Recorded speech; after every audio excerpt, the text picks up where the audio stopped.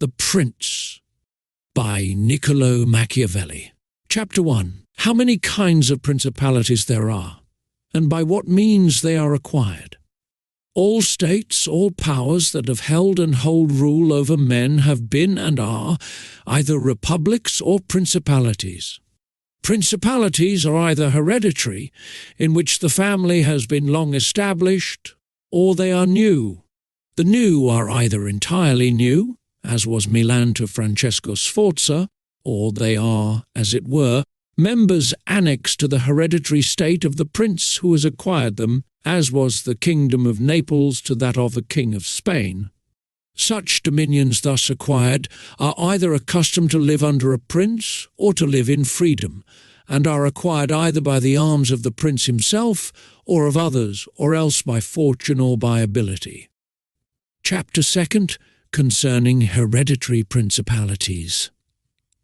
I will leave out all discussion on republics, inasmuch as in another place I have written of them at length, and will address myself only to principalities. In doing so I will keep to the order indicated above, and discuss how such principalities are to be ruled and preserved. I say at once there are fewer difficulties in holding hereditary states, and those long accustomed to the family of their prince, the new ones. For it is sufficient only not to transgress the customs of his ancestors, and to deal prudently with circumstances as they arise, for a prince of average powers to maintain himself in his state. Unless he be deprived of it by some extraordinary and excessive force, and if he should be so deprived of it, whenever anything sinister happens to the usurper, he will regain it. We have in Italy, for example, the Duke of Ferrara, who could not have withstood the attacks of the Venetians in 84, nor those of Pope Julius in 10, unless he had been long established in his dominions, for the hereditary prince has less cause and less necessity to offend, hence it happens that he will be more loved. And unless extraordinary vices cause him to be hated, it is reasonable to expect that his subjects will be naturally well disposed towards him. And in the antiquity and duration of his rule the memories and motives that make for change are lost. For one change always leaves the toothing for another. Chapter 3. Concerning mixed principalities. But the difficulties occur in a new principality. And firstly, if it be not entirely new, but is, as it were, a member of a state which, taken collectively, may be called composite, the changes arise chiefly from an inherent difficulty which there is in all new principalities. For men change their rulers willingly, hoping to better themselves, and this hope induces them to take up arms against him who rules, wherein they are deceived, because they afterwards find by experience they have gone from bad to worse. This follows also on another natural and common necessity, which always causes a new prince to burden those who have submitted to him with his soldiery and with infinite other hardships which he must put upon his new acquisition.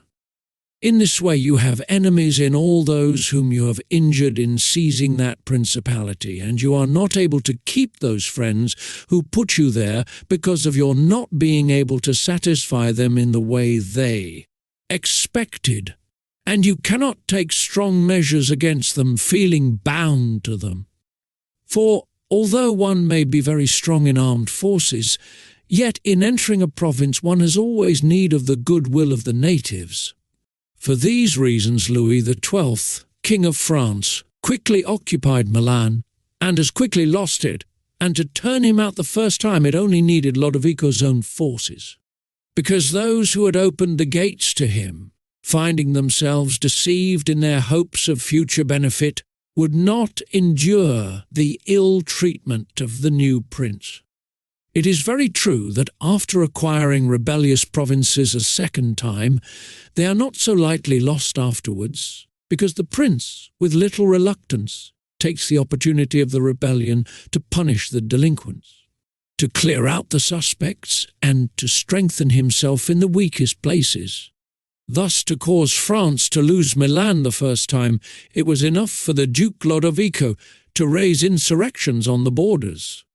But to cause him to lose it a second time, it was necessary to bring the whole world against him, and that his armies should be defeated and driven out of Italy, which followed from the causes above mentioned.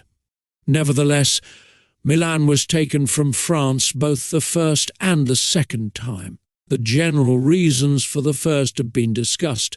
It remains to name those for the second, and to see what resources he had, and what anyone in his situation would have had for maintaining himself more securely in his acquisition than did the King of France. Now I say that those dominions which, when acquired, are added to an ancient state by him who acquires them, are either of the same country and language, or they are not. When they are, it is easier to hold them, especially when they have not been accustomed to self-government, and to hold them securely it is enough to have destroyed the family of the prince who was ruling them, because the two peoples, preserving in other things the old conditions, and not being unlike in customs, will live quietly together, as one has seen in Brittany, Burgundy, Gascony, and Normandy, which have been bound to France for so long a time, and, although there may be some difference in language, nevertheless the customs are alike, and the people will easily be able to get on amongst themselves.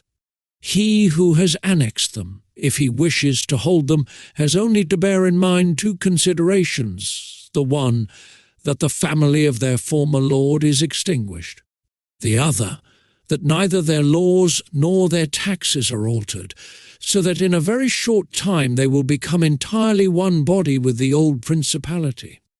But when states are acquired in a country differing in language, customs, or laws, there are difficulties, and good fortune and great energy are needed to hold them. And one of the greatest and most real helps would be that he who has acquired them should go and reside there. This would make his position more secure and durable, as it has made that of the Turk in Greece, who, notwithstanding all the other measures taken by him for holding that state, if he had not settled there, would not have been able to keep it. Because, if one is on the spot, disorders are seen as they spring up, and one can quickly remedy them, but if one is not at hand, they are heard of only when they are great, and then one can no longer remedy them. Besides this, the country is not pillaged by your officials. The subjects are satisfied by prompt recourse to the prince. Thus, wishing to be good, they have more cause to love him, and wishing to be otherwise, to fear him. He who would attack that state from the outside must have the utmost caution. As long as the prince resides there, can only be wrested from him with the greatest difficulty. The other and better course is to send colonies to one or two places, which may be as keys to that state. For it is necessary either to do this, or else to keep there a great number of cavalry and infantry. A prince does not spend much on colonies, for with little or no expense he can send them out and keep them there. And he offends a minority only of the citizens, from whom he takes lands and houses to give them to the new inhabitants, and those whom he offends, remaining poor and scattered, are never able to injure him, whilst the rest, being uninjured, are easily kept quiet, and at the same time are anxious not to err for fear it should happen to them as it has to those who have been despoiled. In conclusion, I say that these colonies are not costly. They are more faithful. They injure less, and the injured, as has been said, being poor and scattered, cannot hurt. Upon this one has to remark that men ought either to be well treated or crushed, because they can avenge themselves of lighter injuries, of more serious ones they cannot. Therefore the injury that is to be done to a man ought to be of such a kind that one does not stand in fear of revenge. But in maintaining armed men there, in place of colonies, one spends much more, having to consume on the garrison all the income from the state, so that the acquisition turns into a loss, and many more are exasperated. because the whole state is injured. Through the shifting of the garrison up and down, all become acquainted with hardship, and all become hostile, and they are enemies who, whilst beaten on their own ground, are yet able to do hurt. For every reason, therefore, such guards are as useless as a colony is useful. Again, the prince who holds a country differing in the above respects ought to make himself the head and defender of his less powerful neighbours, and to weaken the more powerful amongst them, taking care that no foreigner as powerful as himself shall, by any accident, get a footing there. For it will always happen that such a one will be introduced by those who are discontented, either through excess of ambition or through fear, as one has seen already. The Romans were brought into Greece by the Aetolians, and in every other country where they obtained a footing, they were brought in by the inhabitants. And the usual course of affairs is that, as soon as a powerful foreigner enters a country, all the subject states are drawn to him, moved by the hatred which they feel against the ruling power. So that in respect to those subject states he has not to take any trouble to gain them over to himself, for the whole of them quickly rally to the state which he has acquired there. He has only to take care that they do not get hold of too much power and too much authority, and then with his own forces and with their good will he can easily keep down the more powerful of them, so as to remain entirely master in the country. And he who does not properly manage this business will soon lose what he has acquired, and whilst he does hold it, he will have endless difficulties and troubles. The Romans, in the countries which they annexed, observed closely these measures. They sent colonies and maintained friendly relations with the minor powers, without increasing their strength. They kept down the greater, and did not allow any strong foreign powers to gain authority. Greece appears to me sufficient for an example. The Achaeans and Aetolians were kept friendly by them. The kingdom of Macedonia was humbled. Antiochus was driven out.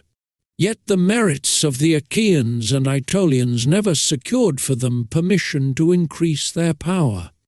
Nor did the persuasions of Philip ever induce the Romans to be his friends without first humbling him, nor did the influence of Antiochus make them agree that he should retain any lordship over the country.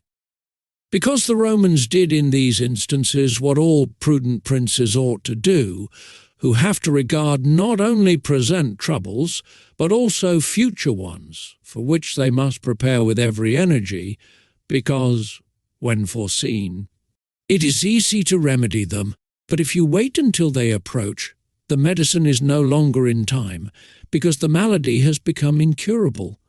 For it happens in this, as the physicians say it happens in hectic fever, that in the beginning of the malady it is easy to cure but difficult to detect, but in the course of time, not having been either detected or treated in the beginning, it becomes easy to detect but difficult to cure.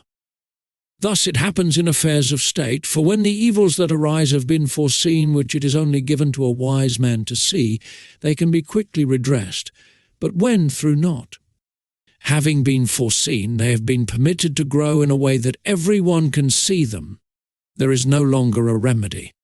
Therefore the Romans, foreseeing troubles, dealt with them at once, and even to avoid a war, would not let them come to a head, for they knew that war is not to be avoided, but is only to be put off to the advantage of others. Moreover, they wished to fight with Philip and Antiochus in Greece so as not to have to do it in Italy. They could have avoided both.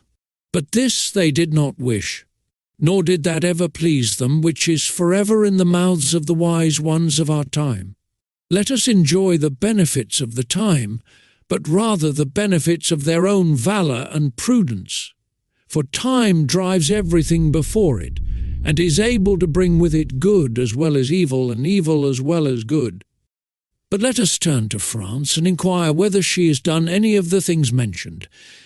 I will speak of Louis and not of Charles as the one whose conduct is the better to be observed. he having held possession of Italy for the longest period, and you will see that he has done the opposite to those things which ought to be done to retain a state composed of divers elements. King Louis was brought into Italy by the ambition of the Venetians, who desired to obtain half the state of Lombardy by his intervention.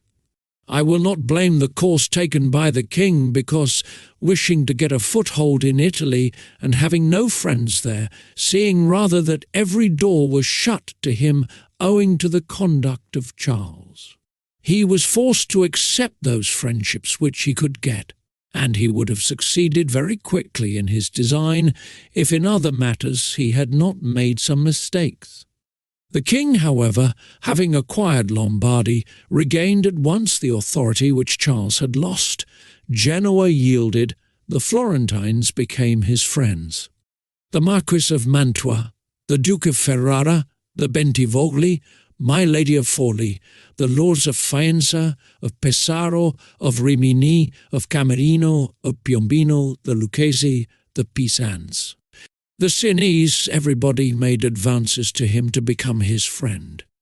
Then could the Venetians realize the rashness of the course taken by them, which, in order that they might secure 2 towns in Lombardy, had made the king master of 2/3 of Italy. Let anyone now consider with what little difficulty the king could have maintained his position in Italy had he observed the rules above laid down, and kept all his friends secure and protected, for although they were numerous, they were both weak and timid, some afraid of the church, some of the Venetians, and thus they would always have been forced to stand in with him. And by their means he could easily have made himself secure against those who remained powerful. But he was no sooner in Milan than he did the contrary by assisting Pope Alexander to occupy the Romagna. It never occurred to him that by this action he was weakening himself, depriving himself of friends and of those who had thrown themselves into his lap, whilst he aggrandized the Church by adding much temporal power to the spiritual, thus giving it greater authority. And having committed this prime error, he was obliged to follow it up, so much so that, to put an end to the ambition of Alexander and to prevent his becoming the master of Tuscany, he was himself forced to come into Italy. And as if it were not enough to have aggrandized the Church and deprived himself of friends, he, wishing to have the kingdom of Naples, divided it with the king of Spain. And where he was the prime arbiter in Italy, he takes an associate, so that the ambitious of that country and the malcontents of his own should have somewhere to shelter. And whereas he could have left in the kingdom his own pensioner as king, he drove him out, to put one there who was able to drive him, Louis, out in turn. The wish to acquire is in truth very natural and common, and men always do so when they can, and for this they will be praised, not blamed. But when they cannot do so, yet wish to do so by any means, then there is folly and blame. Therefore, if France could have attacked Naples with her own forces, she ought to have done so. If she could not, then she ought not to have divided it. And if the partition which she made with the Venetians in Lombardy was justified by the excuse that by it she got a foothold in Italy, this other partition merited blame, for it had not the excuse of that necessity. Therefore Louis made these 5 errors. He destroyed the minor powers. He increased the strength of one of the greater powers in Italy. He brought in a foreign power. He did not settle in the country. He did not send colonies. Which errors, had he lived, were not enough to injure him had he not made a 6th by taking away their dominions from the Venetians. Because had he not aggrandized the Church, nor brought Spain into Italy, it would have been very reasonable and necessary to humble them. But having first taken these steps, he ought never to have consented to their ruin, for they, being powerful, would always have kept off others from designs on Lombardy, to which the Venetians would never have consented except to become masters themselves there, Also because the others would not wish to take Lombardy from France in order to give it to the Venetians. And to run counter to both, they would not have had the courage. And if anyone should say King Louis yielded the Romagna to Alexander and the kingdom to Spain to avoid war, I answer for the reasons given above that a blunder ought never to be perpetrated to avoid war, because it is not to be avoided, but is only deferred to your disadvantage. And if another should allege the pledge which the king had given to the Pope, that he would assist him in the enterprise in exchange for the dissolution of his marriage and for the cap to Rouen. To that I reply what I shall write later on concerning the faith of princes and how it ought to be kept. Thus King Louis lost Lombardy by not having followed any of the conditions observed by those who have taken possession of countries and wish to retain them. Nor is there any miracle in this, but much that is reasonable and quite natural. And on these matters I spoke at Nantes with Rouen, when Valentino, as Cesare Borgia, the son of Pope Alexander, was usually called, occupied the Romagna and on Cardinal Rouen, observing to me that the Italians did not understand war. I replied to him that the French did not understand statecraft, meaning that otherwise they would not have allowed the Church to reach such greatness. And in fact it has been seen that the greatness of the Church and of Spain in Italy has been caused by France, and her ruin may be attributed to them. From this a general rule is drawn which never or rarely fails, that he who is the cause of another becoming powerful is ruined, because that predominancy has been brought about either by astuteness or else by force, and both are distrusted by him who has been raised to power. Chapter 4. Why the kingdom of Darius conquered by. Alexander did not rebel against the successors of Alexander at his death. Considering the difficulties which men have had to hold to a newly acquired state, some might wonder how, seeing that Alexander the Great became the master of Asia in a few years, and died whilst it was scarcely settled, whence it might appear reasonable that the whole empire would have rebelled. Nevertheless his successors maintained themselves, and had to meet no other difficulty than that which arose among themselves from their own ambitions. I answer that the principalities of which one has record are found to be governed in two different ways, either by a prince with a body of servants who assist him to govern the kingdom as ministers by his favour and permission, or by a prince and barons who hold that dignity by antiquity of blood and not by the grace of the prince. Such barons have states and their own subjects, who recognize them as lords and hold them in natural affection.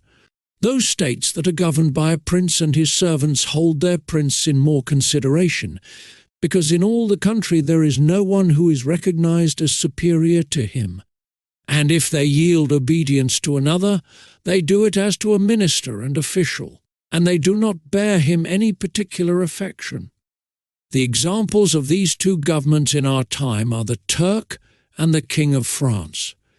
The entire monarchy of the Turk is governed by one lord, the others are his servants. And, dividing his kingdom into sanjaks, he sends their different administrators, and shifts and changes them as he chooses. But the King of France is placed in the midst of an ancient body of lords, acknowledged by their own subjects and beloved by them. They have their own prerogatives, nor can the king take these away except at his peril. Therefore he who considers both of these states will recognize great difficulties in seizing the state of the Turk, but, once it is conquered, great ease in holding it. The causes of the difficulties in seizing the kingdom of the Turk are that the usurper cannot be called in by the princes of the kingdom, nor can he hope to be assisted in his designs by the revolt of those whom the Lord has around him. This arises from the reasons given above, for his ministers, being all slaves and bondmen, can only be corrupted with great difficulty, and one can expect little advantage from them when they have been corrupted, as they cannot carry the people with them for the reasons assigned. Hence he who attacks the Turk must bear in mind that he will find him united, and he will have to rely more on his own strength than on the revolt of others. But if once the Turk has been conquered and routed in the field in such a way that he cannot replace his armies, there is nothing to fear but the family of this prince, and this being exterminated. There remains no one to fear, the others having no credit with the people, and as the conqueror did not rely on them before his victory, so he ought not to fear them after it. The contrary happens in kingdoms governed like that of France, because one can easily enter there by gaining over some baron of the kingdom, for one always finds malcontents and such as desire a change. Such men, for the reasons given, can open the way into the state and render the victory easy, but if you wish to hold it afterwards, you meet with infinite difficulties, both from those who have assisted you and from those you have crushed. Nor is it enough for you to have exterminated the family of the prince, because the lords that remain make themselves the heads of fresh movements against you, and as you are unable either to satisfy or exterminate them, that state is lost whenever time brings the opportunity. Now, if you will consider what was the nature of the government of Darius, you will find it similar to the kingdom of the Turk, and therefore it was only necessary for Alexander first to overthrow him in the field, and then to take the country from him, after which victory, Darius being killed, the state remained secure to Alexander for the above reasons, and if his successors had been united, they would have enjoyed it securely and at their ease, for there were no tumults raised in the kingdom except those they provoked themselves. But it is impossible to hold with such tranquillity states constituted like that of France. Hence arose those frequent rebellions against the Romans in Spain, France, and Greece. Owing to the many principalities there were in these states, of which, as long as the memory of them endured, the Romans always held an insecure possession, but with the power and long continuance of the empire, the memory of them passed away, and the Romans then became secure possessors. And when fighting afterwards amongst themselves, each one was able to attach to himself his own parts of the country, according to the authority he had assumed there, and the family of the former lord being exterminated, none other than the Romans were acknowledged. When these things are remembered, no one will marvel at the ease with which Alexander held the empire of Asia, or at the difficulties which others have had to keep an acquisition, such as Pyrrhus and many more. This is not occasioned by the little or abundance of ability in the conqueror, but by the want of uniformity in the subject state. Chapter 5. Concerning the way to govern cities or principalities which lived under their own. Laws before they were annexed. Whenever those states which have been acquired as stated have been accustomed to live under their own laws and in freedom, there are three courses for those who wish to hold them. The first is to ruin them. The next is to reside there in person. The third is to permit them to live under their own laws, drawing a tribute and establishing within it an oligarchy which will keep it friendly to you. Because such a government, being created by the prince, knows that it cannot stand without his friendship and interest, and does its utmost to support him, and therefore he who would keep a city accustomed to freedom will hold it more easily by the means of its own citizens than in any other way. There are, for example, the Spartans and the Romans. The Spartans held Athens and Thebes, establishing there an oligarchy. Nevertheless, they lost them. The Romans, in order to hold Capua, Carthage, and Numantia, dismantled them and did not lose them. They wished to, hold Greece as the Spartans held it, making it free and permitting its laws, and did not succeed. So to hold it, they were compelled to dismantle many cities in the country, for in truth there is no safe way to retain them otherwise than by ruining them. And he who becomes master of a city accustomed to freedom and does not destroy it may expect to be destroyed by it, for in rebellion it has always the watchword of liberty and its ancient privileges as a rallying point, which neither time nor benefits will ever cause it to forget. And whatever you may do or provide against, they never forget that name or their privileges unless they are disunited or dispersed, but at every chance they immediately rally to them. As Pisa, after the 100 years she had been held in bondage by the Florentines. But when cities or countries are accustomed to live under a prince and his family is exterminated, they, being on the one hand accustomed to obey, and on the other hand not having the old prince, cannot agree in making one from amongst themselves, and they do not know how to govern themselves. For this reason they are very slow to take up arms, and a prince can gain them to himself and secure them much more easily. But in republics there is more vitality, greater hatred, and more desire for vengeance, which will never permit them to allow the memory of their former liberty to rest, so that the safest way is to destroy them or to reside there. Chapter 6. Concerning new principalities which are acquired by one's own arms and ability. Let no one be surprised if, in speaking of entirely new principalities as I shall do, I adduce the highest examples both of prince and of state, because men, walking almost always in paths beaten by others and following by imitation their deeds, are yet unable to keep entirely to the ways of others or attain to the power of those they imitate.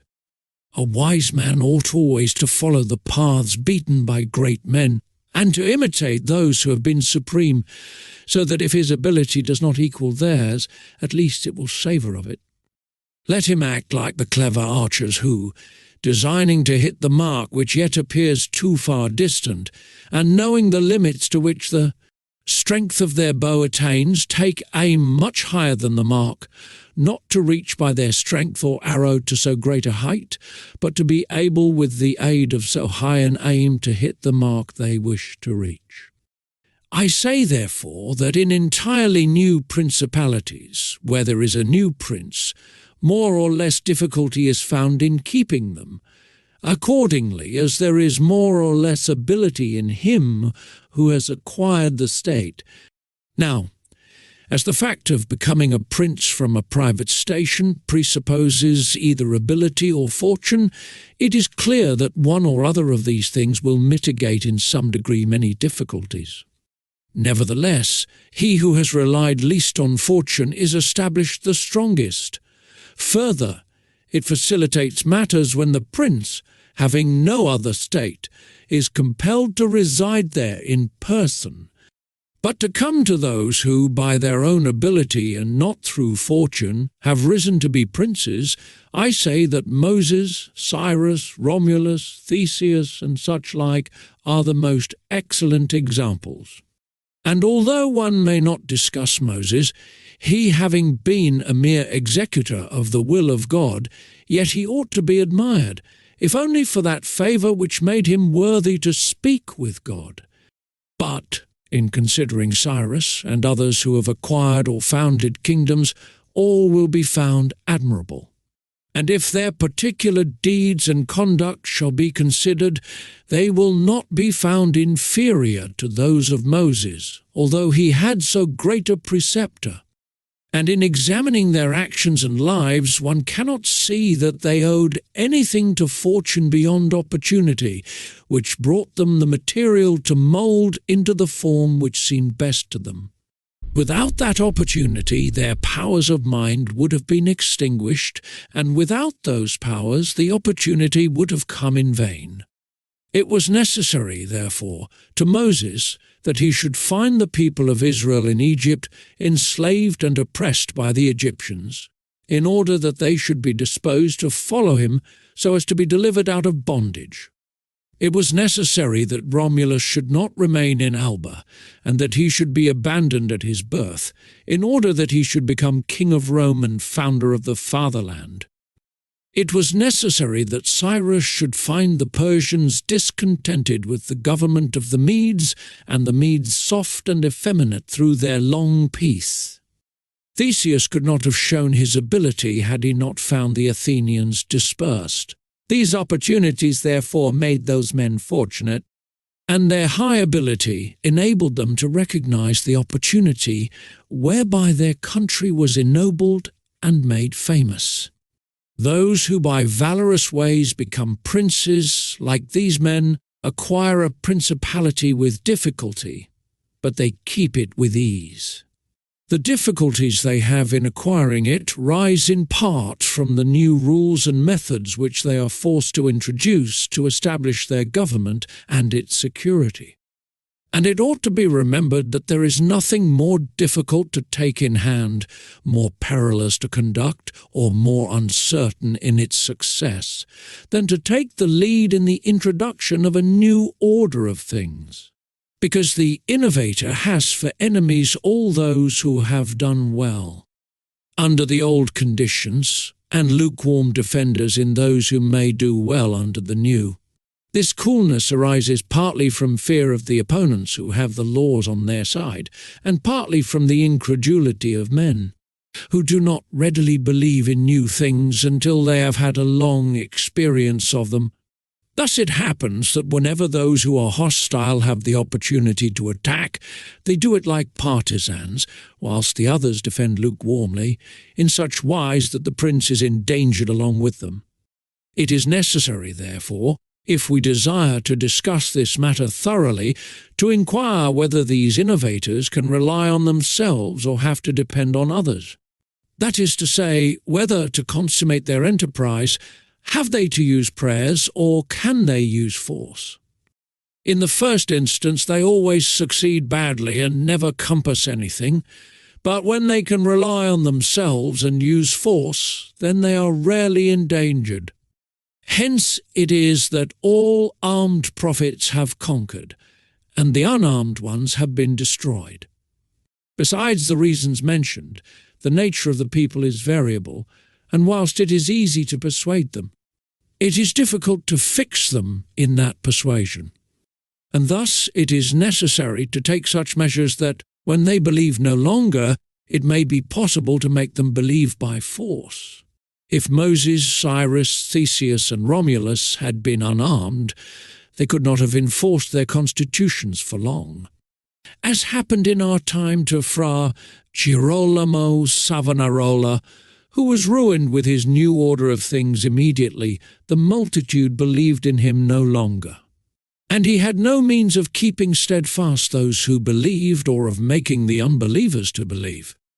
Therefore, such as these have great difficulties in consummating their enterprise, for all their dangers are in the ascent, yet with ability they will overcome them. But when these are overcome, and those who envied them their success are exterminated, they will begin to be respected, and they will continue afterwards powerful, secure, honoured, and happy. To these great examples I wish to add a lesser one, still it bears some resemblance to them, and I wish it to suffice me for all of a like kind. It is Hiero the Syracusan. This man rose from a private station to be Prince of Syracuse, nor did he either owe anything to fortune but opportunity. For the Syracusans, being oppressed, chose him for their captain. Afterwards he was rewarded by being made their prince. He was of so great ability even as a private citizen that one who writes of him says he wanted nothing but a kingdom to be a king. This man abolished the old soldiery, organized the new, gave up old alliances, made new ones, and, as he had his own soldiers and allies on such foundations, he was able to build any edifice. Thus, whilst he had endured much trouble in acquiring, he had but little in keeping. Chapter 7th, concerning new principalities which are acquired either by the arms of others or by good fortune.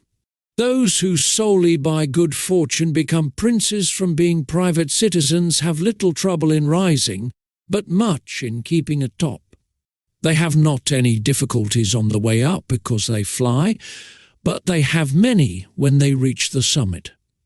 Such are those to whom some state is given either for money or by the favour of him who bestows it, as happened to many in Greece in the cities of Ionia and of the Hellespont, where princes were made by Darius, in order that they might hold the cities both for his security and his glory, as also were those emperors who, by the corruption of the soldiers, from being citizens, came to empire.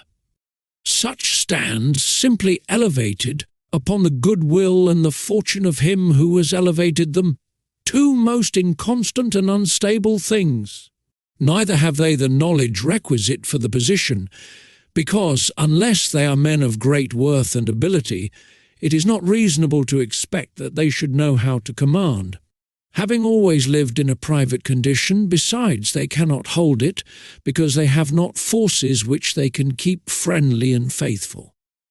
States that rise unexpectedly, then, like all other things in nature which are born and grow rapidly, cannot leave their foundations and correspondencies fixed in such a way that the first storm will not overthrow them, unless, as is said, those who unexpectedly become princes are men of so much ability that they know they have to be prepared at once to hold that which fortune has thrown into their laps, and that those foundations, which others have laid before they became princes, they must lay afterwards. Concerning these two methods of rising to be a prince by ability or fortune, I wish to adduce two examples within our own recollection, and these are Francesco Sforza and Cesare Borgia. Francesco, by proper means and with great ability, from being a private person rose to be Duke of Milan, and that which he had acquired with 1,000 anxieties he kept with little trouble.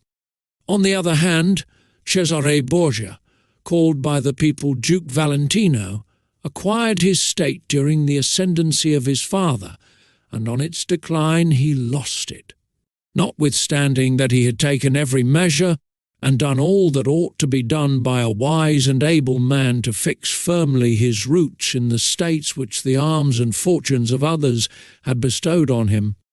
Because, as is stated above, he who has not first laid his foundations may be able with great ability to lay them afterwards, but they will be laid with trouble to the architect and danger to the building. If, therefore, all the steps taken by the Duke be considered, it will be seen that he laid solid foundations for his future power, and I do not consider it superfluous to discuss them, because I do not know what better precepts to give a new prince than the example of his actions, and if his dispositions were of no avail, that was not his fault, but the extraordinary and extreme malignity of fortune. Alexander VI, in wishing to aggrandize the Duke, his son, had many immediate and prospective difficulties. Firstly, he did not see his way to make him master of any state that was not a state of the Church, and if he was willing to rob the Church, he knew that the Duke of Milan and the Venetians would not consent. Because Faenza and Rimini were already under the protection of the Venetians. Besides this, he saw the arms of Italy, especially those by which he might have been assisted, in hands that would fear the aggrandizement of the Pope, namely the Orsini and the Colonnesi and their following. It behoved him, therefore, to upset this state of affairs and embroil the powers, so as to make himself securely master of part of their states.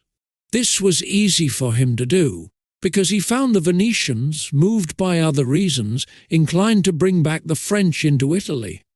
He would not only not oppose this, but he would render it more easy by dissolving the former marriage of King Louis. Therefore the king came into Italy with the assistance of the Venetians and the consent of Alexander. He was no sooner in Milan than the Pope had soldiers from him for the attempt on the Romagna, which yielded to him on the reputation of the king.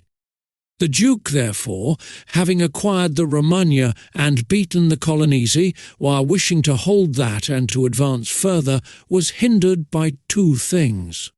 The one, his forces did not appear loyal to him; the other, the goodwill of France, that is to say, he feared that the forces of the Orsini which he was using would not stand to him, that not only might they hinder him from winning more, but might themselves seize what he had won, and that the king might also do the same. Of the Orsini he had a warning when, after taking Faenza and attacking Bologna, he saw them go very unwillingly to that attack. And as to the king, he learned his mind when he himself, after taking the Duchy of Urbino, attacked Tuscany. And the king made him desist from that undertaking. Hence the Duke decided to depend no more upon the arms and the luck of others. For the first thing, he weakened the Orsini and Colonnesi parties in Rome by gaining to himself all their adherents who were gentlemen, making them his gentlemen, giving them good pay, and, according to their rank, honouring them with office and command in such a way that in a few months all attachment to the factions was destroyed and turned entirely to the Duke. After this he awaited an opportunity to crush the Orsini, having scattered the adherents of the Colonna house. This came to him soon, and he used it well, for the Orsini, perceiving at length that the aggrandizement of the Duke and the Church was ruin to them, called a meeting of the Magione in Perugia. From this sprung the rebellion at Urbino and the tumults in the Romagna, with endless dangers to the Duke, all of which he overcame with the help of the French. Having restored his authority, not to leave it at risk by trusting either to the French or other outside forces, he had recourse to his wiles, and he knew so well how to conceal his mind that, by the mediation of Signor Pagolo, whom the Duke did not fail to secure with all kinds of attention, giving him money, apparel, and horses, the Orsini were reconciled so that their simplicity brought them into his power at Sinigalia. Having exterminated the leaders and turned their partisans into his friends, the Duke laid sufficiently good foundations to his power. Having all the Romagna and the Duchy of Urbino, and the people now beginning to appreciate their prosperity, he gained them all over to himself. And, as this point is worthy of notice and to be imitated by others, I am not willing to leave it out. When the Duke occupied the Romagna, he found it under the rule of weak masters, who rather plundered their subjects than ruled them, and gave them more cause for disunion than for union, so that the country was full of robbery, quarrels, and every kind of violence, and so, wishing to bring back peace and obedience to authority, he considered it necessary to give it a good governor. Thereupon he promoted Messer Ramiro d'Occo, a swift and cruel man, to whom he gave the fullest power. This man in a short time restored peace and unity with the greatest success. Afterwards the Duke considered that it was not advisable to confer such excessive authority, for he had no doubt but that he would become odious, so he set up a court of judgment in the country, under a most excellent president, wherein all cities had their advocates.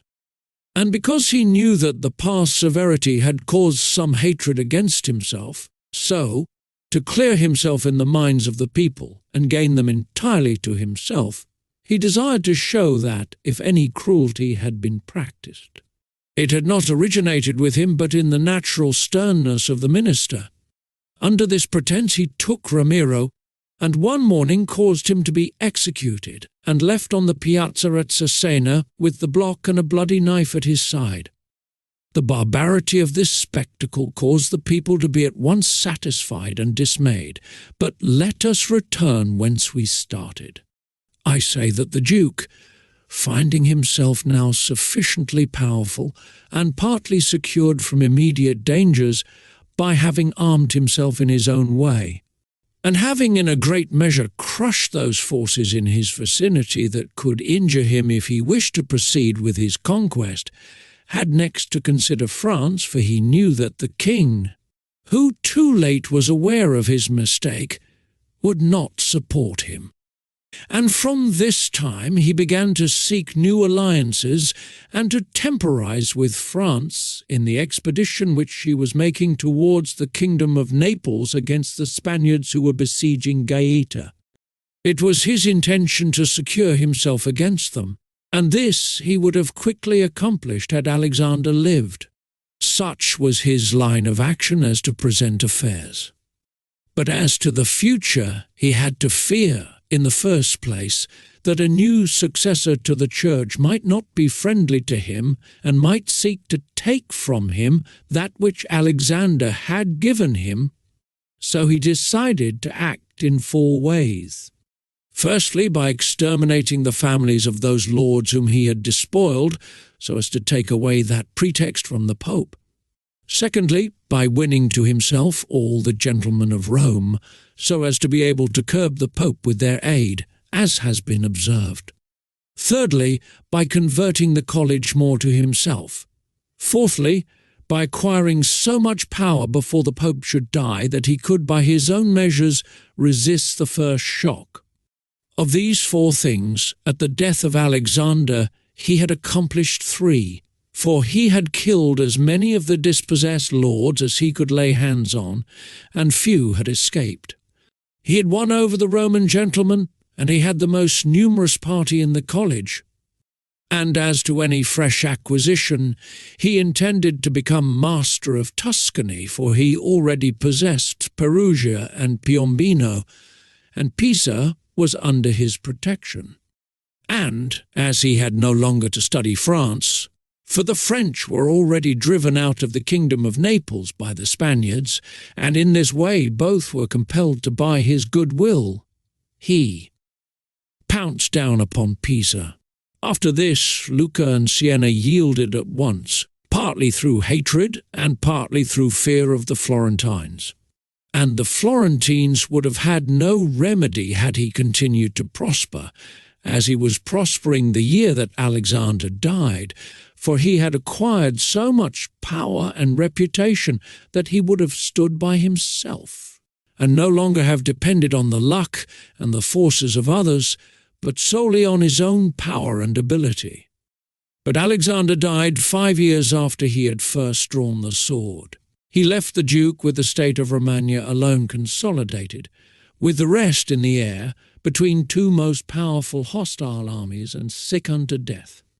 Yet there were in the Duke such boldness and ability, and he knew so well how men are to be won or lost, and so firm were the foundations which in so short a time he had laid, that if he had not had those armies on his back, or if he had been in good health, he would have overcome all difficulties.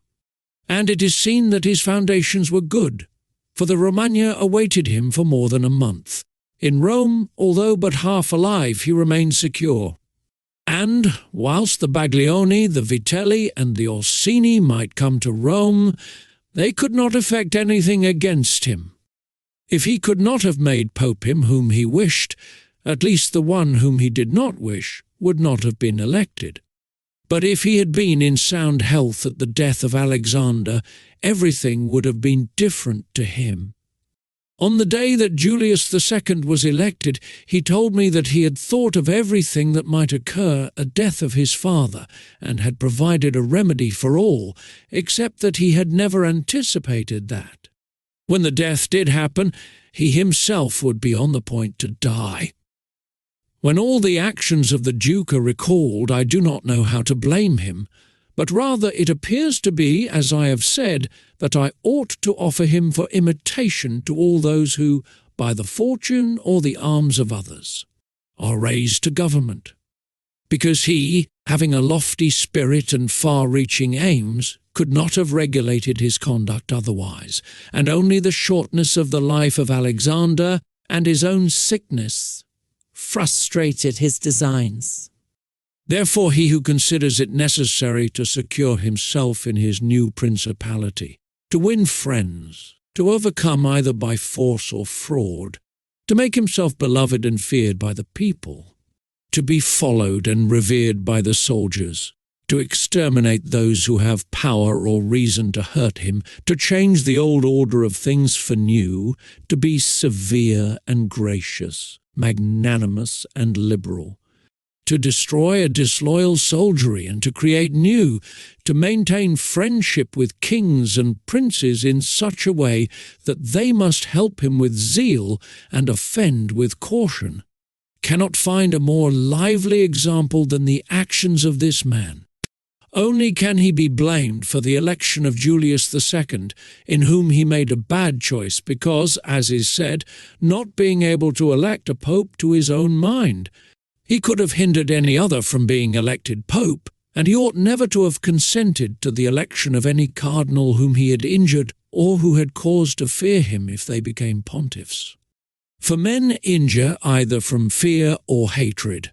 Those whom he had injured, amongst others, were San Pietro ad Vincula, Colonna, San Giorgio, and Ascanio.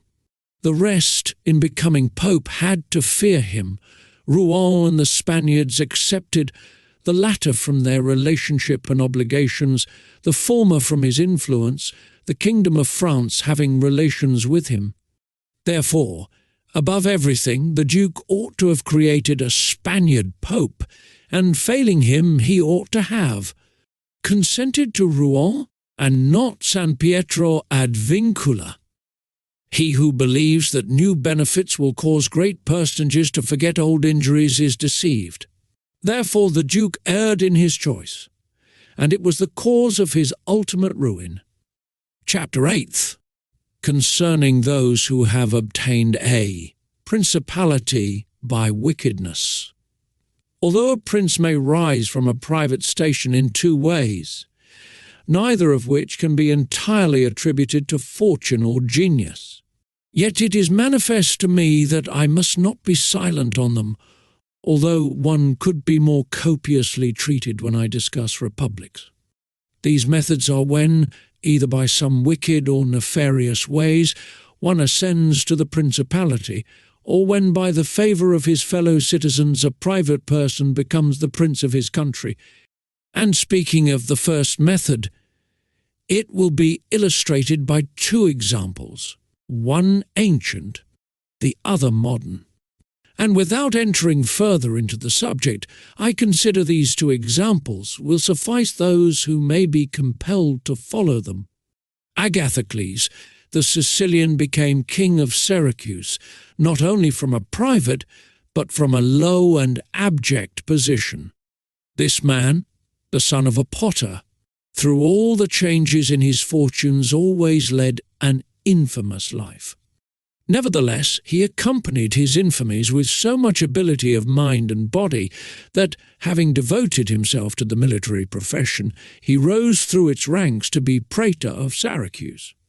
Being established in that position and having deliberately resolved to make himself prince and to seize by violence, without obligation to others, that which had been conceded to him by assent, he came to an understanding for this purpose with Hamilcar, the Carthaginian, who, with his army, was fighting in Sicily. One morning he assembled the people and the Senate of Syracuse, as if he had to discuss with them things relating to the Republic. And at a given signal the soldiers killed all the senators and the richest of the people. These dead, he seized and held the princedom of that city without any civil commotion.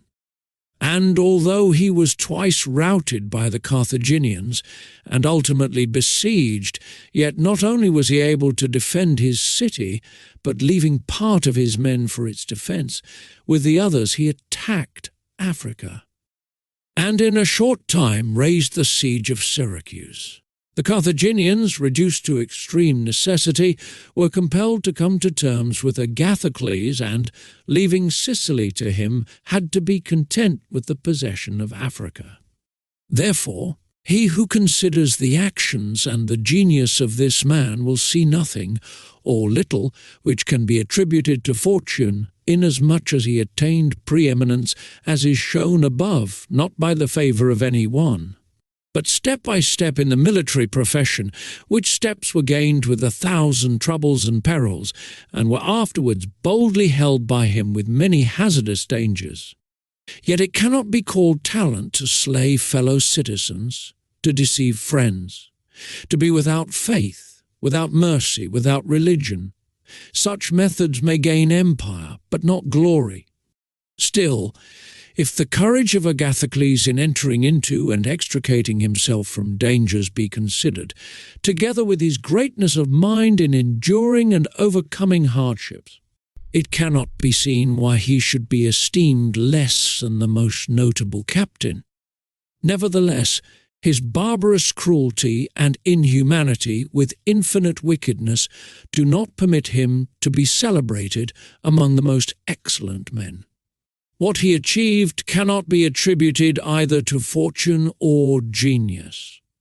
In our times, during the rule of Alexander VI, Oliverotto da Fermo, having been left an orphan many years before, was brought up by his maternal uncle, Giovanni Fogliani, and in the early days of his youth sent to fight under Pagolo Vitelli, that being trained under his discipline he might attain some high position in the military profession. After Pagolo died, he fought under his brother Vitellozzo, and in a very short time, being endowed with wit and a vigorous body and mind, he became the first man in his profession.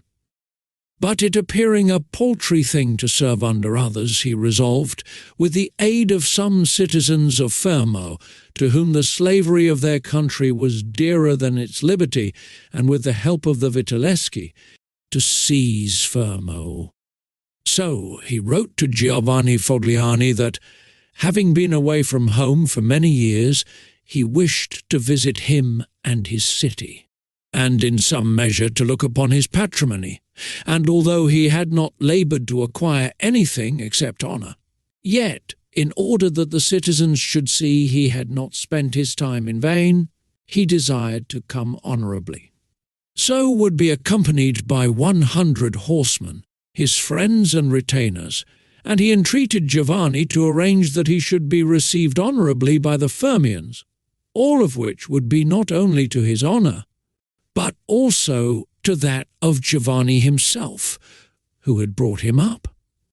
Giovanni, therefore, did not fail in any attentions due to his nephew, and he caused him to be honourably received by the Fermians, and he lodged him in his own house, where, having passed some days, and having arranged what was necessary for his wicked designs, Oliverotto gave a solemn banquet to which he invited Giovanni Fogliani and the chiefs of Fermo.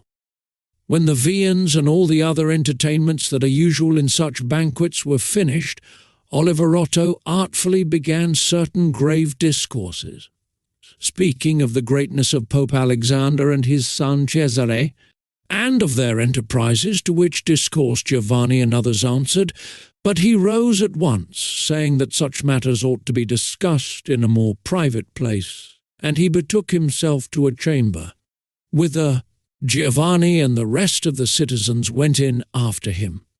No sooner were they seated than soldiers issued from secret places and slaughtered Giovanni and the rest.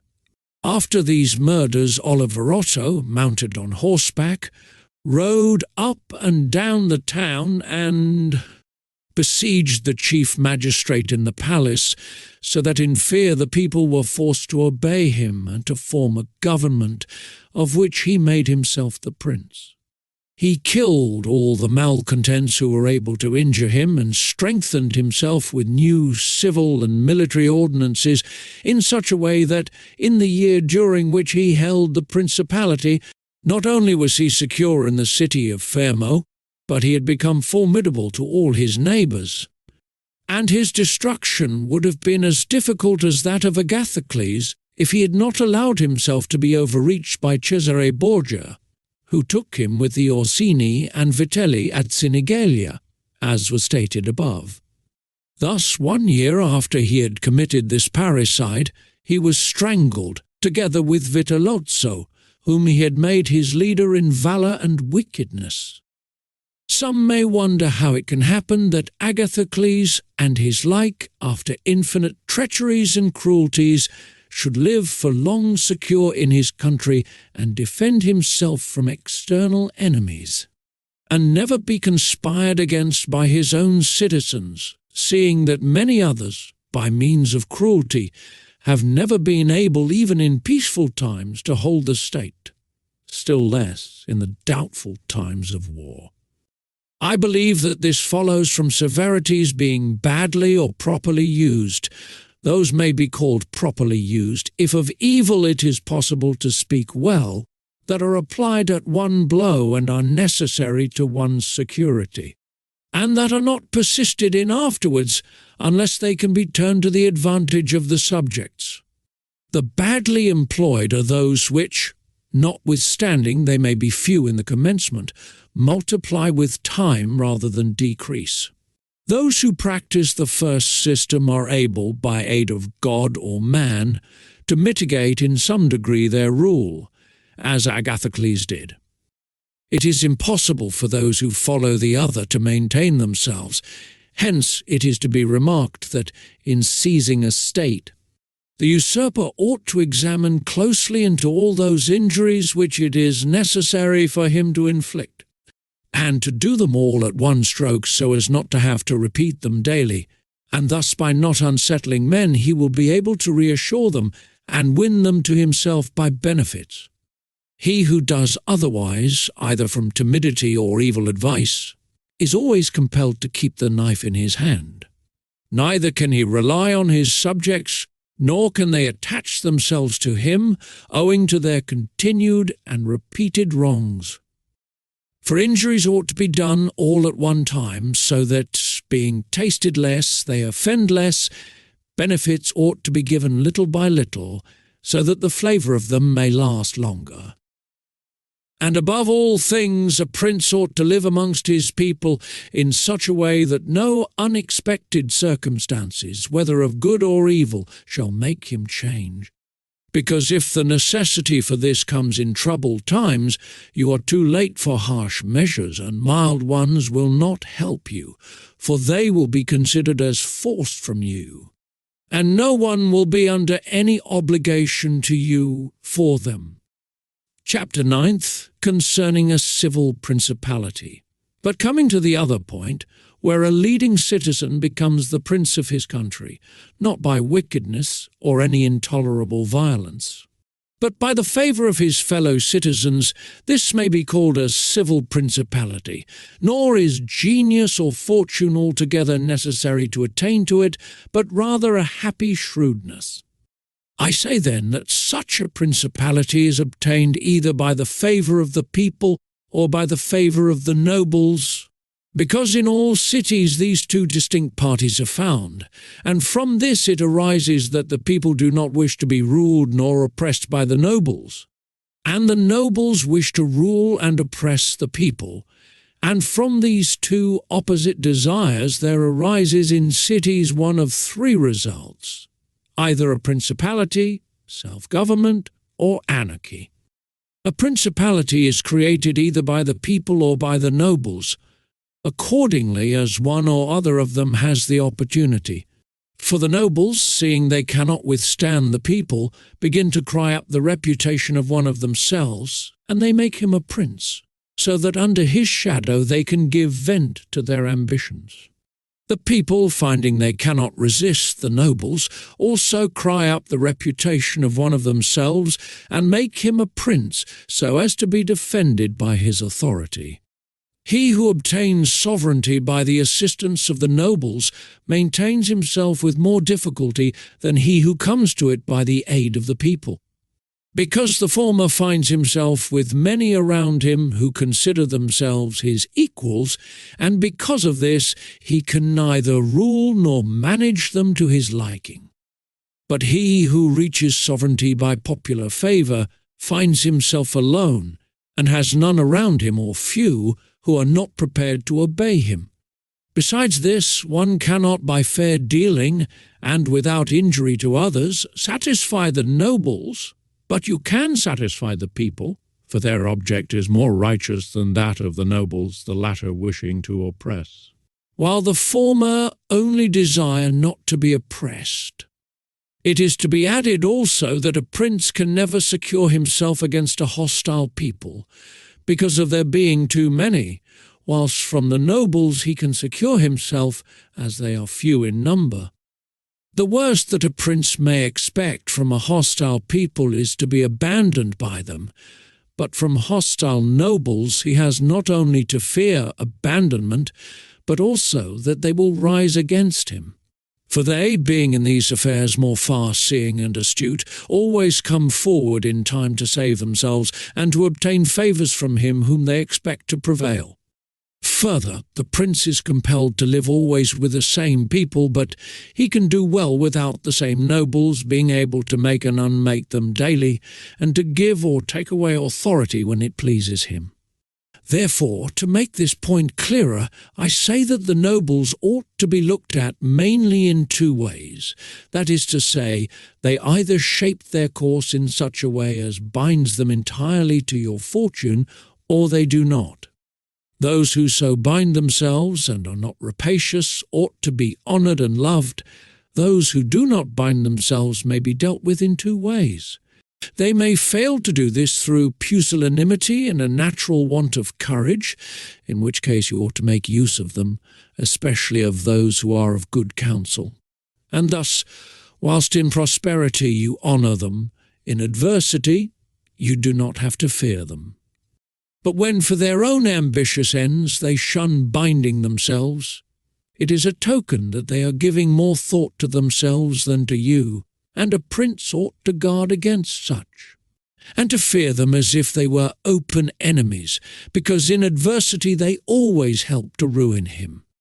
Therefore, one who becomes a prince through the favour of the people ought to keep them friendly, and this he can easily do, seeing they only ask not to be oppressed by him.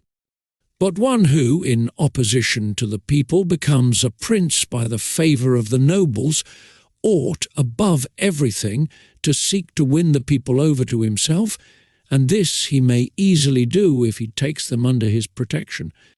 Because men, when they receive good from him of whom they were expecting evil, are bound more closely to their benefactor.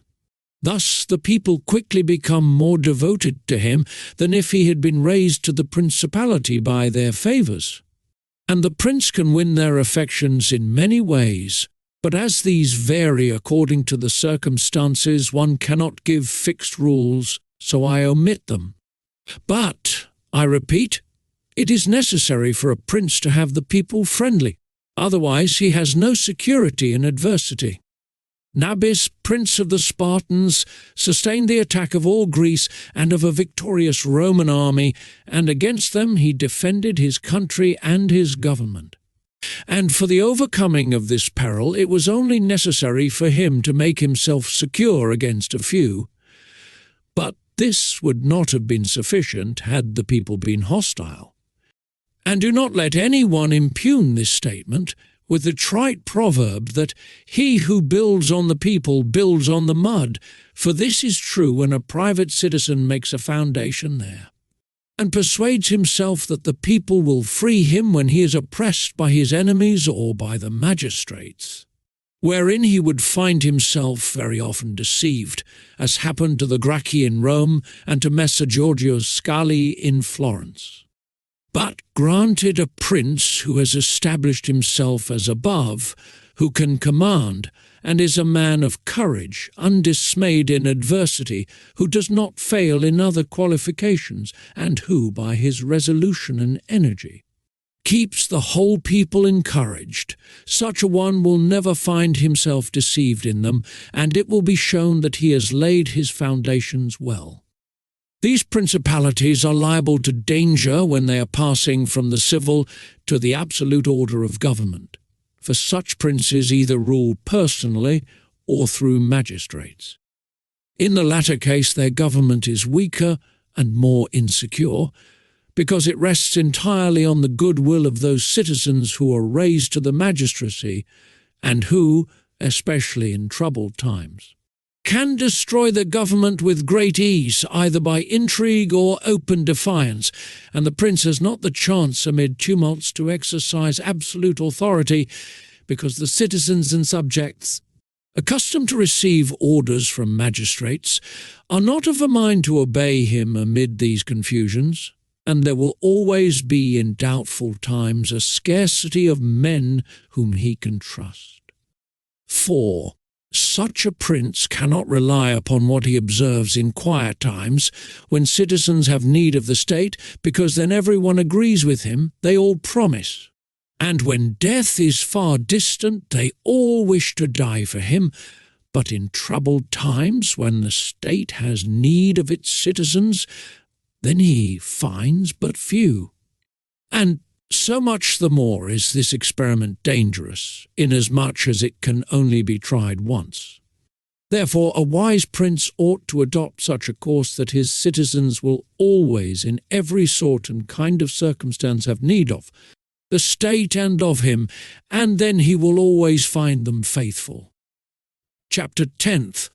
Concerning the way in which the strength of all principalities ought to be measured. It is necessary to consider another point in examining the character of these principalities. That is, whether a prince has such power that in case of need he can support himself with his own resources, or whether he has always need of the assistance of others. And to make this quite clear, I say that I consider those who are able to support themselves by their own resources, who can, either by abundance of men or money, raise a sufficient army to join battle against anyone who comes to attack them, and I consider those always to have need of others who cannot show themselves against the enemy in the field, but are forced to defend themselves by sheltering behind walls. The first case has been discussed, but we will speak of it again should it recur. In the second case, one can say nothing except to encourage such princes to provision and fortify their towns, and not on any account to defend the country. And whoever shall fortify his town well, and shall have managed the other concerns of his subjects in the way stated above, and to be often repeated, will never be attacked without great caution. For men are always adverse to enterprises where difficulties can be seen, and it will be seen not to be an easy thing to attack one who has his town well fortified and is not hated by his people. The cities of Germany are absolutely free, they own but little country around them, and they yield obedience to the emperor when it suits them, nor do they fear this or any other power they may have near them, because they are fortified in such a way that everyone thinks the taking of them by assault would be tedious and difficult, seeing they have proper ditches and walls, they have sufficient artillery, and they always keep in public depots enough for 1 year's eating, drinking, and firing. And beyond this, to keep the people quiet and without loss to the state, they always have the means of giving work to the community in those labours that are the life and strength of the city, and on the pursuit of which the people are supported. They also hold military exercises in repute, and moreover have many ordinances to uphold them. Therefore, a prince who has a strong city, and had not made himself odious, will not be attacked, or if anyone should attack, he will only be driven off with disgrace. Again, because that the affairs of this world are so changeable, it is almost impossible to keep an army a whole year in the field without being interfered with.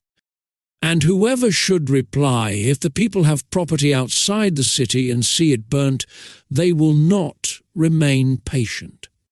and the long siege and self-interest will make them forget their prince. To this I answer that a powerful and courageous prince will overcome all such difficulties by giving at one time hope to his subjects that the evil will not be for long, at another time fear of the cruelty of the enemy, then preserving himself adroitly from those subjects who seem to him to be too bold. Further, the enemy would naturally on his arrival at once burn and ruin the country at the time when the spirits of the people are still hot and ready for the defence. And therefore, so much the less ought the prince to hesitate, because after a time when spirits have cooled, the damage is already done, the ills are incurred, and there is no longer any remedy, and therefore they are so much the more ready to unite with their prince, he appearing to be under obligations to them now that their houses have been burnt and their possessions ruined in his defence. For it is the nature of men to be bound by the benefits they confer as much as by those they receive. Therefore, if everything is well considered, it will not be difficult for a wise prince to keep the minds of his citizens steadfast from first to last when he does not fail to support and defend them. Chapter 11th, concerning ecclesiastical principalities. It only remains now to speak of ecclesiastical principalities, touching which all difficulties are prior to getting possession, because they are acquired either by capacity or good fortune, and they can be held without either, for they are sustained by the ancient ordinances of religion, which are so all-powerful, and of such a character that the principalities may be held no matter how their princes behave and live. These princes alone have states and do not defend them, and they have subjects and do not rule them, and the states, although unguarded, are not taken from them, and the subjects, although not ruled, do not care, and they have neither the desire nor the ability to alienate themselves. Such principalities only are secure and happy, but being upheld by powers to which the human mind cannot reach, I shall speak no more of them, because being exalted and maintained by God, it would be the act of a presumptuous and rash man to discuss them. Nevertheless, if anyone should ask of me, how comes it that the Church has attained such greatness in temporal power, seeing that from Alexander backwards the Italian potentates, not only those who have been called potentates, but every baron and lord, though the smallest, have valued the temporal power very slightly, yet now a king of France trembles before it, and it has been able to drive him from Italy. And to ruin the Venetians, although this may be very manifest, it does not appear to me superfluous to recall it in some measure to memory. Before Charles, King of France, passed into Italy, this country was under the dominion of the Pope, the Venetians, the King of Naples, the Duke of Milan, and the Florentines. These potentates had two principal anxieties, the one that no foreigners should enter Italy under arms, the other that none of themselves should seize more territory. Those about whom there was the most anxiety were the Pope and the Venetians. To restrain the Venetians, the union of all the others was necessary, as it was for the defence of Ferrara, and to keep down the Pope they made use of the barons of Rome, who, being divided into two factions, Orsini and Colonnesi, had always a pretext for disorder, and, standing with arms in their hands under the eyes of the pontiff, kept the pontificate weak and powerless. And although there might arise sometimes a courageous pope, such as Sixtus, yet neither fortune nor wisdom could rid him of these annoyances. And the short life of a pope is also a cause of weakness, for in the 10 years, which is the average life of a pope, he can with difficulty lower one of the factions. And if, so to speak, one people should almost destroy the Colonnesi, another would arise hostile to the Orsini, who would support their opponents, and yet would not have time to ruin the Orsini. This was the reason why the temporal powers of the Pope were little esteemed in Italy. Alexander VI arose afterwards, who of all the pontiffs that have ever been showed how a pope with both money and arms was able to prevail. And through the instrumentality of the Duke Valentino, and by reason of the entry of the French, he brought about all those things which I have discussed above in the actions of the Duke. And although his intention was not to aggrandize the Church, but the Duke, nevertheless, what he did contributed to the greatness of the Church, which, after his death and the ruin of the Duke, became the heir to all his labours. Pope Julius came afterwards and found the Church strong, possessing all the Romagna, the barons of Rome reduced to impotence, and, through the chastisements of Alexander, the factions wiped out. He also found the way open to accumulate money in a manner such as had never been practised before Alexander's time. Such things Julius not only followed but improved upon, and he intended to gain Bologna, to ruin the Venetians and to drive the French out of Italy. All of these enterprises prospered with him, and so much the more to his credit, inasmuch as he did everything to strengthen the Church, and not any private person. He kept also the Orsini and Colonnesi factions within the bounds in which he found them, and although there was among them some mind to make disturbance, nevertheless he held two things firm. The one, the greatness of the Church, with which he terrified them, and the other, not allowing them to have their own cardinals, who caused the disorders among them. For whenever these factions have their cardinals, they do not remain quiet for long, because cardinals foster the factions in Rome and out of it, and the barons are compelled to support them.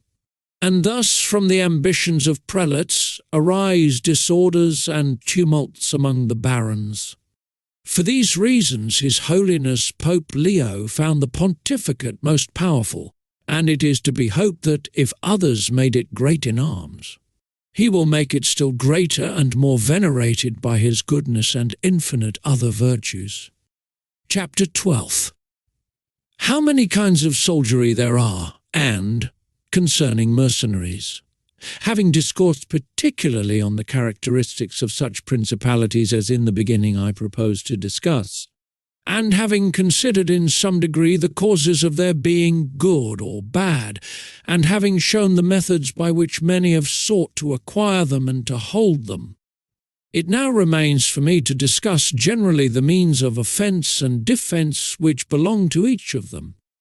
We have seen above how necessary it is for a prince to have his foundations well laid, otherwise it follows of necessity he will go to ruin. The chief foundations of all states, new as well as old or composite, are good laws and good arms, and as there cannot be good laws where the state is not well armed, it follows that where they are well armed they have good laws. I shall leave the laws out of the discussion and shall speak of the arms. I say, therefore, that the arms with which a prince defends his state are either his own, or they are mercenaries, auxiliaries, or mixed. Mercenaries and auxiliaries are useless and dangerous, and if one holds his state based on these arms, he will stand neither firm nor safe. For they are disunited, ambitious, and without discipline, unfaithful, valiant before friends, cowardly before enemies. They have neither the fear of God nor fidelity to men, and destruction is deferred only so long as the attack is, for in peace one is robbed by them, and in war by the enemy. The fact is, they have no other attraction or reason for keeping the field than a trifle of stipend, which is not sufficient to make them willing to die for you. They are ready enough to be your soldiers whilst you do not make war, but if war comes they take themselves off or run from the foe, which I should have little trouble to prove, for the ruin of Italy has been caused by nothing else than by resting all her hopes for many years on mercenaries. And although they formerly made some display and appeared valiant amongst themselves, yet when the foreigners came they showed what they were. Thus it was that Charles, King of France, was allowed to seize Italy with chalk in hand, and he who told us that our sins were the cause of it told the truth, but they were not the sins he imagined, but those which I have related. And as they were the sins of princes, it is the princes who have also suffered the penalty. I wish to demonstrate further the infelicity of these arms. The mercenary captains are either capable men or they are not. If they are, you cannot trust them, because they always aspire to their own greatness, either by oppressing you who are their master, or others contrary to your intentions. But if the captain is not skilful, you are ruined in the usual way. And if it be urged that whoever is armed will act in the same way, whether mercenary or not, I reply that when arms have to be resorted to, either by a prince or a republic, then the prince ought to go in person and perform the duty of a captain. The republic has to send its citizens, and when one is sent who does not turn out satisfactorily, it ought to recall him, and when one is worthy, to hold him by the laws so that he does not leave the command. And experience has shown princes and republics, single-handed, making the greatest progress, and mercenaries doing nothing except damage. And it is more difficult to bring a republic, armed with its own arms, under the sway of one of its citizens than it is to bring one armed with foreign arms. Rome and Sparta stood for many ages armed and free. The Switzers are completely armed and quite free. Of ancient mercenaries, for example, there are the Carthaginians who were oppressed by their mercenary soldiers after the first war with the Romans, although the Carthaginians had their own citizens for captains. After the death of Epaminondas, Philip of Macedon was made captain of their soldiers by the Thebans, and after victory he took away their liberty. Duke Filippo being dead, the Milanese enlisted Francesco Sforza against the Venetians, and he, having overcome the enemy at Caravaggio, allied himself with them to crush the Milanese, his masters.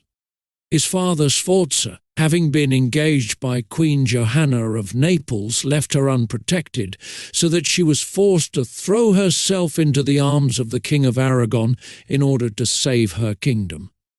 And if the Venetians and Florentines formerly extended their dominions by these arms, and yet their captains did not make themselves princes, but have defended them, I reply that the Florentines in this case have been favoured by chance, for of the able captains, of whom they might have stood in fear, some have not conquered, some have been opposed, and others have turned their ambitions elsewhere.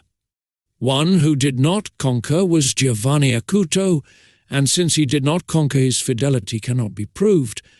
But everyone will acknowledge that, had he conquered, the Florentines would have stood at his discretion. Sforza had the Bracceschi always against him, so they watched each other. Francesco turned his ambition to Lombardy, Braccio against the Church and the Kingdom of Naples. But let us come to that which happened a short while ago. The Florentines appointed as their captain Pagolo Vitelli, a most prudent man, who from a private position had risen to the greatest renown. If this man had taken Pisa, nobody can deny that it would have been proper for the Florentines to keep in with him, for if he became the soldier of their enemies, they had no means of resisting. And if they held to him, they must obey him. The Venetians, if their achievements are considered, will be seen to have acted safely and gloriously so long as they sent to war their own men, when with armed gentlemen and plebeians they did valiantly. This was before they turned to enterprises on land, but when they began to fight on land they forsook this virtue and followed the custom of Italy. And in the beginning of their expansion on land, through not having much territory, and because of their great reputation, they had not much to fear from their captains. But when they expanded as under Carmignuola, they had a taste of this mistake, for, having found him a most valiant man, they beat the Duke of Milan under his leadership, and, on the other hand, Knowing how lukewarm he was in the war, they feared they would no longer conquer under him, and for this reason they were not willing, nor were they able to let him go. And so, not to lose again that which they had acquired, they were compelled, in order to secure themselves, to murder him. They had afterwards for their captains Bartolomeo da Bergamo, Roberto da San Severino, the Count of Pitigliano, and the like, under whom they had to dread loss and not gain, as happened afterwards at Vaila, where in one battle they lost that which in 800 years they had acquired with so much trouble. Because from such arms conquests come but slowly, long delayed and inconsiderable, but the losses sudden and portentous. And as with these examples I have reached Italy, which has been ruled for many years by mercenaries, I wish to discuss them more seriously in order that, having seen their rise and progress, one may be better prepared to counteract them. You must understand that the empire has recently come to be repudiated in Italy, that the Pope has acquired more temporal power, and that Italy has been divided up into more states, for the reason that many of the great cities took up arms against their nobles who, formerly favoured by the emperor, were oppressing them, whilst the Church was favouring them so as to gain authority in temporal power in many. Others, their citizens, became princes. From this it came to pass that Italy fell partly into the hands of the Church and of republics, and the Church consisting of priests and the republic of citizens unaccustomed to arms. Both commenced to enlist foreigners. The first who gave renown to this soldiery was Alberigo da Conio, the Romagnan. From the school of this man sprang, among others, Braccio and Sforza, who in their time were the arbiters of Italy. After these came all the other captains who till now have directed the arms of Italy, and the end of all their valour has been that she has been overrun by Charles, robbed by Louis, ravaged by Ferdinand, and insulted by the Switzers. The principle that has guided them has been, first, to lower the credit of infantry so that they might increase their own. They did this because, subsisting on their pay and without territory, they were unable to support many soldiers, and a few infantry did not give them any authority. So they were led to employ cavalry, with a moderate force of which they were maintained and honoured. And affairs were brought to such a pass that, in an army of 20,000 soldiers, there were not to be found 2,000 foot soldiers. They had, besides this, used every art to lessen fatigue and danger to themselves and their soldiers, not killing in the fray, but taking prisoners and liberating without ransom. They did not attack towns at night, nor did the garrisons of the towns attack encampments at night. They did not surround the camp either with stockade or ditch, nor did they campaign in the winter. All these things were permitted by their military rules, and devised by them to avoid, as I have said, both fatigue and dangers. Thus they have brought Italy to slavery and contempt.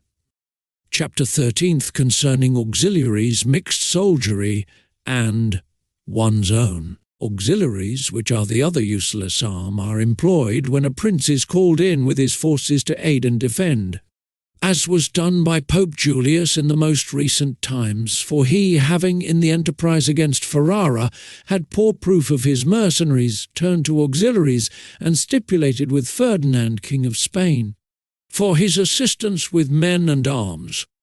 These arms may be useful and good in themselves, but for him who calls them in they are always disadvantageous. For losing, one is undone, and winning, one is their captive. And although ancient histories may be full of examples, I do not wish to leave this recent one of Pope Julius II, the peril of which cannot fail to be perceived. For he, wishing to get Ferrara, threw himself entirely into the hands of the foreigner. But his good fortune brought about a third event, so that he did not reap the fruit of his rash choice. Because having his auxiliaries routed at Ravenna, and the Switzers having risen and driven out the conquerors against all expectation, both his and others, it so came to pass that he did not become prisoner to his enemies, they having fled, nor to his auxiliaries, he having conquered by other arms than theirs. The Florentines, being entirely without arms, sent 10,000 Frenchmen to take Pisa, whereby they ran more danger than at any other time of their troubles. The Emperor of Constantinople, to oppose his neighbours, sent 10,000 Turks into Greece who, on the war being finished, were not willing to quit. This was the beginning of the servitude of Greece to the infidels. Therefore, let him who has no desire to conquer make use of these arms, for they are much more hazardous than mercenaries, because with them the ruin is ready made. They are all united. All yield obedience to others, but with mercenaries, when they have conquered, more time and better opportunities are needed to injure you. They are not all of one community. They are found and paid by you. And a third party, which you have made their head, is not able all at once to assume enough authority to injure you. In conclusion, in mercenaries, dastardy is most dangerous; in auxiliaries, valour. The wise prince, therefore, has always avoided these arms and turned to his own, and has been willing rather to lose with them than to conquer with the others, not deeming that a real victory which is gained with the arms of others. I shall never hesitate to cite Cesare Borgia and his actions. This duke entered the Romagna with auxiliaries, taking there only French soldiers, and with them he captured Imola and Forli. But afterwards, such forces not appearing to him reliable, he turned to mercenaries, discerning less danger in them, and enlisted the Orsini and Vitelli, whom presently on handling and finding them doubtful, unfaithful, and dangerous, he destroyed and turned to his own men.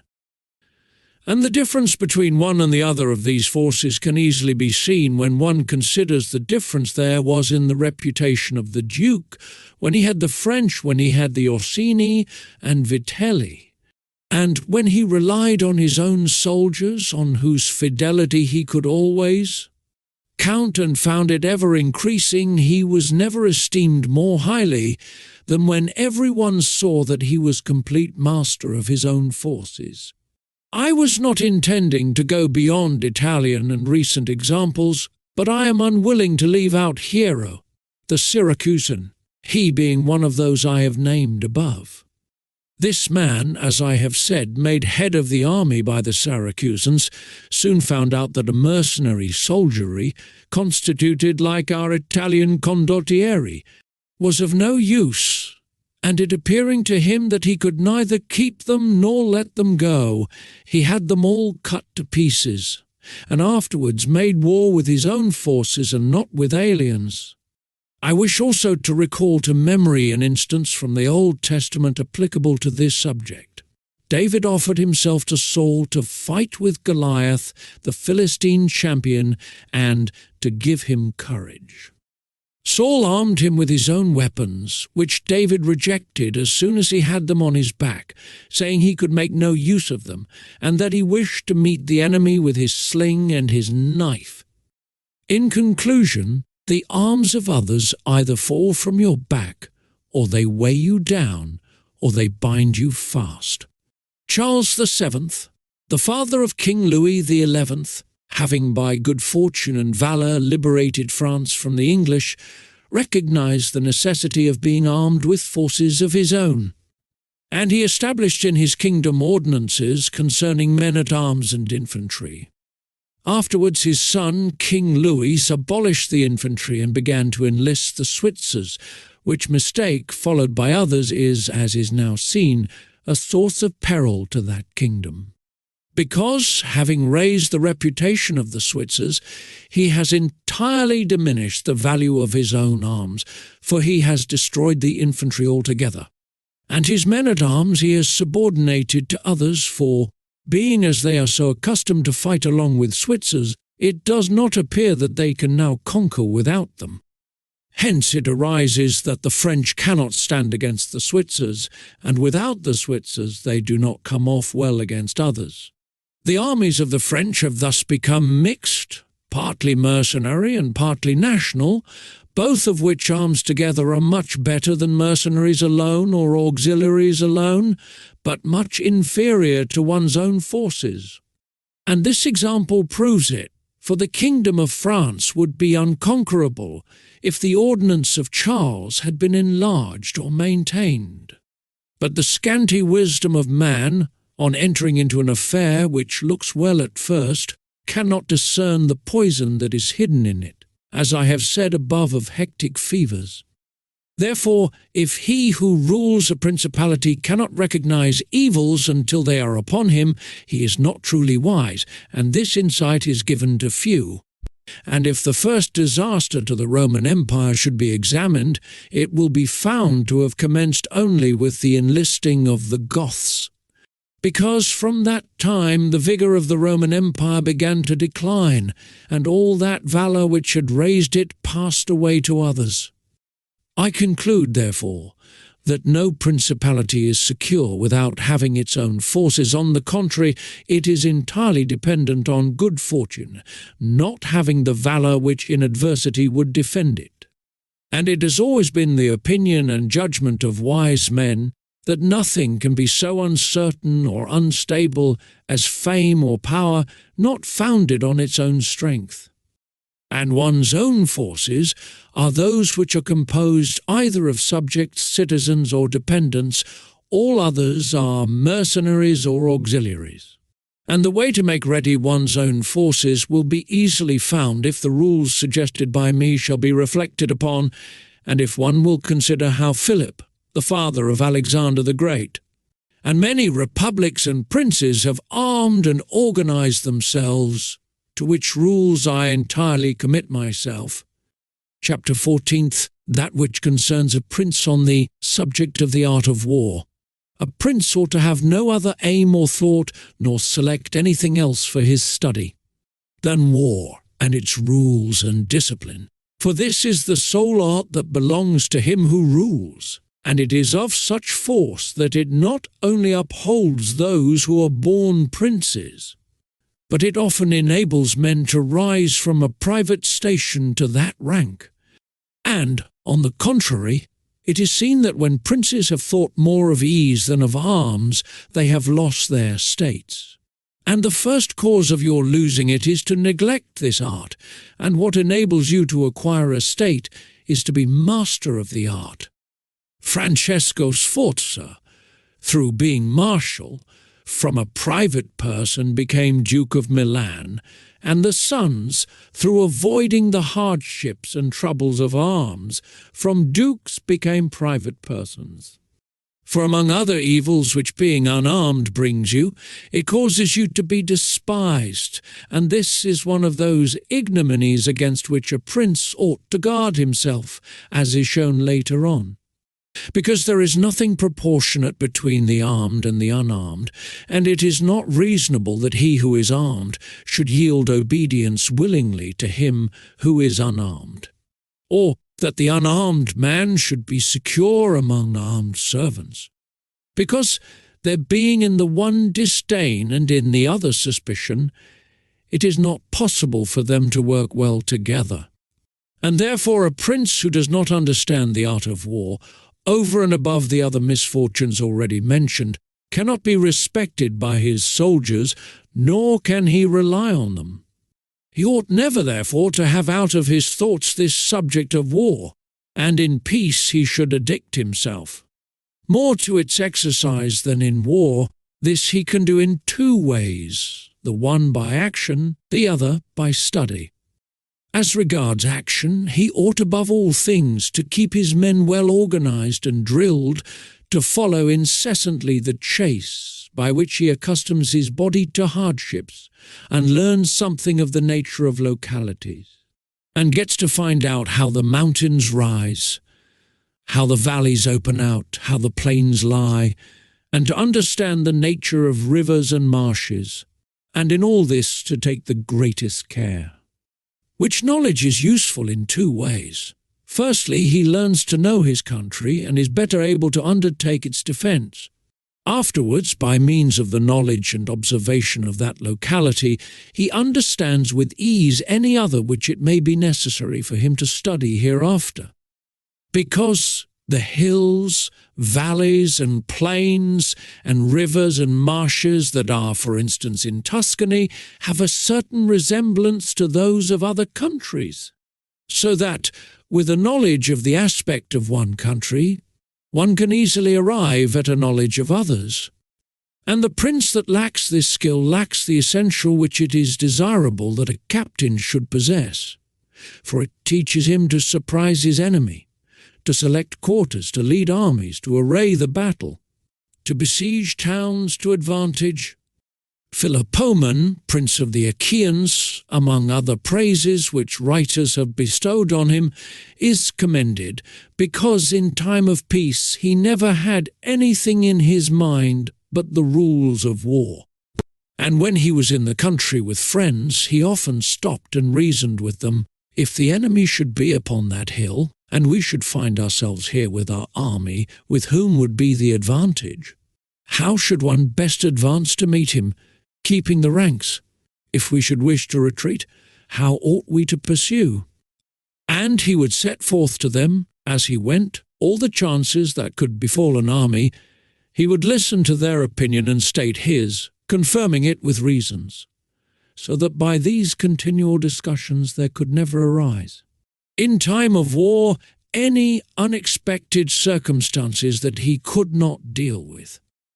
But to exercise the intellect, the prince should read histories and study there the actions of illustrious men, to see how they have borne themselves in war, to examine the causes of their victories and defeat, so as to avoid the latter and imitate the former, and above all do as an illustrious man did, who took as an exemplar one who had been praised and famous before him, and whose achievements and deeds he always kept in his mind.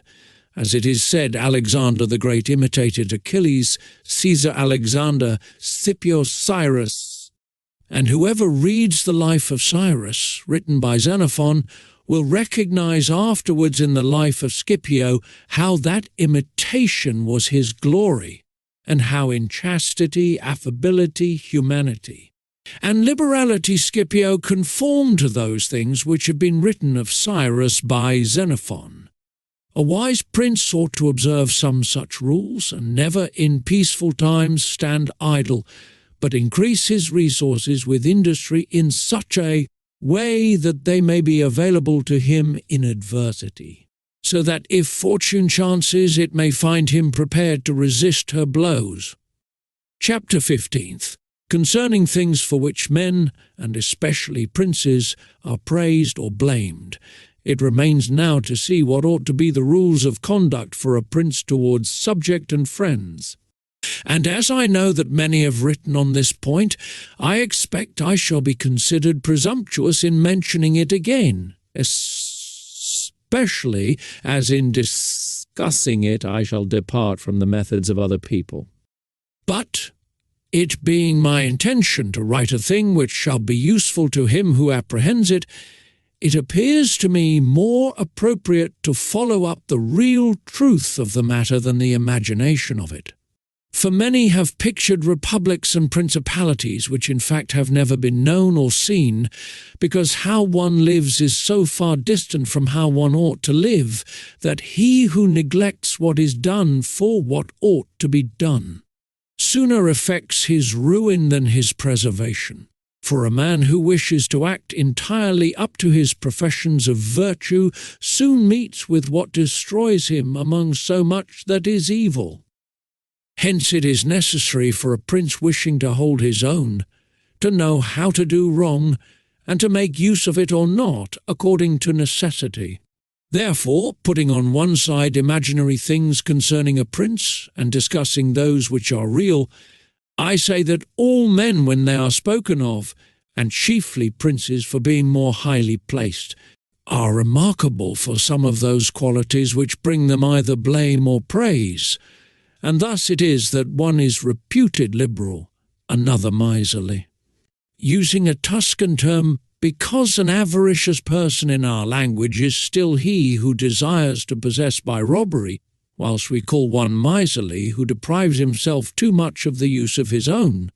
One is reputed generous, one rapacious, one cruel, one compassionate, one faithless, another faithful, one effeminate and cowardly, another bold and brave, one affable, another haughty, one lascivious, another chaste, one sincere, another cunning, one hard, another easy, one grave, another frivolous, one religious, another unbelieving, and the like. And I know that every one will confess that it would be most praiseworthy in a prince to exhibit all the above qualities that are considered good.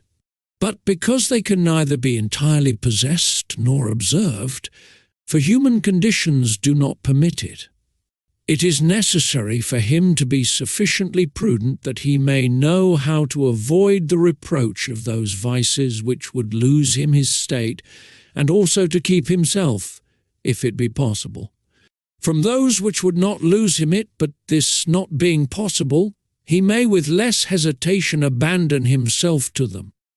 And again, he need not make himself uneasy at incurring a reproach for those vices, without which the state can only be saved with difficulty, for if everything is considered carefully, it will be found that something which looks like virtue, if followed, would be his ruin, whilst something else, which looks like vice, yet followed, brings him security and prosperity.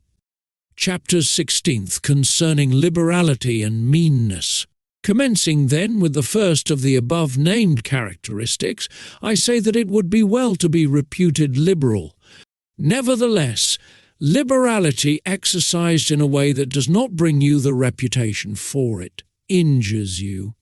For if one exercises it honestly and as it should be exercised, it may not become known, and you will not avoid the reproach of its opposite.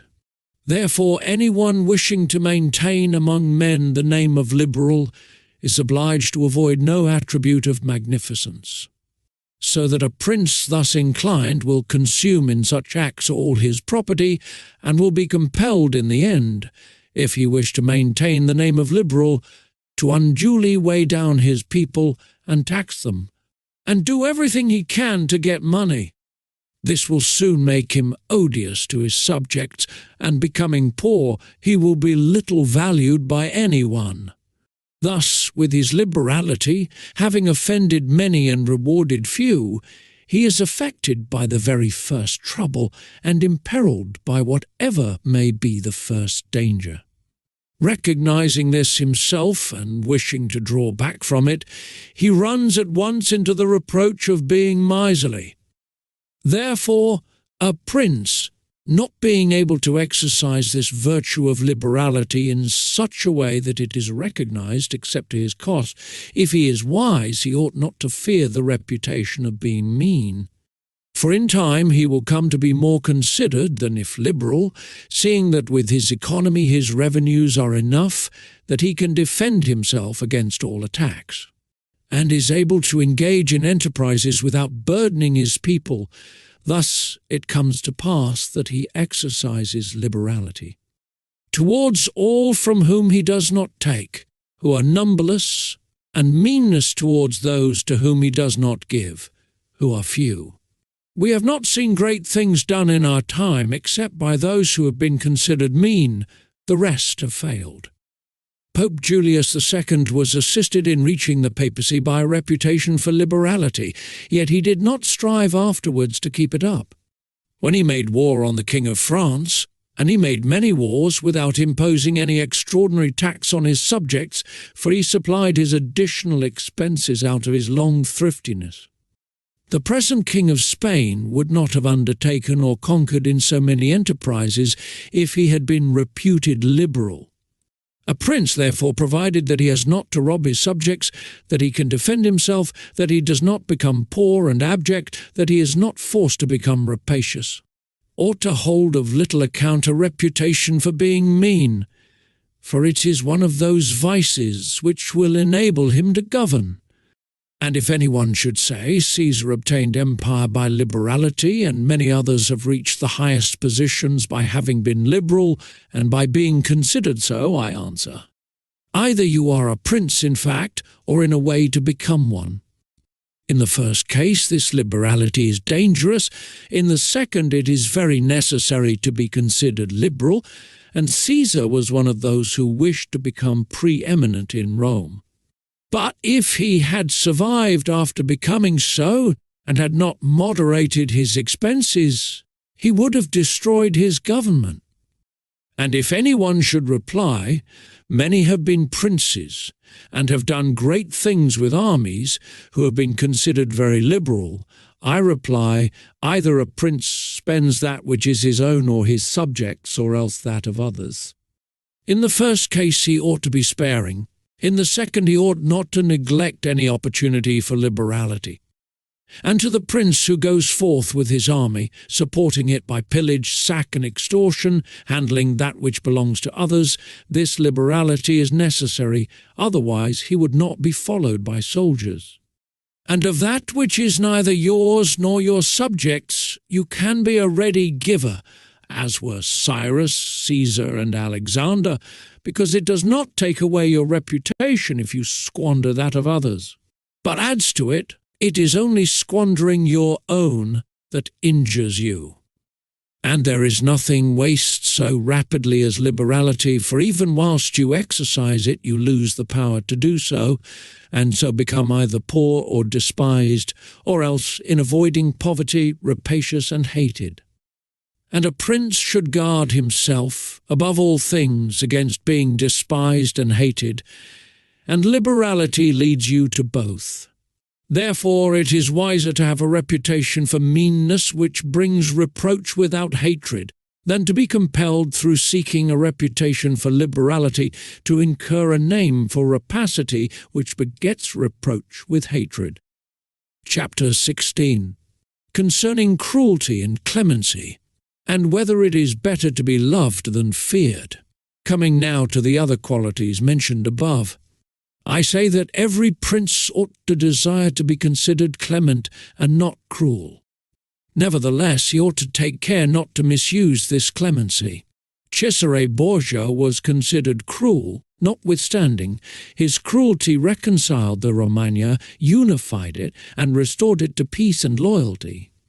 And if this be rightly considered, he will be seen to have been much more merciful than the Florentine people, who, to avoid a reputation for cruelty, permitted Pistoia to be destroyed.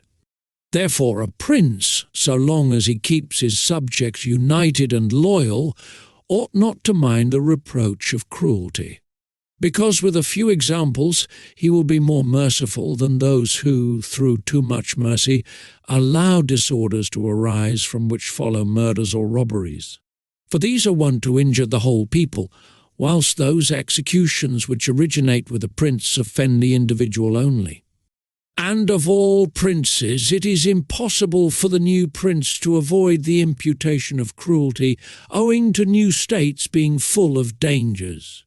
Hence Virgil, through the mouth of Dido, excuses the inhumanity of her reign owing to its being new, saying, Nevertheless, he ought to be slow to believe and to act, nor should he himself show fear, but proceed in a temperate manner with prudence and humanity, so that too much confidence may not make him incautious, and too much distrust render him intolerable.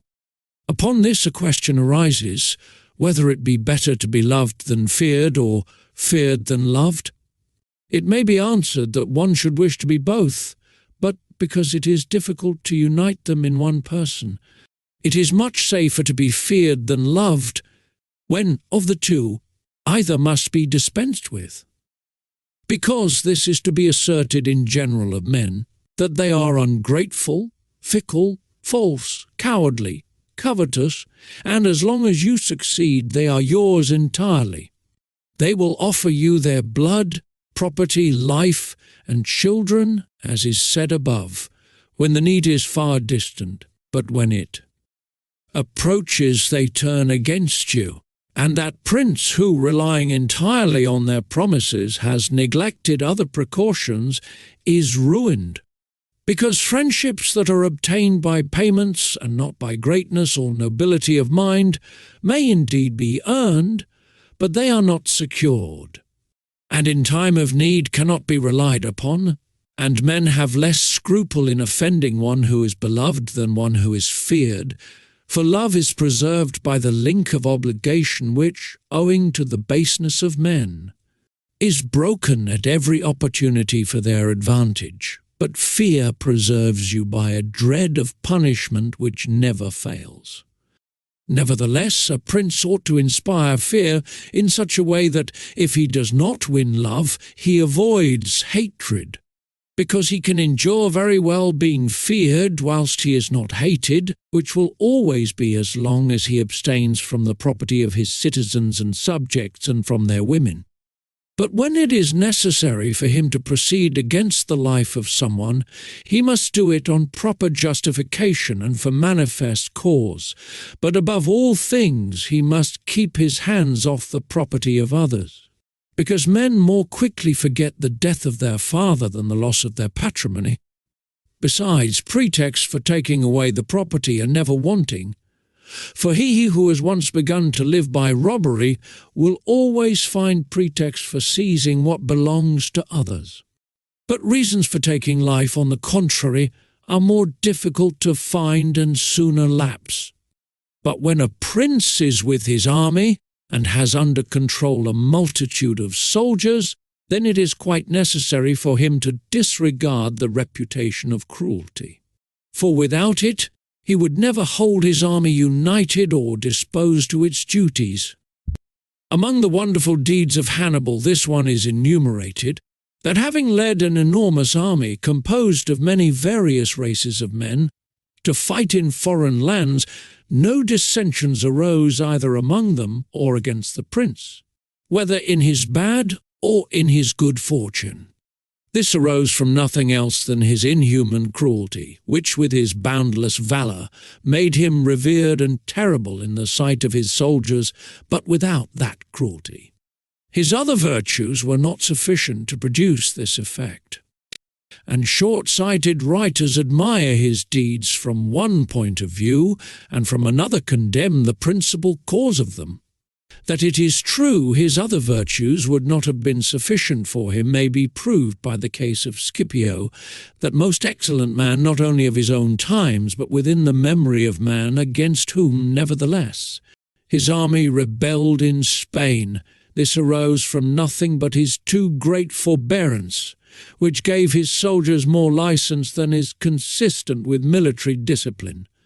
For this he was upbraided in the Senate by Fabius Maximus, and called the corrupter of the Roman soldiery.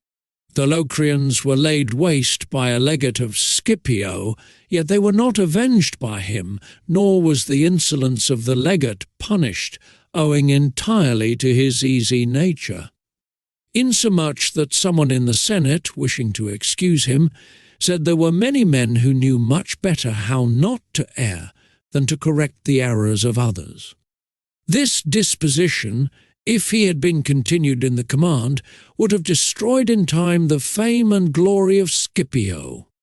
But, he being under the control of the Senate, this injurious characteristic not only concealed itself, but contributed to his glory.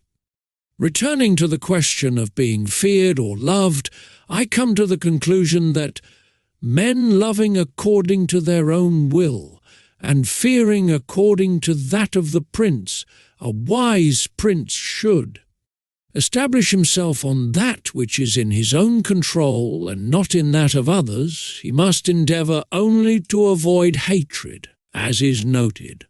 Chapter 18th. Concerning the way in which princes should keep faith. Everyone admits how praiseworthy it is in a prince to keep faith, and to live with integrity and not with craft. Nevertheless, our experience has been that those princes who have done great things have held good faith of little account, and have known how to circumvent the intellect of men by craft. And in the end have overcome those who have relied on their word. You must know there are two ways of contesting, the one by the law, the other by force. The first method is proper to men, the second to beasts. But because the first is frequently not sufficient, it is necessary to have recourse to the second. Therefore, it is necessary for a prince to understand how to avail himself of the beast and the man. This has been figuratively taught to princes by ancient writers, who describe how Achilles and many other princes of old were given to the centaur Chiron to nurse, who brought them up in his discipline, which means solely that, as they had for a teacher one who was half beast and half man, so it is necessary for a prince to know how to make use of both natures, and that one without the other is not durable. A prince, therefore, being compelled knowingly to adopt the beast, ought to choose the fox and the lion, because the lion cannot defend himself against snares, and the fox cannot defend himself against wolves. Therefore it is necessary to be a fox to discover the snares, and a lion to terrify the wolves. Those who rely simply on the lion do not understand what they are about. Therefore a wise lord cannot, nor ought he to, keep faith when such observance may be turned against him, and when the reasons that caused him to pledge it exist no longer. If men were entirely good, this precept would not hold, but because they are bad and will not keep faith with you, you too are not bound to observe it with them. Nor will there ever be wanting to a prince legitimate reasons to excuse this non-observance. Of this endless modern examples could be given, showing how many treaties and engagements have been made void and of no effect through the faithlessness of princes, and he who has known best how to employ the fox has succeeded best. But it is necessary to know well how to disguise this characteristic, and to be a great pretender and dissembler. And men are so simple, and so subject to present necessities, that he who seeks to deceive will always find someone who will allow himself to be deceived. One recent example I cannot pass over in silence. Alexander VI did nothing else but deceive men, nor ever thought of doing otherwise. And he always found victims, for there never was a man who had greater power in asserting, or who with greater oaths would affirm a thing, yet would observe it less. Nevertheless his deceits always succeeded according to his wishes, because he well understood this side of mankind. Therefore it is unnecessary for a prince to have all the good qualities I have enumerated, but it is very necessary to appear to have them. And I shall dare to say this also, that to have them and always to observe them is injurious, and that to appear to have them is useful. To appear merciful, faithful, humane, religious, upright, and to be so, but with a mind so framed that should you require not to be so, you may be able and know how to change to the opposite. And you have to understand this, that a prince, especially a new one, cannot observe all those things for which men are esteemed, being often forced, in order to maintain the state, to act contrary to fidelity, friendship, humanity, and religion. Therefore it is necessary for him to have a mind ready to turn itself accordingly as the winds and variations of fortune force it. Yet, as I have said above, not to diverge from the good if he can avoid doing so, but, if compelled, then to know how to set about it. For this reason a prince ought to take care that he never lets anything slip from his lips that is not replete with the above-named 5 qualities, that he may appear to him who sees and hears him altogether merciful, faithful, humane, upright, and religious. There is nothing more necessary to appear to have than this last quality, inasmuch as men judge generally more by the eye than by the hand, because it belongs to everybody to see you, to few to come in touch with you. Everyone sees what you appear to be, few really know what you are, and those few dare not oppose themselves to the opinion of the many who have the majesty of the state to defend them. And in the actions of all men, and especially of princes, which it is not prudent to challenge, one judges by the result. For that reason, let a prince have the credit of conquering and holding his state, the means will always be considered honest. And he will be praised by everybody, because the vulgar are always taken by what a thing seems to be and by what comes of it.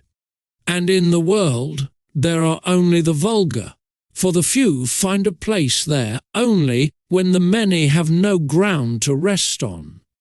One prince of the present time, whom it is not well to name, never preaches anything else but peace and good faith, and to both he is most hostile, and either, if he had kept it, would have deprived him of reputation and kingdom many a time.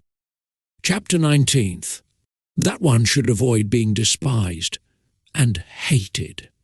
Now, concerning the characteristics of which mention is made above, I have spoken of the more important ones.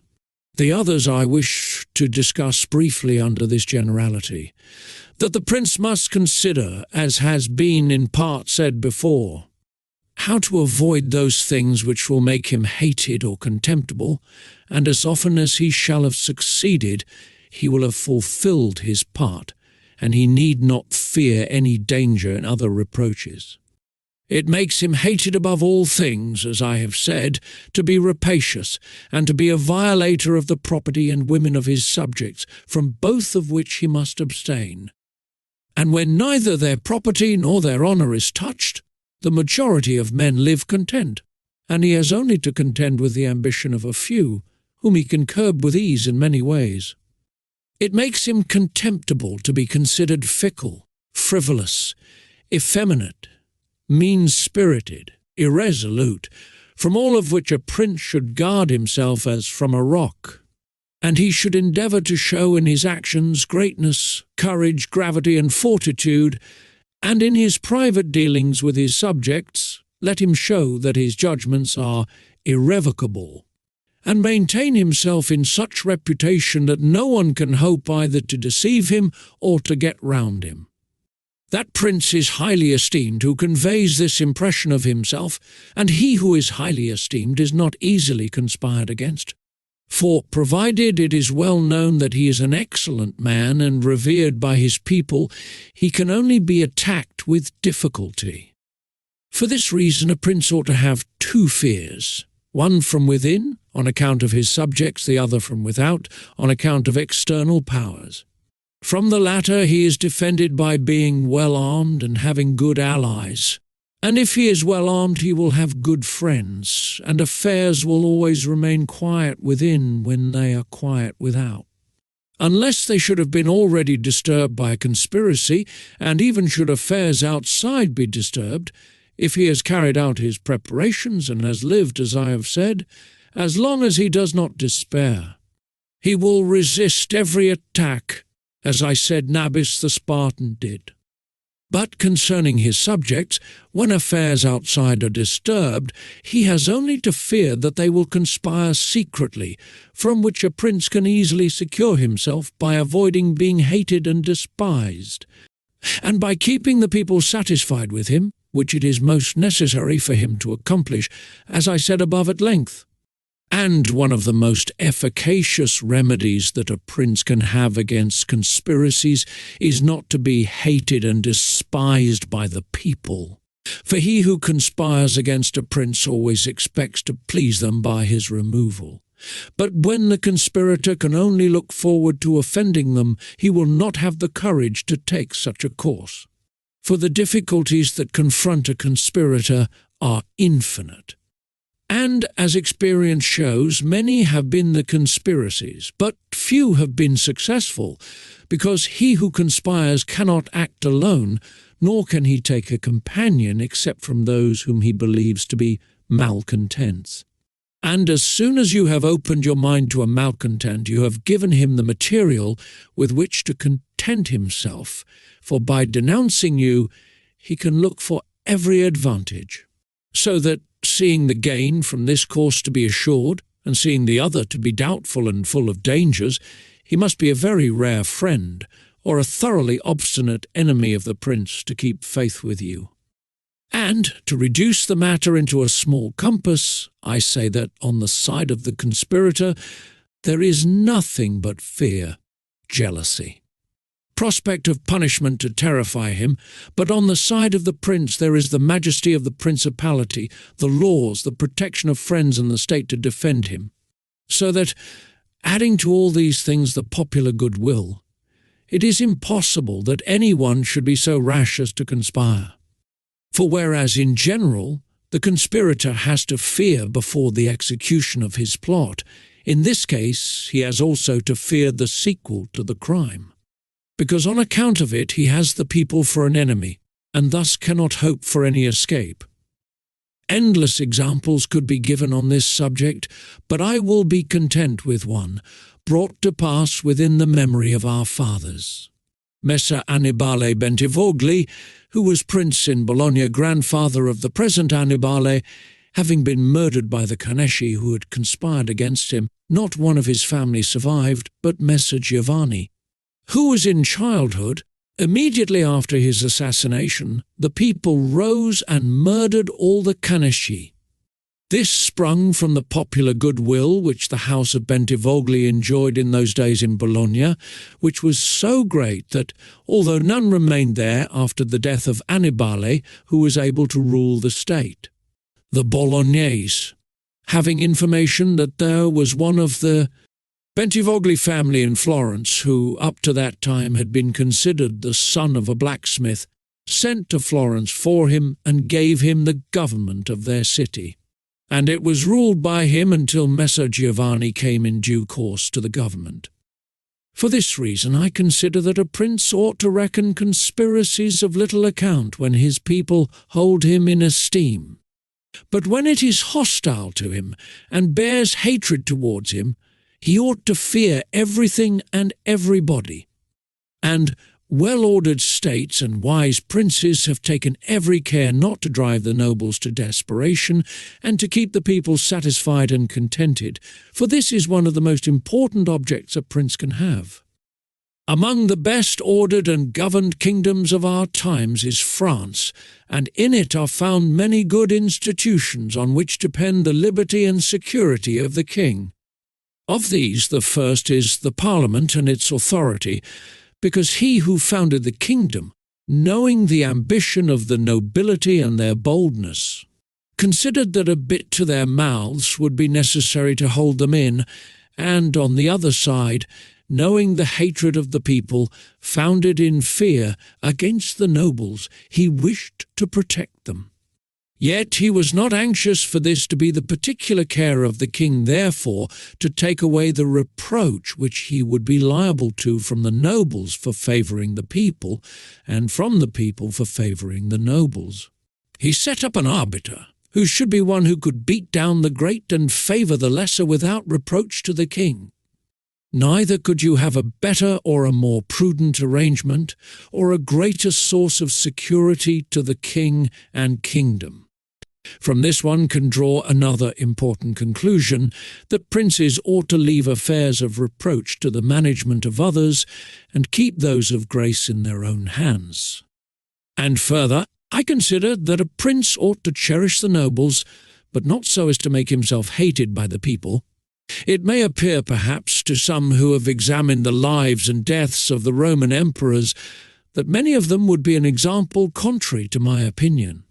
Seeing that some of them lived nobly and showed great qualities of soul, nevertheless they have lost their empire or have been killed by subjects who have conspired against them. Wishing, therefore, to answer these objections, I will recall the characters of some of the emperors, and will show that the causes of their ruin were not different to those alleged by me. At the same time, I will only submit for consideration those things that are noteworthy to him who studies the affairs of those times. It seems to me sufficient to take all those emperors who succeeded to the empire from Marcus the philosopher down to Maximinus. They were Marcus and his son Commodus, Pertinax, Julian, Severus and his son Antoninus Caracalla, Macrinus, Heliogabalus, Alexander, and Maximinus. There is first to note that, whereas in other principalities the ambition of the nobles and the insolence of the people only have to be contended with, the Roman emperors had a third difficulty in having to put up with the cruelty and avarice of their soldiers, a matter so beset with difficulties that it was the ruin of many, for it was a hard thing to give satisfaction both to soldiers and people, because the people loved peace, and for this reason they loved the unaspiring prince, whilst the soldiers loved the warlike prince who was bold, cruel, and rapacious, which qualities they were quite willing he should exercise upon the people, so that they could get double pay and give vent to their own greed and cruelty. Hence it arose that those emperors were always overthrown who, either by birth or training, had no great authority, and most of them, especially those who came new to the principality, recognizing the difficulty of these two opposing humours, were inclined to give satisfaction to the soldiers, caring little about injuring the people, which course was necessary because, as princes cannot help being hated by someone, they ought in the first place to avoid being hated by every one, and when they cannot compass this, they ought to endeavour with the utmost diligence to avoid the hatred of the most powerful. Therefore those emperors who through inexperience had need of special favour adhered more readily to the soldiers than to the people, a course which turned out advantageous to them or not, accordingly as the prince knew how to maintain authority over them. From these causes it arose that Marcus, Pertinax, and Alexander, being all men of modest life, lovers of justice, enemies to cruelty, humane and benignant, came to a sad end except Marcus. He alone lived and died honoured because he had succeeded to the throne by hereditary title, and owed nothing either to the soldiers or the people, and afterwards, being possessed of many virtues which made him respected, he always kept both orders in their places whilst he lived, and was neither hated nor despised. But Pertinax was created emperor against the wishes of the soldiers, who, being accustomed to live licentiously under commodores, could not endure the honest life to which Pertinax wished to reduce them. Thus, having given cause for hatred, to which hatred there was added contempt for his old age, he was overthrown at the very beginning of his administration. And here it should be noted that hatred is acquired as much by good works as by bad ones, therefore, as I said before, a prince wishing to keep his state is very often forced to do evil, for when that body is corrupt whom you think you have need of to maintain yourself, it may be either the people or the soldiers or the nobles. You have to submit to its humours and to gratify them, and then good works will do you harm. But let us come to Alexander, who is a man of such great goodness, that among the other praises which are accorded him is this, that in the 14 years he held the empire no one was ever put to death by him unjudged. Nevertheless, being considered effeminate, and a man who allowed himself to be governed by his mother, he became despised. The army conspired against him and murdered him. Turning now to the opposite characters of Commodus, Severus, Antoninus Caracalla, and Maximinus, you will find them all cruel and rapacious men who, to satisfy their soldiers, did not hesitate to commit every kind of iniquity against the people, and all, except Severus, came to a bad end. But in Severus there was so much valour that, keeping the soldiers friendly, although the people were oppressed by him, he reigned successfully. For his valour made him so much admired in the sight of the soldiers and people, that the latter were kept in a way astonished and awed, and the former respectful and satisfied. And because the actions of this man as a new prince were great, I wish to show briefly that he knew well how to counterfeit the fox and the lion, which natures, as I said above, it is necessary for a prince to imitate. Knowing the sloth of the Emperor Julian, he persuaded the army in Sclavonia, of which he was captain, that it would be right to go to Rome and avenge the death of Pertinax, who had been killed by the Praetorian soldiers, and under this pretext, without appearing to aspire to the throne, he moved the army on Rome and reached Italy before it was known that he had started. On his arrival at Rome, the Senate, through fear, elected him emperor and killed Julian. After this, there remained for Severus, who wished to make himself master of the whole empire, two difficulties. One in Asia, where Niger, head of the Asiatic army, had caused himself to be proclaimed emperor. The other in the west, where Albinus was, who also aspired to the throne. And as he considered it dangerous to declare himself hostile to both, he decided to attack Niger and to deceive Albinus. To the latter he wrote that, being elected emperor by the Senate, he was willing to share that dignity with him, and sent him the title of Caesar, and moreover, that the Senate had made Albinus his colleague, which things were accepted by Albinus as true. But after Severus had conquered and killed Niger, and settled oriental affairs, he returned to Rome and complained to the Senate that Albinus, little recognizing the benefits that he had received from him, had by treachery sought to murder him, and for this ingratitude he was compelled to punish him. Afterwards he sought him out in France, and took from him his government and life. He who will, therefore, carefully examine the actions of this man will find him a most valiant lion and a most cunning fox. He will find him feared and respected by every one, and not hated by the army. And it need not be wondered at that he, a new man, was able to hold the empire so well, because his supreme renown always protected him from that hatred which the people might have conceived against him for his violence. But his son Antoninus was a most eminent man, and had very excellent qualities, which made him admirable in the sight of the people and acceptable to the soldiers, for he was a warlike man, most enduring of fatigue, a despiser of all delicate food and other luxuries, which caused him to be beloved by the armies. Nevertheless, his ferocity and cruelties were so great and so unheard of that, after endless single murders, he killed a large number of the people of Rome and all those of Alexandria. He became hated by the whole world, and also feared by those he had around him, to such an extent that he was murdered in the midst of his army by a centurion. And here it must be noted that such like deaths, which are deliberately inflicted with a resolved and desperate courage, cannot be avoided by princes, because anyone who does not fear to die can inflict them. But a prince may fear them the less, because they are very rare.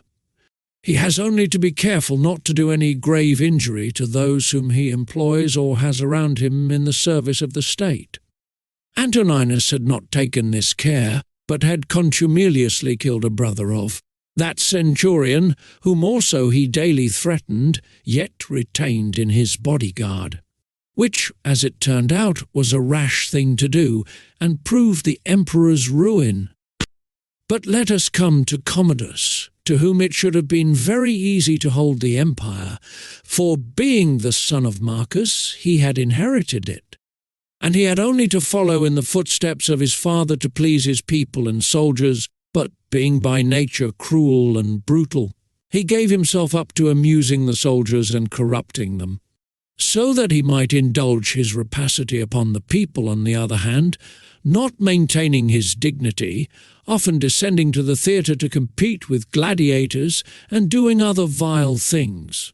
Little worthy of the imperial majesty, he fell into contempt with the soldiers, and being hated by one party and despised by the other, he was conspired against and was killed. It remains to discuss the character of Maximinus. He was a very warlike man, and the armies, being disgusted with the effeminacy of Alexander, of whom I have already spoken, killed him and elected Maximinus to the throne.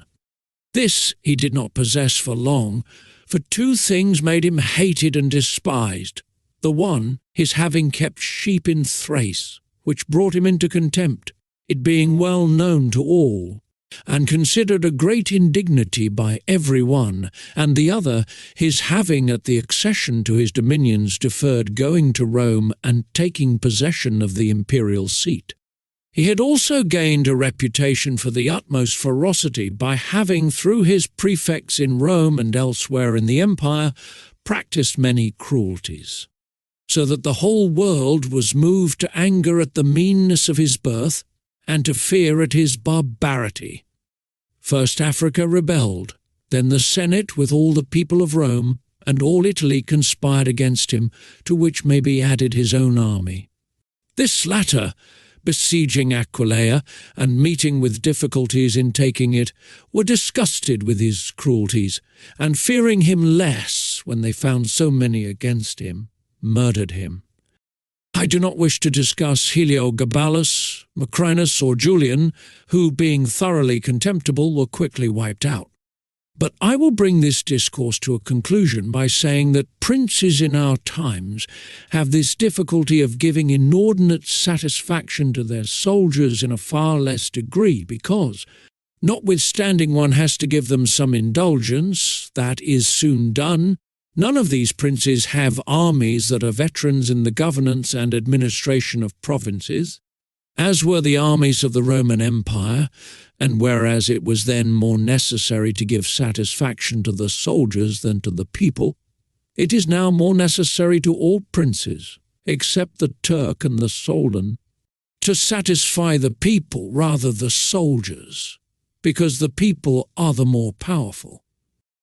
From the above I have accepted the Turk, who always keeps round him 12,000 infantry and 15,000 cavalry on which depend the security and strength of the kingdom, and it is necessary that, putting aside every consideration for the people, he should keep them his friends. The kingdom of the Soldan is similar, being entirely in the hands of soldiers. It follows again that, without regard to the people, he must keep them his friends. But you must note that the state of the Soldan is unlike all other principalities, for the reason that it is like the Christian pontificate, which cannot be called either an hereditary or a newly formed principality, because the sons of the old prince are not the heirs, but he who is elected to that position by those who have authority, and the sons remain only noblemen. And this being an ancient custom, it cannot be called a new principality, because there are none of those difficulties in it that are met with in new ones. For although the prince is new, the constitution of the state is old, and it is framed so as to receive him as if he were its hereditary lord. But, returning to the subject of our discourse, I say that whoever will consider it will acknowledge that either hatred or contempt has been fatal to the above-named emperors. And it will be recognized also how it happened that, a number of them acting in one way and a number in another, only one in each way came to a happy end and the rest to unhappy ones, because it would have been useless and dangerous for Pertinax and Alexander, being new princes, to imitate Marcus, who was heir to the principality. And likewise it would have been utterly destructive to Caracalla, Commodus, and Maximinus to have imitated Severus, they not having sufficient valour to enable them to tread in his footsteps. Therefore a prince new to the principality cannot imitate the actions of Marcus, nor again is it necessary to follow those of Severus, but he ought to take from Severus those parts which are necessary to found his state, and from Marcus those which are proper and glorious to keep a state that may already be stable and firm. Chapter text are fortresses and many other things to which princes often resort, advantageous or hurtful. 1. Some princes, so as to hold securely the state, have disarmed their subjects. Others have kept their subject towns distracted by factions. Others have fostered enmities against themselves. Others have laid themselves out to gain over those whom they distrusted in the beginning of their governments, Some have built fortresses, some have overthrown and destroyed them. And although one cannot give a final judgment on all of these things unless one possesses the particulars of those states in which a decision has to be made, nevertheless, I will speak as comprehensively as the matter of itself will admit. 2. There never was a new prince who has disarmed his subjects. Rather, when he has found them disarmed, he has always armed them, because, by arming them, those arms become yours. Those men who were distrusted become faithful, and those who were faithful are kept so, and your subjects become your adherents. And whereas all subjects cannot be armed, yet when those whom you do arm are benefited, the others can be handled more freely, and this difference in their treatment, which they quite understand, makes the former your dependents and the latter, considering it to be necessary that those who have the most danger and service should have the most reward, excuse you. But when you disarm them, you at once offend them by showing that you distrust them, either for cowardice or for want of loyalty, and either of these opinions breeds hatred against you. And because you cannot remain unarmed, it follows that you turn to mercenaries, which are of the character already shown. Even if they should be good, they would not be sufficient to defend you against powerful enemies and distrusted subjects. Therefore, as I have said, a new prince in a new principality has always distributed arms. Histories are full of examples. But when a prince acquires a new state, which he adds as a province to his old one, then it is necessary to disarm the men of that state, except those who have been his adherents in acquiring it.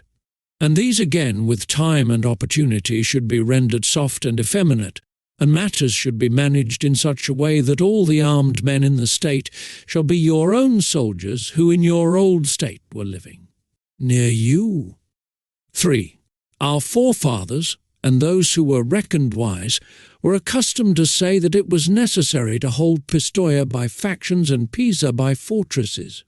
And with this idea they fostered quarrels in some of their tributary towns so as to keep possession of them the more easily. This may have been well enough in those times when Italy was in a way balanced, but I do not believe that it can be accepted as a precept for today. Because I do not believe that factions can ever be of use. Rather, it is certain that when the enemy comes upon you in divided cities, you are quickly lost. Because the weakest party will always assist the outside forces, and the other will not be able to resist.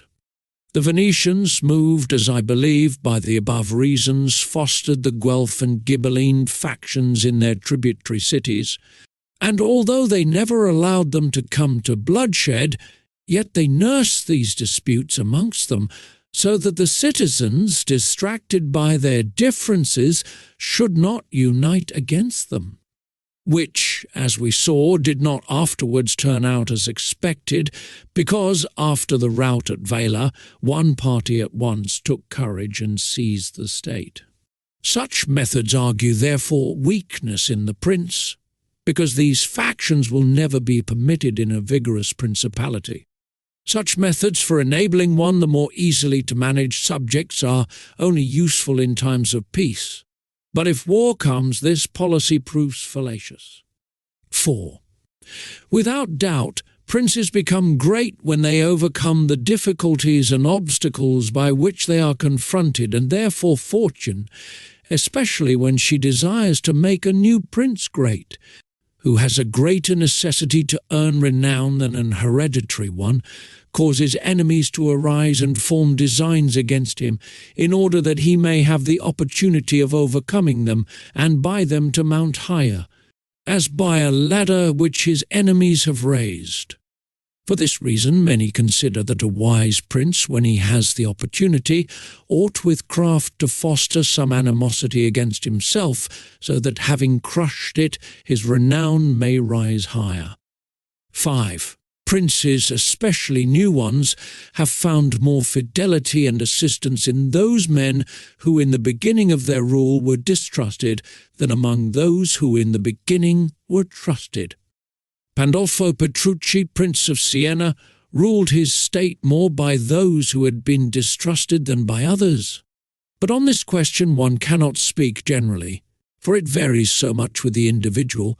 I will only say this, that those men who at the commencement of a princedom have been hostile, if they are of a description to need assistance to support themselves, can always be gained over with the greatest ease, and they will be tightly held to serve the prince with fidelity, inasmuch as they know it to be very necessary for them to cancel by deeds the bad impression which he had formed of them.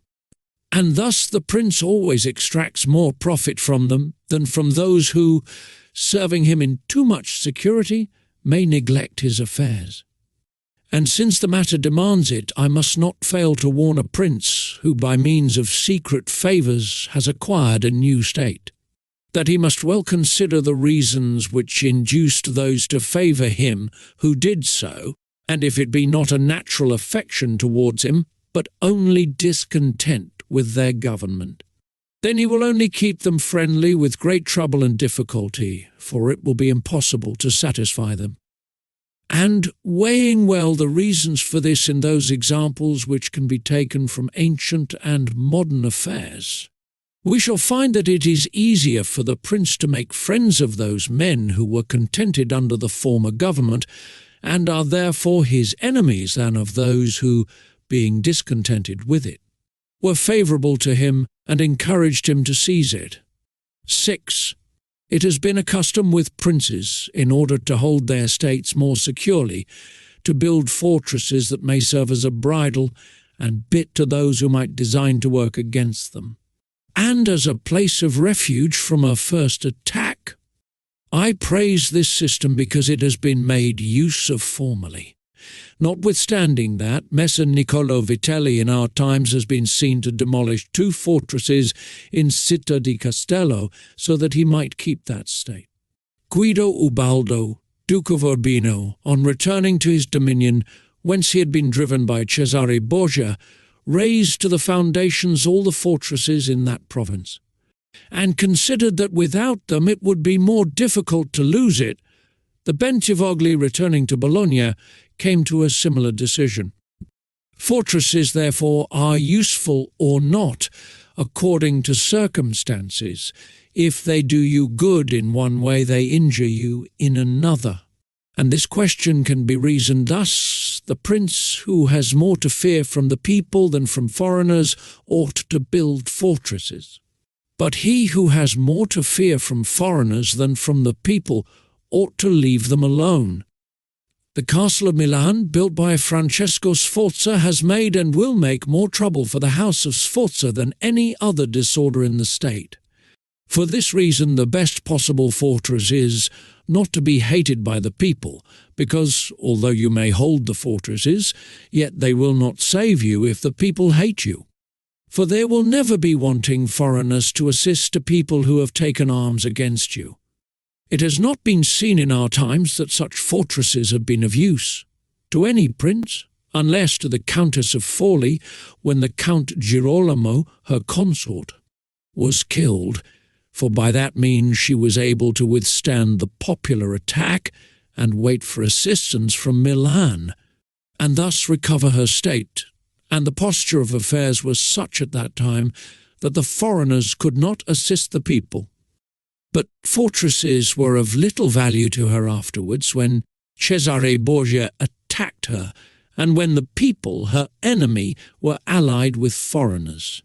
Therefore it would have been safer for her, both then and before, not to have been hated by the people than to have had the fortresses. All these things considered, then, I shall praise him who builds fortresses as well as him who does not, and I shall blame whoever, trusting in them, cares little about being hated by the people. Chapter 20. How a prince should conduct himself so as to gain renown. Nothing makes a prince so much esteemed as great enterprises and setting a fine example. We have in our time Ferdinand of Aragon, the present King of Spain. He can almost be called a new prince, because he has risen by fame and glory. from being an insignificant king to be the foremost king in Christendom, and if you will consider his deeds, you will find them all great, and some of them extraordinary. In the beginning of his reign he attacked Granada, and this enterprise was the foundation of his dominions. He did this quietly at first and without any fear of hindrance, for he held the minds of the barons of Castile occupied in thinking of the war and not anticipating any innovations.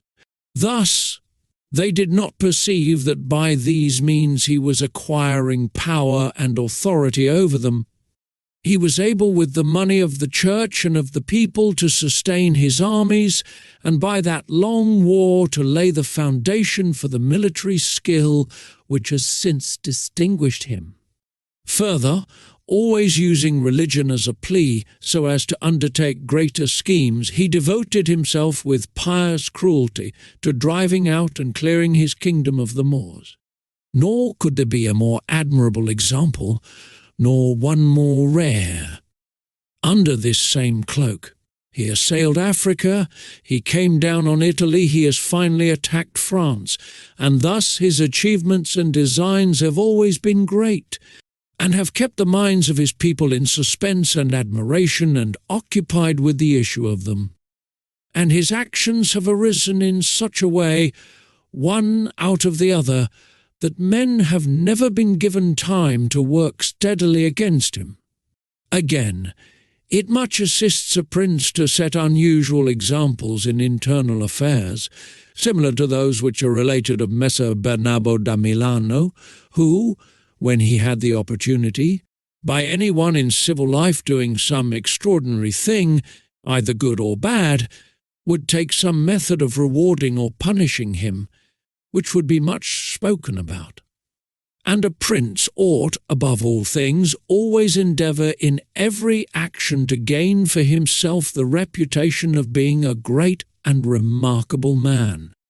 A prince is also respected when he is either a true friend or a downright enemy, that is to say, when, without any reservation, he declares himself in favour of one party against the other, which course will always be more advantageous than standing neutral. Because if two of your powerful neighbours come to blows, they are of such a character that, if one of them conquers, you have either to fear him or not. In either case it will always be more advantageous for you to declare yourself and to make war strenuously. Because in the first case, if you do not declare yourself, you will invariably fall a prey to the conqueror, to the pleasure and satisfaction of him who has been conquered, and you will have no reasons to offer, nor anything to protect or to shelter you, because he who conquers does not want doubtful friends who will not aid him in the time of trial, and he who loses will not harbour you because you did not willingly, sword in hand, court his fate. Antiochus went into Greece, being sent for by the Aetolians to drive out the Romans. He sent envoys to the Achaeans who were friends of the Romans, exhorting them to remain neutral, and on the other hand the Romans urged them to take up arms. This question came to be discussed in the council of the Achaeans, where the legate of Antiochus urged them to stand neutral. To this the Roman legate answered, "As for that which has been said, that it is better and more advantageous for your state not to interfere in our war, nothing can be more erroneous, because by not interfering you will be left, without favour or consideration, the guerdon of the conqueror. Thus it will always happen that he who is not your friend will demand your neutrality, whilst he who is your friend will entreat you to declare yourself with arms. And irresolute princes, to avoid present dangers, generally follow the neutral path and are generally ruined. But when a prince declares himself gallantly in favour of one side, if the party with whom he allies himself conquers, although the victor may be powerful and may have him at his mercy, yet he is indebted to him. And there is established a bond of amity, and men are never so shameless as to become a monument of ingratitude by oppressing you. Victories, after all, are never so complete that the victor must not show some regard, especially to justice. But if he with whom you ally yourself loses, you may be sheltered by him, and whilst he is able he may aid you, and you become companions on a fortune that may rise again.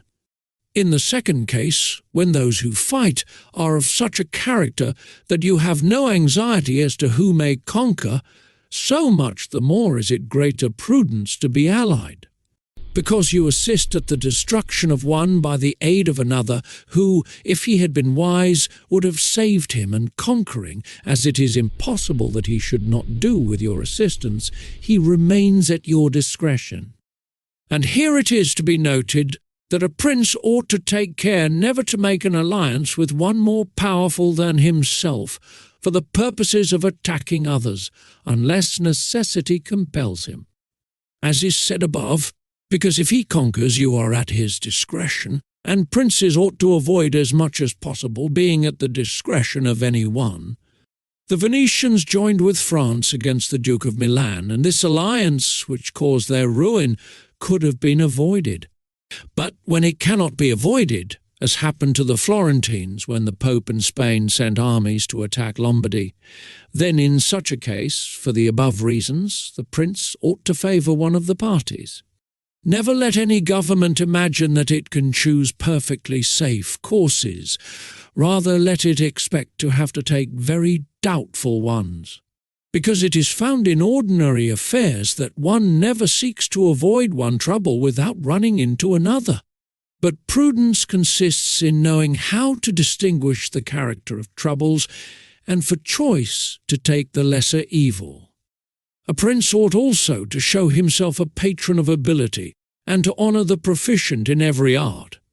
At the same time he should encourage his citizens to practise their callings peaceably, both in commerce and agriculture, and in every other following, so that the one should not be deterred from improving his possessions for fear lest they be taken away from him, or another from opening up trade for fear of taxes. But the prince ought to offer rewards to whoever wishes to do these things and designs in any way to honour his city or state.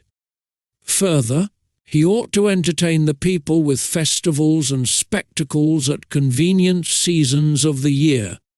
And as every city is divided into guilds or into societies, he ought to hold such bodies in esteem, and associate with them sometimes, and show himself an example of courtesy and liberality. Nevertheless, always maintaining the majesty of his rank, for this he must never consent to abate in anything. Chapter 12. Concerning the secretaries of princes. The choice of servants is of no little importance to a prince, and they are good or not according to the discrimination of the prince. And the first opinion which one forms of a prince, and of his understanding, is by observing the men he has around him. And when they are capable and faithful, he may always be considered wise, because he has known how to recognize the capable and to keep them faithful. But when they are otherwise, one cannot form a good opinion of him, for the prime error which he made was in choosing them.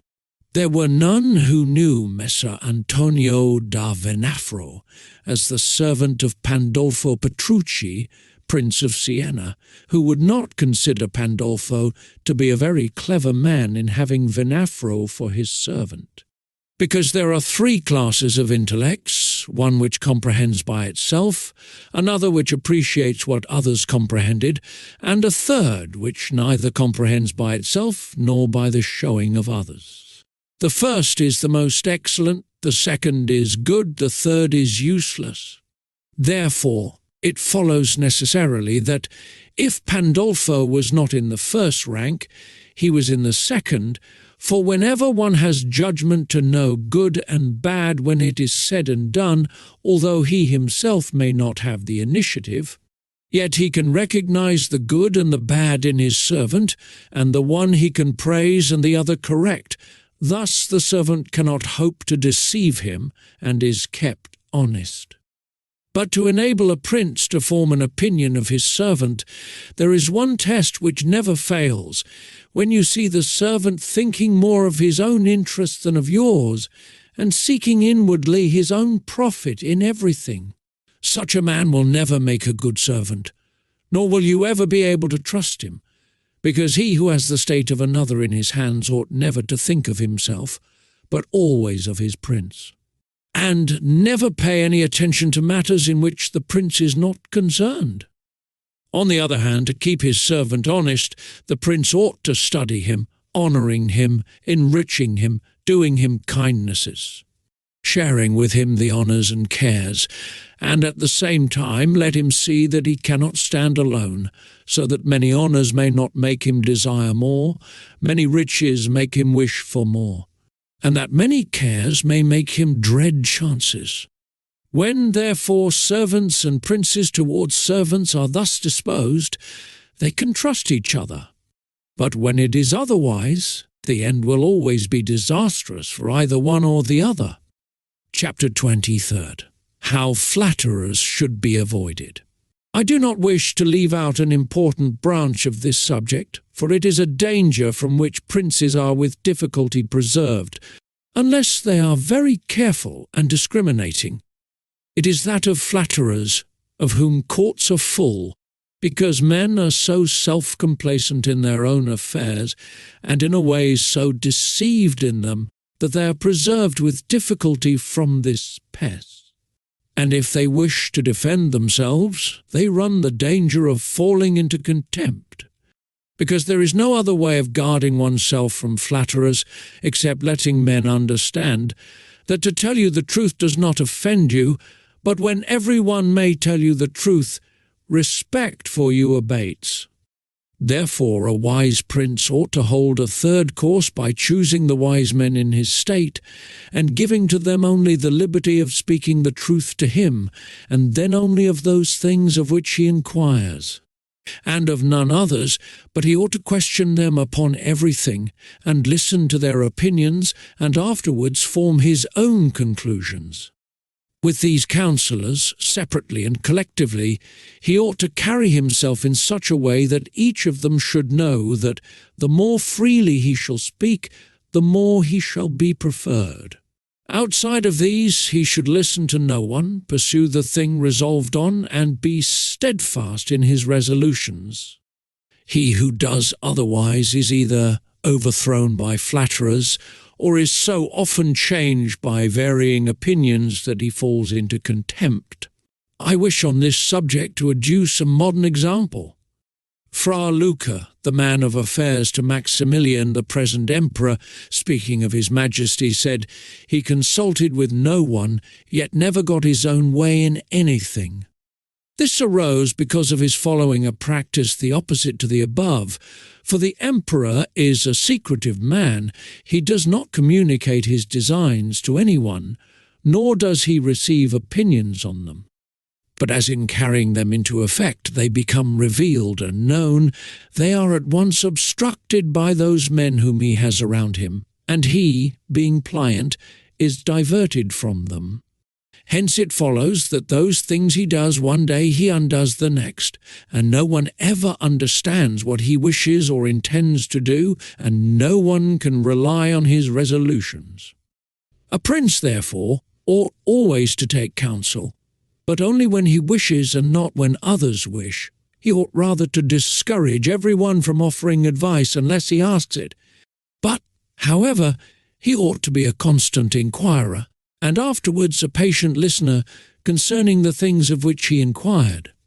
Also, on learning that anyone, on any consideration, has not told him the truth, he should let his anger be felt. And if there are some who think that a prince who conveys an impression of his wisdom is not so through his own ability, but through the good advisers that he has around him, beyond doubt they are deceived. Because this is an axiom which never fails, that a prince who is not wise himself will never take good advice, unless by chance he has yielded his affairs entirely to one person who happens to be a very prudent man. In this case indeed he may be well governed, but it would not be for long, because such a governor would in a short time take away his state from him. But if a prince who is not inexperienced should take counsel from more than one, he will never get united counsels, nor will he know how to unite them. Each of the counsellors will think of his own interests, and the prince will not know how to control them or to see through them. And they are not to be found otherwise, because men will always prove untrue to you unless they are kept honest by constraint. Therefore it must be inferred that good counsels, whensoever they come, are born of the wisdom of the prince, and not the wisdom of the prince from good counsels. Chapter 20.5. Why the princes of Italy have lost their states. The previous suggestions, carefully observed, will enable a new prince to appear well established, and render him at once more secure and fixed in the state than if he had been long seated there. For the actions of a new prince are more narrowly observed than those of an hereditary one, and when they are seen to be able, they gain more men and bind far tighter than ancient blood, because men are attracted more by the present than by the past, and when they find the present good they enjoy it and seek no further. They will also make the utmost defence of a prince if he fails them not in other things. Thus it will be a double glory for him to have established a new principality and adorned and strengthened it with good laws, good arms, good allies, and with a good example. So will it be a double disgrace to him who, born a prince, shall lose his state by want of wisdom. And if those seigneurs are considered who have lost their states in Italy in our times, such as the King of Naples, the Duke of Milan, and others, there will be found in them, firstly, one common defect in regard to arms from the causes which have been discussed at length. In the next place, some one of them will be seen, either to have had the people hostile, or if he has had the people friendly. He has not known how to secure the nobles. In the absence of these defects, states that have power enough to keep an army in the field cannot be lost. Philip of Macedon, not the father of Alexander the Great, but he who was conquered by Titus Quintius, had not much territory compared to the greatness of the Romans and of Greece who attacked him. Yet being a warlike man who knew how to attract the people and secure the nobles, he sustained the war against his enemies for many years, and if in the end he lost the dominion of some cities, nevertheless he retained the kingdom. Therefore do not let our princes accuse fortune for the loss of their principalities after so many years' possession, but rather their own sloth. Because in quiet times they never thought there could be a change. It is a common defect in man not to make any provision in the calm against the tempest. And when afterwards the bad times came, they thought of flight and not of defending themselves, and they hoped that the people, disgusted with the insolence of the conquerors, would recall them. This course, when others fail, may be good, but it is very bad to have neglected all other expedients for that, since you would never wish to fall because you trusted to be able to find someone later on to restore you. This again either does not happen, or, if it does, it will not be for your security, because that deliverance is of no avail which does not depend upon yourself. Those only are reliable, certain, and durable that depend on yourself and your valour. Chapter 6. What fortune can effect in human affairs, and how to withstand her. It is not unknown to me how many men have had, and still have, the opinion that the affairs of the world are in such wise governed by fortune and by God that men with their wisdom cannot direct them, and that no one can even help them. And because of this they would have us believe that it is not necessary to labour much in affairs, but to let chance govern them. This opinion has been more credited in our times because of the great changes in affairs which have been seen and may still be seen every day beyond all human conjecture. Sometimes pondering over this, I am in some degree inclined to their opinion, Nevertheless, not to extinguish our free will, I hold it to be true that fortune is the arbiter of one half of our actions, but that she still leaves us to direct the other half, or perhaps a little less. I compare her to one of those raging rivers, which, when in flood, overflows the plains, sweeping away trees and buildings, bearing away the soil from place to place. Everything flies before it. All yield to its violence without being able in any way to withstand it.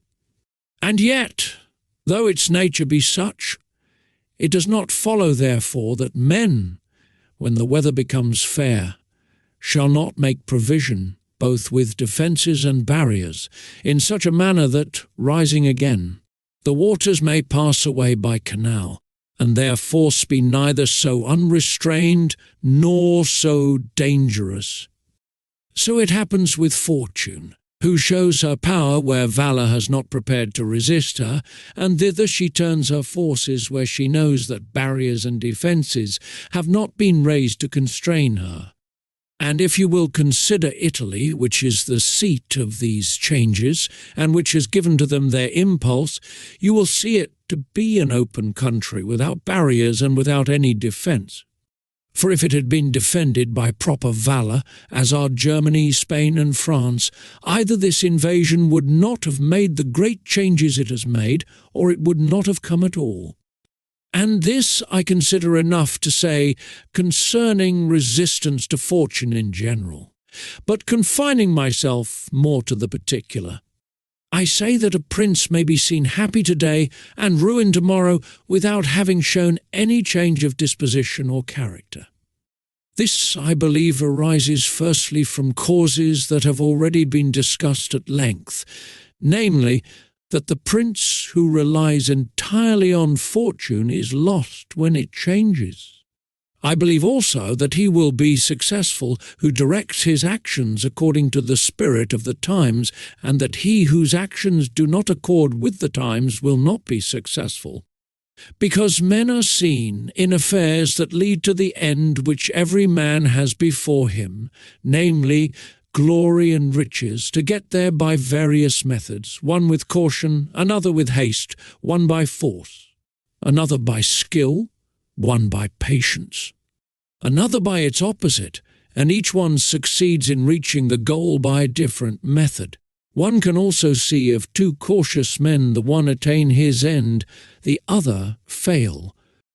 And similarly, two men by different observances are equally successful, the one being cautious, the other impetuous. All this arises from nothing else than whether or not they conform in their methods to the spirit of the times. This follows from what I have said, that two men working differently bring about the same effect, and of two working similarly, one attains his object and the other does not. Changes in a state also issue from this, for if, to one who governs himself with caution and patience, times and affairs converge in such a way that his administration is successful, his fortune is made. But if times and affairs change, he is ruined if he does not change his course of action. But a man is not often found sufficiently circumspect to know how to accommodate himself to the change, both because he cannot deviate from what nature inclines him to do, and also because, having always prospered by acting in one way, he cannot be persuaded that it is well to leave it, and therefore the cautious man, when it is time to turn adventurous, does not know how to do it. Hence, he is ruined. But had he changed his conduct with the times, fortune would not have changed. Pope Julius II went to work impetuously in all his affairs, and found that times and circumstances conformed so well to that line of action that he always met with success. Consider his first enterprise against Bologna, Messer Giovanni Bentivogli being still alive. The Venetians were not agreeable to it, nor was the King of Spain. And he had the enterprise still under discussion with the King of France. Nevertheless, he personally entered upon the expedition with his accustomed boldness and energy. a move which made Spain and the Venetians stand irresolute and passive, the latter from fear, the former from desire to recover the kingdom of Naples. On the other hand, he drew after him the King of France, because that king, having observed the movement, and desiring to make the Pope his friend so as to humble the Venetians, found it impossible to refuse him. Therefore Julius, with his impetuous action, accomplished what no other pontiff with simple human wisdom could have done. For if he had waited in Rome until he could get away with his plans arranged and everything fixed, as any other pontiff would have done, he would never have succeeded. Because the King of France would have made 1,000 excuses, and the others would have raised 1,000 fears. I will leave his other actions alone, as they were all alike, and they all succeeded, for the shortness of his life did not let him experience the contrary. But if circumstances had arisen which required him to go cautiously, his ruin would have followed, because he would never have deviated from those ways to which nature inclined him. I conclude, therefore, that fortune being changeful and mankind steadfast in their ways, so long as the two are in agreement, men are successful, but unsuccessful when they fall out. For my part, I consider that it is better to be adventurous than cautious, because fortune is a woman. And if you wish to keep her under, it is necessary to beat and ill-use her, and it is seen that she allows herself to be mastered by the adventurers rather than by those who go to work more coldly. She is therefore always womanlike, a lover of young men, because they are less cautious, more violent, and with more audacity command her. Chapter treatise. An exhortation to liberate Italy from the barbarians. Having carefully considered the subject of the above discourses, and wondering within myself whether the present times were propitious to a new prince, and whether there were elements that would give an opportunity to a wise and virtuous one to introduce a new order of things which would do honour to him and good to the people of this country. It appears to me that so many things concur to favour a new prince that I never knew a time more fit than the present. And if, as I said, it was necessary that the people of Israel should be captive so as to make manifest the ability of Moses, that the Persians should be oppressed by the Medes so as to discover the greatness of the soul of Cyrus, and that the Athenians should be dispersed to illustrate the capabilities of Theseus, then at the present time, in order to discover the virtue of an Italian spirit. It was necessary that Italy should be reduced to the extremity that she is now in, that she should be more enslaved than the Hebrews, more oppressed than the Persians, more scattered than the Athenians, without head, without order, beaten, despoiled, torn, overrun, and to have endured every kind of desolation. Although lately some spark may have been shown by one, which made us think he was ordained by God for our redemption, nevertheless it was afterward seen, in the height of his career, that fortune rejected him, so that Italy, left as without life, waits for him who shall yet heal her wounds and put an end to the ravaging and plundering of Lombardy, to the swindling and taxing of the kingdom and of Tuscany, and cleanse those sores that for long have festered. It is seen how she entreats God to send someone who shall deliver her from these wrongs and barbarous insolencies. It is seen also that she is ready and willing to follow a banner, if only someone will raise it. Nor is there to be seen at present one in whom she can place more hope than in your illustrious house, with its valour and fortune, favoured by God and by the Church, of which it is now the chief, and which could be made the head of this redemption. This will not be difficult if you will recall to yourself the actions and lives of the men I have named.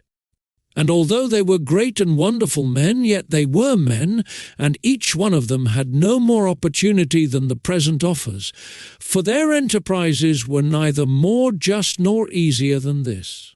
Nor was God more their friend than he is yours. With us there is great justice, because that war is just which is necessary, and arms are hallowed when there is no other hope but in them. Here there is the greatest willingness, and where the willingness is great, the difficulties cannot be great if you will only follow those men to whom I have directed your attention. Further than this, how extraordinarily the ways of God have been manifested beyond example. The sea is divided, a cloud has led the way, the rock has poured forth water, it has rained manna. Everything has contributed to your greatness, you ought to do the rest. God is not willing to do everything, and thus take away our free will and that share of glory which belongs to us. And it is not to be wondered at if none of the above-named Italians have been able to accomplish all that is expected from your illustrious house. And if in so many revolutions in Italy and in so many campaigns it has always appeared as if military virtue were exhausted, this has happened because the old order of things was not good. And none of us have known how to find a new one. And nothing honours a man more than to establish new laws and new ordinances when he himself was newly risen. Such things, when they are well-founded and dignified, will make him revered and admired, and in Italy there are not wanting opportunities to bring such into use in every form. Here there is great valour in the limbs, whilst it fails in the head. Look attentively at the duels and the hand-to-hand combats, how superior the Italians are in strength, dexterity, and subtlety. But when it comes to armies, they do not bear comparison. And this springs entirely from the insufficiency of the leaders, since those who are capable are not obedient, and each one seems to himself to know. There having never been any one so distinguished above the rest, either by valour or fortune, that others would yield to him. Hence it is that, for so long a time, and during so much fighting in the past 20 years, whenever there has been an army wholly Italian, it has always given a poor account of itself. The first witness to this is Il Taro, afterwards Alessandria, Capua, Genoa, Vaila, Bologna, Mestre. If, therefore, your illustrious house wishes to follow these remarkable men who have redeemed their country, it is necessary before all things, as a true foundation for every enterprise, to be provided with your own forces, because there can be no more faithful, truer, or better soldiers. And although singly they are good, altogether they will be much better when they find themselves commanded by their prince, honoured by him, and maintained at his expense. Therefore it is necessary to be prepared with such arms, so that you can be defended against foreigners by Italian valour. And although Swiss and Spanish infantry may be considered very formidable, nevertheless there is a defect in both, by reason of which a third order would not only be able to oppose them, but might be relied upon to overthrow them. For the Spaniards cannot resist cavalry, and the Switzers are afraid of infantry whenever they encounter them in close combat. Owing to this, as has been and may again be seen, the Spaniards are unable to resist French cavalry, and the Switzers are overthrown by Spanish infantry. And although a complete proof of this latter cannot be shown, nevertheless there was some evidence of it at the Battle of Ravenna, when the Spanish infantry were confronted by German battalions, who followed the same tactics as the Swiss, when the Spaniards, by agility of body and with the aid of their shields, got in under the pikes of the Germans and stood out of danger, able to attack. While the Germans stood helpless, and if the cavalry had not dashed up, all would have been over with them. It is possible, therefore, knowing the defects of both these infantries, to invent a new one which will resist cavalry and not be afraid of infantry, this need not create a new order of arms but a variation upon the old. And these are the kind of improvements which confer reputation and power upon a new prince. This opportunity, therefore, ought not to be allowed to pass for letting Italy at last see her liberator appear. Nor can one express the love with which he would be received in all those provinces which have suffered so much from these foreign scourings, with what thirst for revenge, with what stubborn faith, with what devotion, with what tears. What door would be closed to him? Who would refuse obedience to him? What envy would hinder him? What Italian would refuse him homage? To all of us this barbarous dominion stinks. Let therefore your illustrious house take up this charge with that courage and hope with which all just enterprises are undertaken, so that under its standard our native country may be ennobled, and under its auspices may be verified that saying of Petrarch, Virtu contro, prendere l'arme e fia, al il combatter, furore corto, che, negli italici l'antico.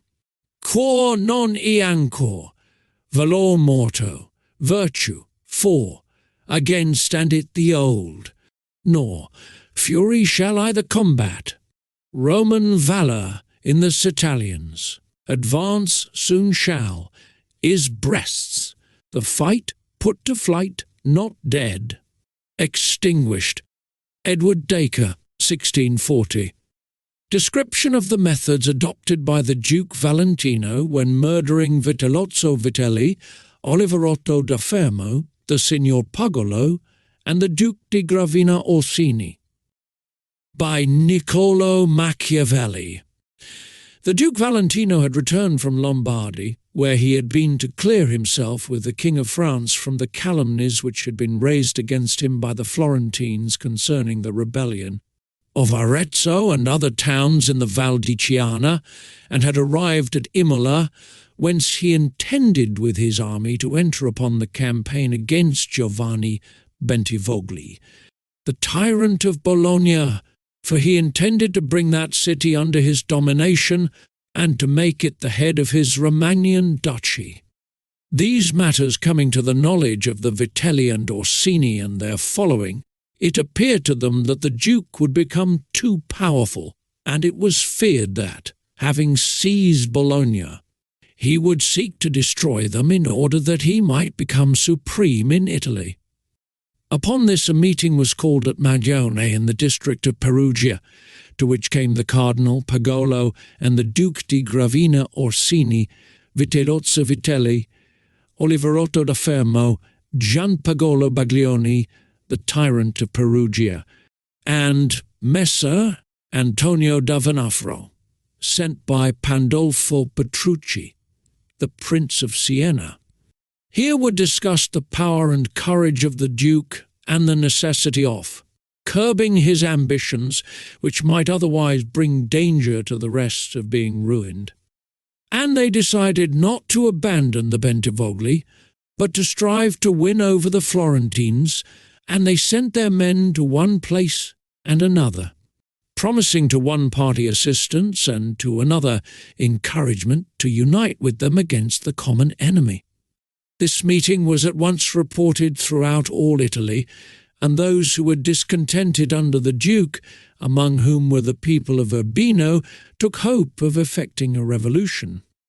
Thus it arose that, men's minds being thus unsettled, it was decided by certain men of Urbino to seize the fortress of San Leo, which was held for the Duke, and which they captured by the following means.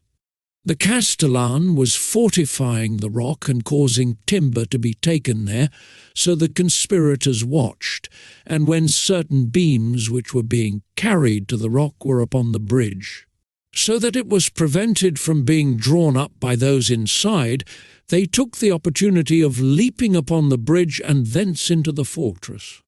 Upon this capture being effected, the whole state rebelled and recalled the old Duke, being encouraged in this, not so much by the capture of the fort, as by the Diet at Magione, from whom they expected to get assistance. Those who heard of the rebellion at Urbino thought they would not lose the opportunity, and at once assembled their men so as to take any town. Should any remain in the hands of the Duke in that state, and they sent again to Florence to beg that republic to join with them in destroying the common firebrand, showing that the risk was lessened and that they ought not to wait for another opportunity. But the Florentines, from hatred for sundry reasons of the Vitelli and Orsini, not only would not ally themselves, but sent Niccolò Machiavelli, their secretary, to offer shelter and assistance to the Duke against his enemies. The Duke was found full of fear at Imola because, against everybody's expectation, his soldiers had at once gone over to the enemy, and he found himself disarmed and war at his door. But recovering courage from the offers of the Florentines, he decided to temporize before fighting with the few soldiers that remained to him, and to negotiate for a reconciliation, and also to get assistance. This latter he obtained in two ways, by sending to the King of France for men, and by enlisting men-at-arms and others whom he turned into cavalry of a sort. To all he gave money. Notwithstanding this, his enemies drew near to him, and approached Fossombrone, where they encountered some men of the Duke, and with the aid of the Orsini and Vitelli, routed them. When this happened, the Duke resolved at once to see if he could not close the trouble with offers of reconciliation, and being a most perfect dissembler, he did not fail in any practices to make the insurgents understand that he wished every man who had acquired anything to keep it, as it was enough for him to have the title of prince, whilst others might have the principality. And the Duke succeeded so well in this that they sent Signor Pagolo to him to negotiate for a reconciliation, and they brought their army to a standstill. But the Duke did not stop his preparations, and took every care to provide himself with cavalry and infantry, and that such preparations might not be apparent to the others. He sent his troops in separate parties to every part of the Romagna. In the meanwhile there came also to him 500 French lancers, and although he found himself sufficiently strong to take vengeance on his enemies in open war, he considered that it would be safer and more advantageous to outwit them, and for this reason he did not stop the work of reconciliation. And that this might be effected, the Duke concluded a peace with them, in which he confirmed their former covenants. He gave them 4,000 ducats at once, he promised not to injure the Bentivogli, and he formed an alliance with Giovanni, and moreover he would not force them to come personally into his presence unless it pleased them to do so. On the other hand, they promised to restore to him the Duchy of Urbino and other places seized by them, to serve him in all his expeditions, and not to make war against or ally themselves with anyone without his permission. This reconciliation being completed, Guido Ubaldo, the Duke of Urbino, again fled to Venice, having first destroyed all the fortresses in his state, because, trusting in the people, he did not wish that the fortresses, which he did not think he could defend, should be held by the enemy, since by these means a check would be kept upon his friends. But the Duke Valentino, having completed this convention and dispersed his men throughout the Romagna, set out for Imola at the end of November together with his French men-at-arms. Thence he went to Cesena, where he stayed some time to negotiate with the envoys of the Vitelli and Orsini, who had assembled with their men in the Duchy of Urbino. As to the enterprise in which they should now take part, but nothing being concluded, Oliverotto da Fermo was sent to propose that if the Duke wished to undertake an expedition against Tuscany, they were ready. If he did not wish it, then they would besiege Sinigalia. To this the Duke replied that he did not wish to enter into war with Tuscany, and thus become hostile to the Florentines, but that he was very willing to proceed against Sinigalia. It happened that not long afterwards the town surrendered, but the fortress would not yield to them because the Castellan would not give it up to any one but the Duke in person. Therefore they exhorted him to come there. This appeared a good opportunity to the Duke, as, being invited by them, and not going of his own will, he would awaken no suspicions. And the more to reassure them, he allowed all the French men-at-arms who were with him in Lombardy to depart, except the 100 lancers under Mons, De Candalis, his brother-in-law. He left Cesena about the middle of December and went to Fano, and with the utmost cunning and cleverness he persuaded the Vitelli and Orsini to wait for him at Sinigalia, pointing out to them that any lack of compliance would cast a doubt upon the sincerity and permanency of the reconciliation, and that he was a man who wished to make use of the arms and counsels of his friends. But Vitellozzo remained very stubborn, for the death of his brother warned him that he should not offend a prince and afterwards trust him. Nevertheless, persuaded by Pagolo Orsini, whom the Duke had corrupted with gifts and promises, he agreed to wait. Upon this, the Duke, before his departure from Fano, which was to be on December 30th, 1502, communicated his designs to 8 of his most trusted followers, among whom were Don Michel and the Monsignor Diuna, who was afterwards cardinal, and he ordered that, as soon as Vitellozzo, Pagolo Orsini, the Duke di Gravina, and Oliverotto should arrive, his followers in pairs should take them one by one, entrusting certain men to certain pairs who should entertain them until they reached Sinigalia, nor should they be permitted to leave until they came to the Duke's quarters, where they should be seized.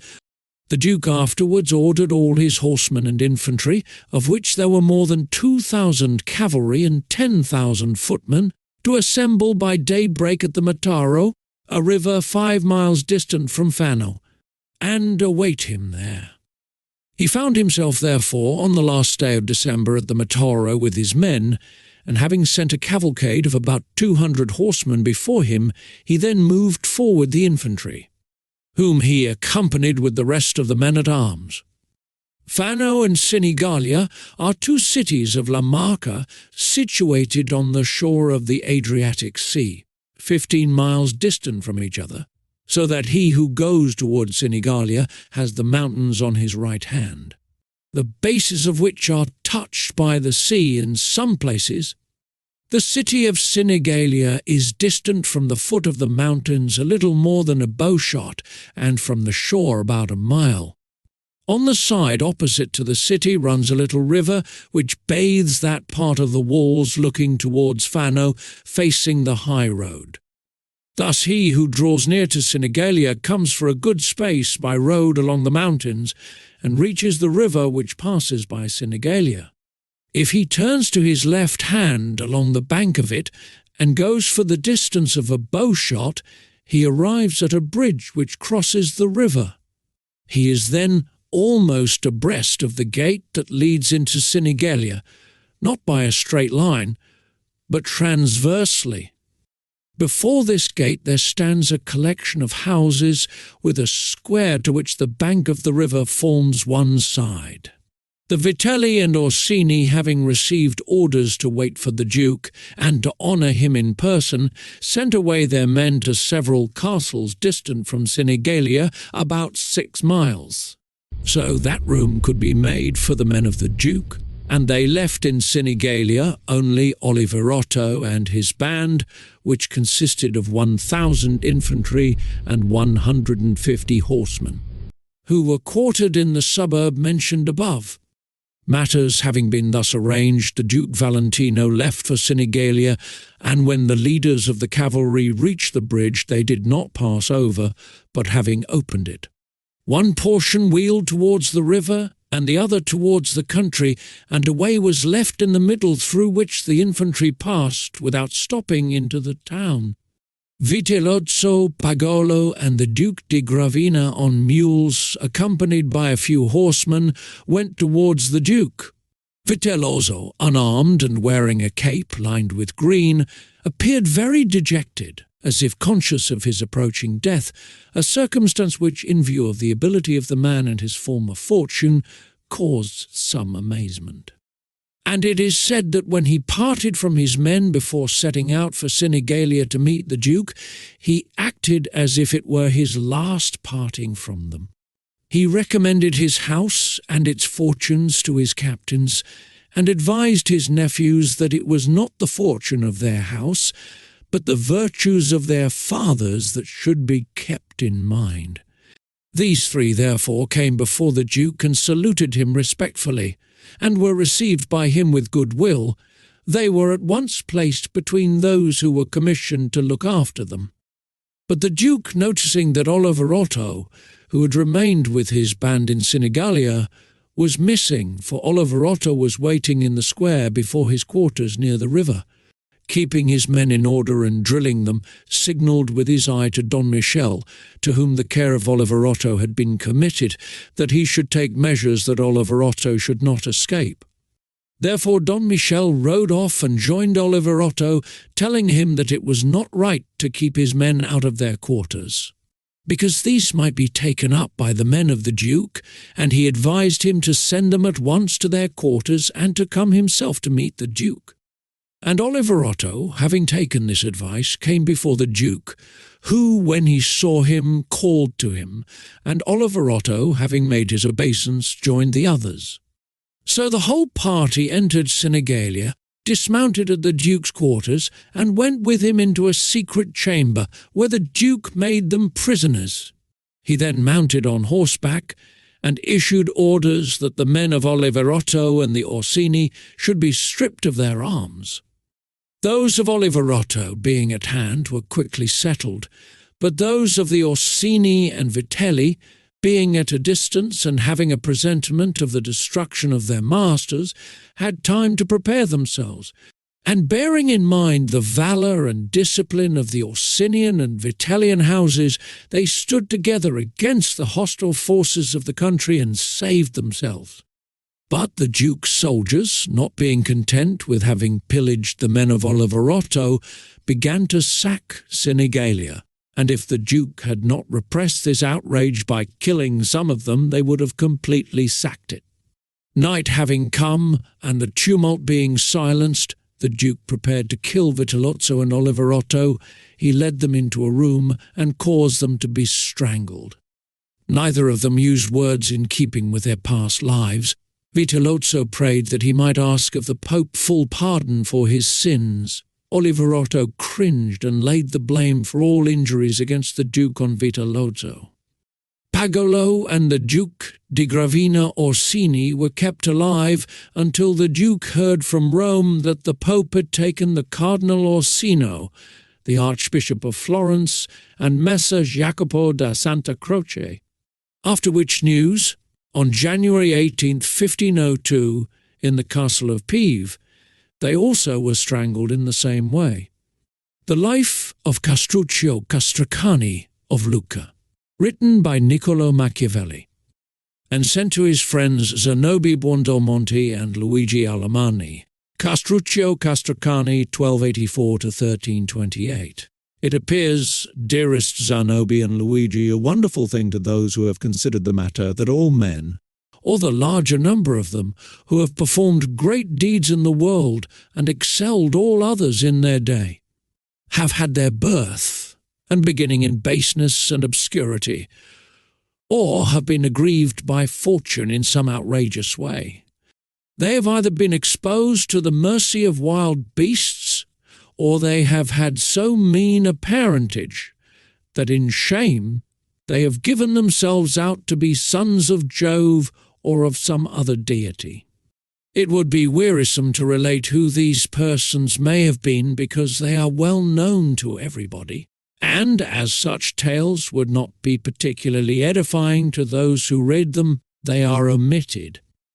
I believe that these lowly beginnings of great men occur because fortune is desirous of showing to the world that such men owe much to her and little to wisdom, because she begins to show her hand when wisdom can really take no part in their career, thus all success must be attributed to her. Castruccio Castracani of Lucca was one of those men who did great deeds, if he is measured by the times in which he lived and the city in which he was born. But, like many others, he was neither fortunate nor distinguished in his birth, as the course of this history will show. It appeared to be desirable to recall his memory, because I have discerned in him such indications of valour and fortune as should make him a great exemplar to men. I think also that I ought to call your attention to his actions, because you of all men I know delight most in noble deeds. The family of Castracani was formerly numbered among the noble families of Lucca, but in the days of which I speak it had somewhat fallen in estate, as so often happens in this world. To this family was born a son Antonio, who became a priest of the order of San Michele of Lucca, and for this reason was honoured with the title of Messer Antonio. He had an only sister, who had been married to Buonaccorso Cenami, but Buonaccorso dying she became a widow, and, not wishing to marry again, went to live with her brother. Messer Antonio had a vineyard behind the house where he resided, and as it was bounded on all sides by gardens, any person could have access to it without difficulty.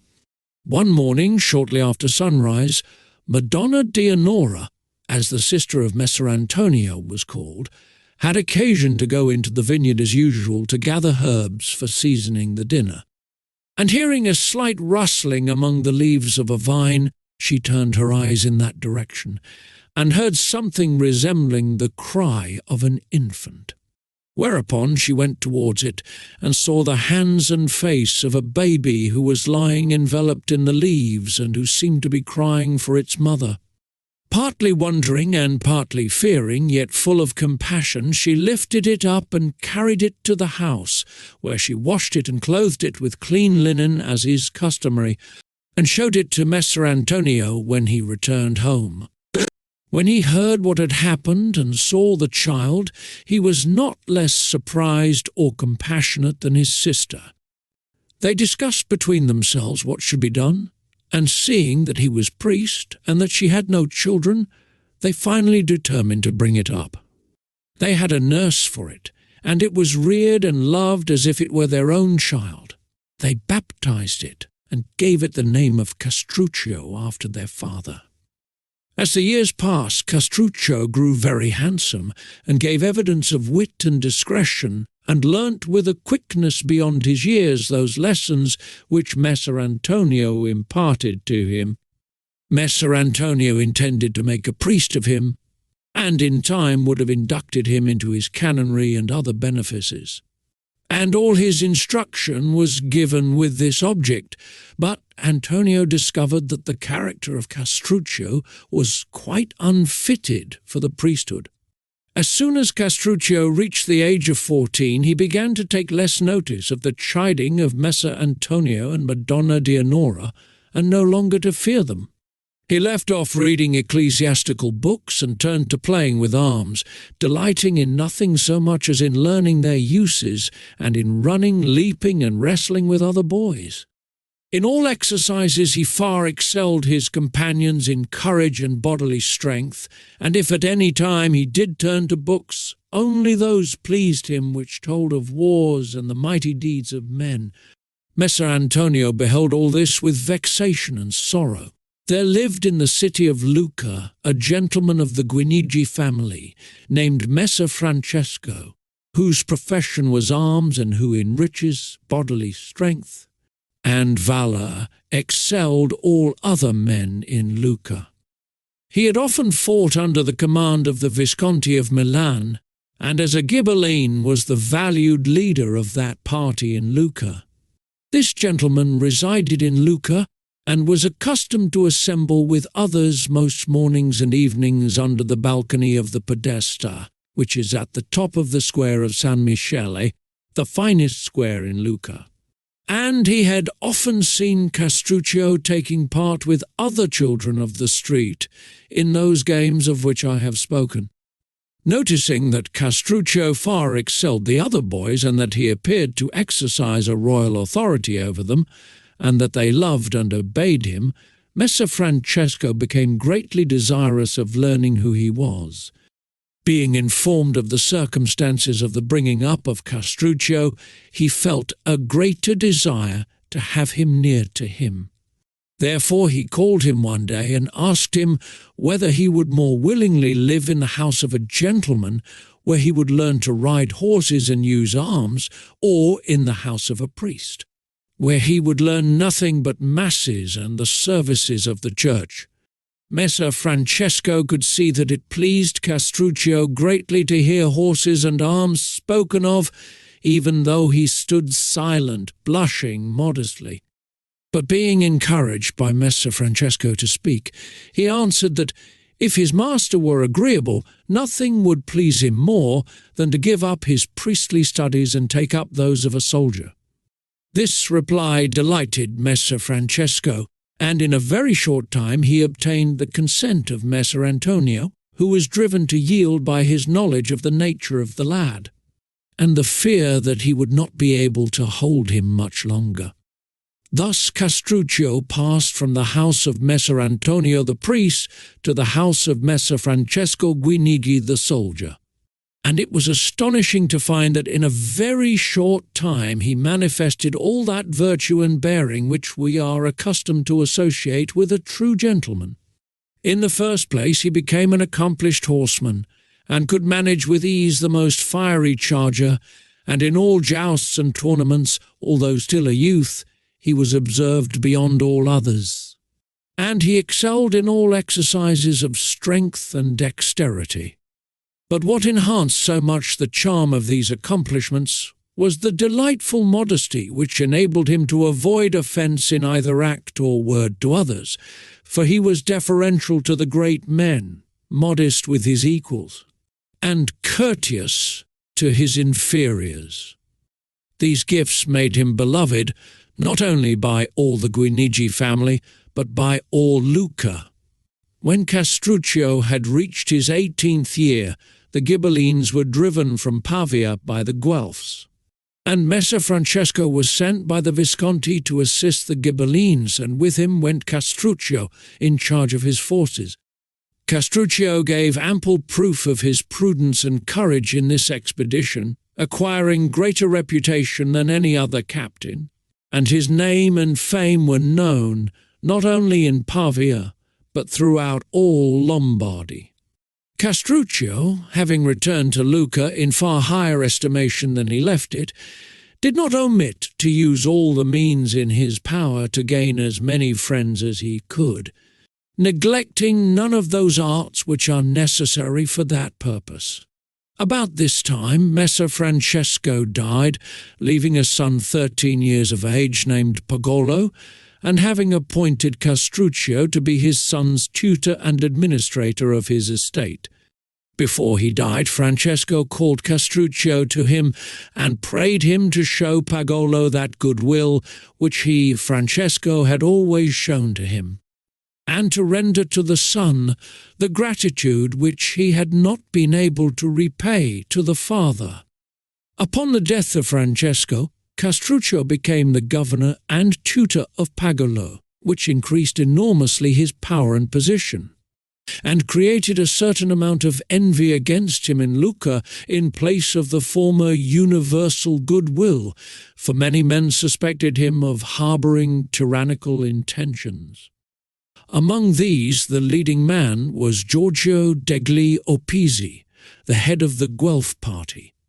This man hoped, after the death of Messer Francesco, to become the chief man in Lucca, but it seemed to him that Castruccio, with the great abilities which he already showed, and holding the position of governor, deprived him of his opportunity. Therefore he began to sow those seeds which should rob Castruccio of his eminence. Castruccio at first treated this with scorn, but afterwards he grew alarmed, thinking that Messer Giorgio might be able to bring him into disgrace with the deputy of King Ruberto of Naples and have him driven out of Lucca.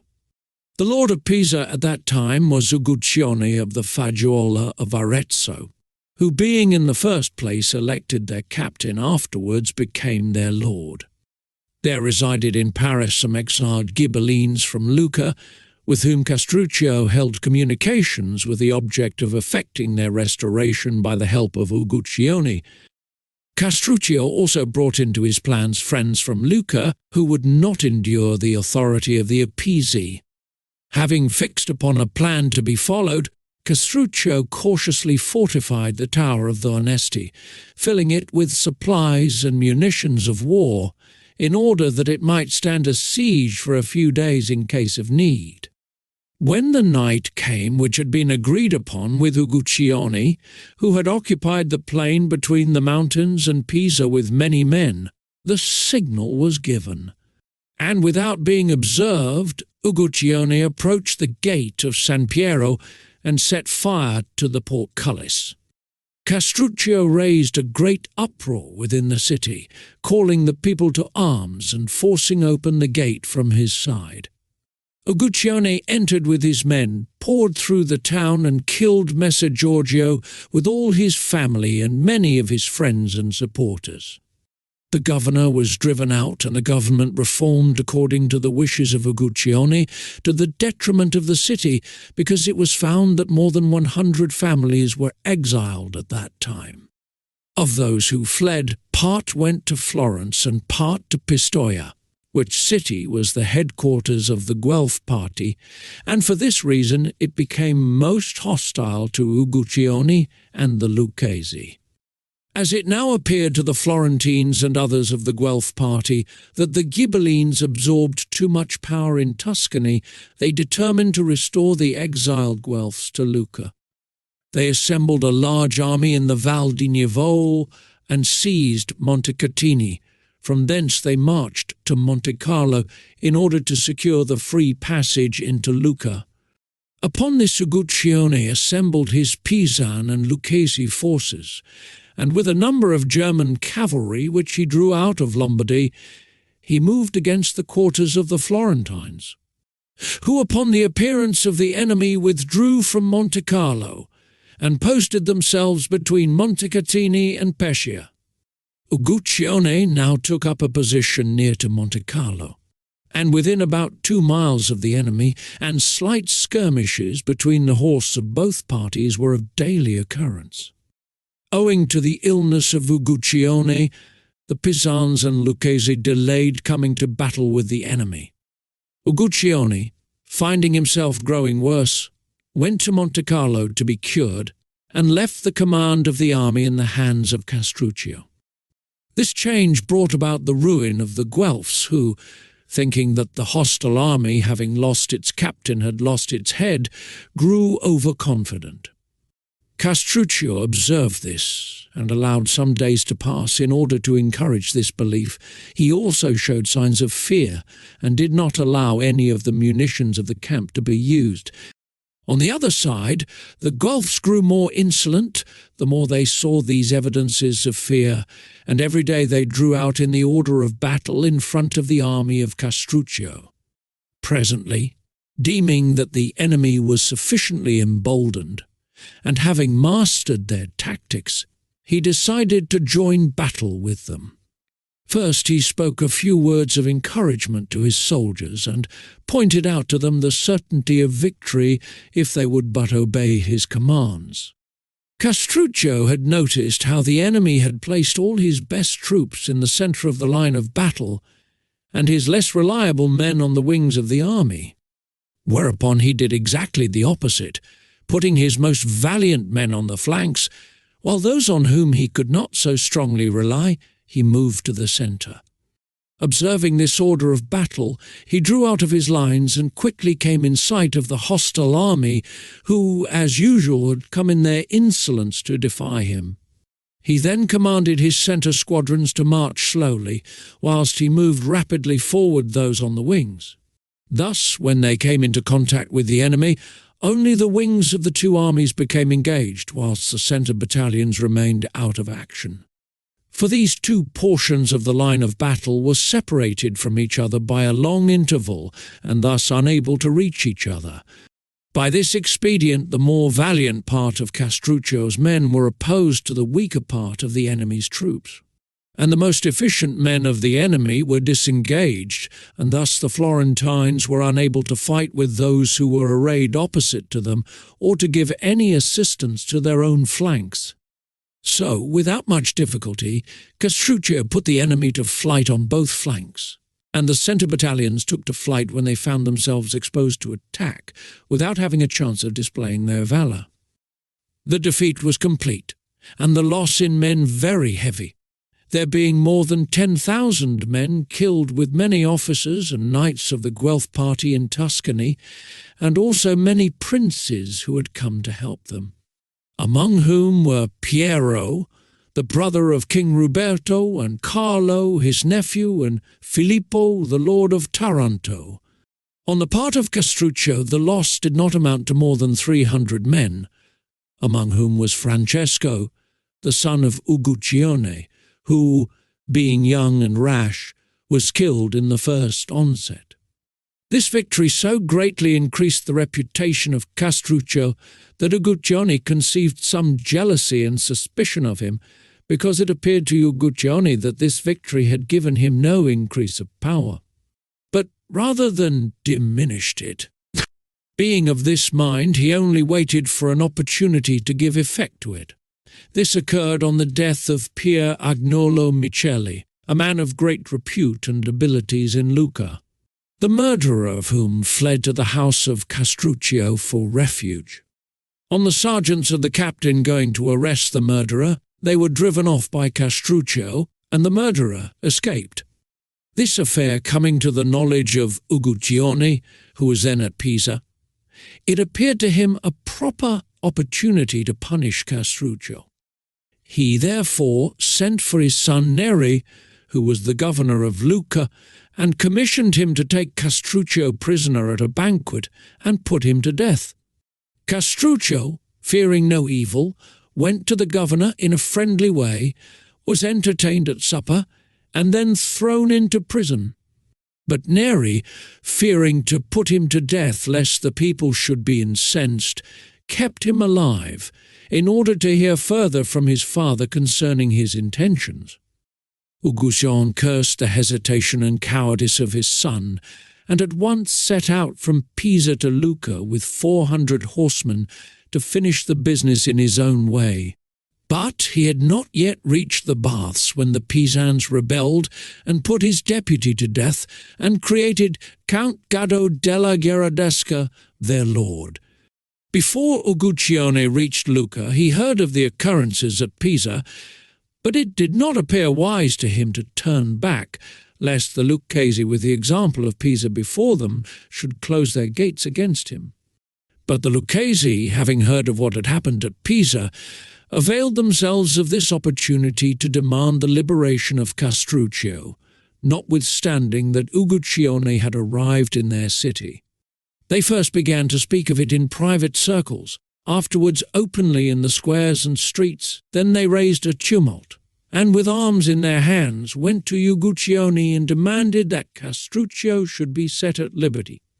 Uguccione, fearing that worse might happen, released him from prison, whereupon Castruccio gathered his friends around him, and with the help of the people attacked Uguccione, who, finding he had no resource but in flight, rode away with his friends to Lombardy, to the lords of Scale, where he died in poverty. But Castruccio, from being a prisoner, became almost a prince in Lucca, and he carried himself so discreetly with his friends and the people that they appointed him captain of their army for 1 year. Having obtained this, and wishing to gain renown in war, he planned the recovery of the many towns which had rebelled after the departure of Uguccione, and with the help of the Pisans with whom he had concluded a treaty. He marched to Cerezana. To capture this place he constructed a fort against it, which is called today Cerezanello. In the course of 2 months Castruccio captured the town. With the reputation gained at that siege, he rapidly seized Massa, Carrara, and Lavenza, and in a short time had overrun the whole of Lunigiana. In order to close the pass which leads from Lombardy to Lunigiana, he besieged Pontremoli and wrested it from the hands of Messer Anastasio Pallavicini, who was the lord of it. After this victory he returned to Lucca, and was welcomed by the whole people. And now Castruccio, deeming it imprudent any longer to defer making himself a prince, got himself created the lord of Lucca by the help of Pazzino del Poggio, Puccinello dal Portico, Francesco Bocconsacchi, and Cecco Guinigi, all of whom he had corrupted, and he was afterwards solemnly and deliberately elected prince by the people. At this time Frederick of Bavaria, the king of the Romans, came into Italy to assume the imperial crown, and Castruccio, in order that he might make friends with him, met him at the head of 500 horsemen. Castruccio had left as his deputy in Lucca Pagolo Guinigi, who was held in high estimation because of the people's love for the memory of his father. Castruccio was received in great honour by Frederick, and many privileges were conferred upon him, and he was appointed the emperor's lieutenant in Tuscany. At this time the Pisans were in great fear of Gaddo della Gherardesca, whom they had driven out of Pisa, and they had recourse for assistance to Frederick. Frederick created Castruccio the lord of Pisa, and the Pisans, in dread of the Guelph party and particularly of the Florentines, were constrained to accept him as their lord. Frederick, having appointed a governor in Rome to watch his Italian affairs, returned to Germany. All the Tuscan and Lombardian Ghibellines, who followed the imperial lead, had recourse to Castruccio for help and counsel, and all promised him the governorship of his country, if enabled to recover it with his assistance. Among these exiles were Matteo Guidi, Nardo Scolari, Lapo Uberti, Gerozzo Nardi, and Piero Buonaccorsi, all exiled Florentines and Ghibellines. Castruccio had the secret intention of becoming the master of all Tuscany by the aid of these men and of his own forces. And in order to gain greater weight in affairs, he entered into a league with Messer Matteo Visconti, the Prince of Milan, and organized for him the forces of his city and the country districts. As Lucca had 5 gates, he divided his own country districts into 5 parts, which he supplied with arms, and enrolled the men under captains and ensigns, so that he could quickly bring into the field 20,000 soldiers, without those whom he could summon to his assistance from Pisa.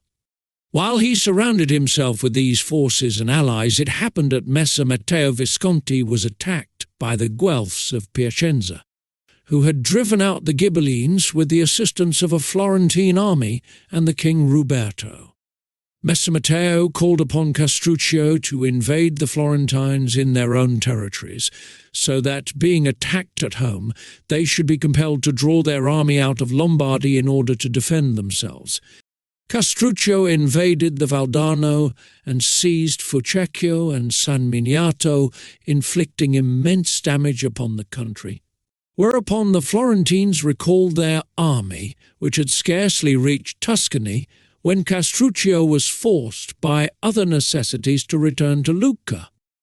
There resided in the city of Lucca the Poggio family, who were so powerful that they could not only elevate Castruccio, but even advance him to the dignity of prince, and it appearing to them they had not received such rewards for their services as they deserved, they incited other families to rebel and to drive Castruccio out of Lucca.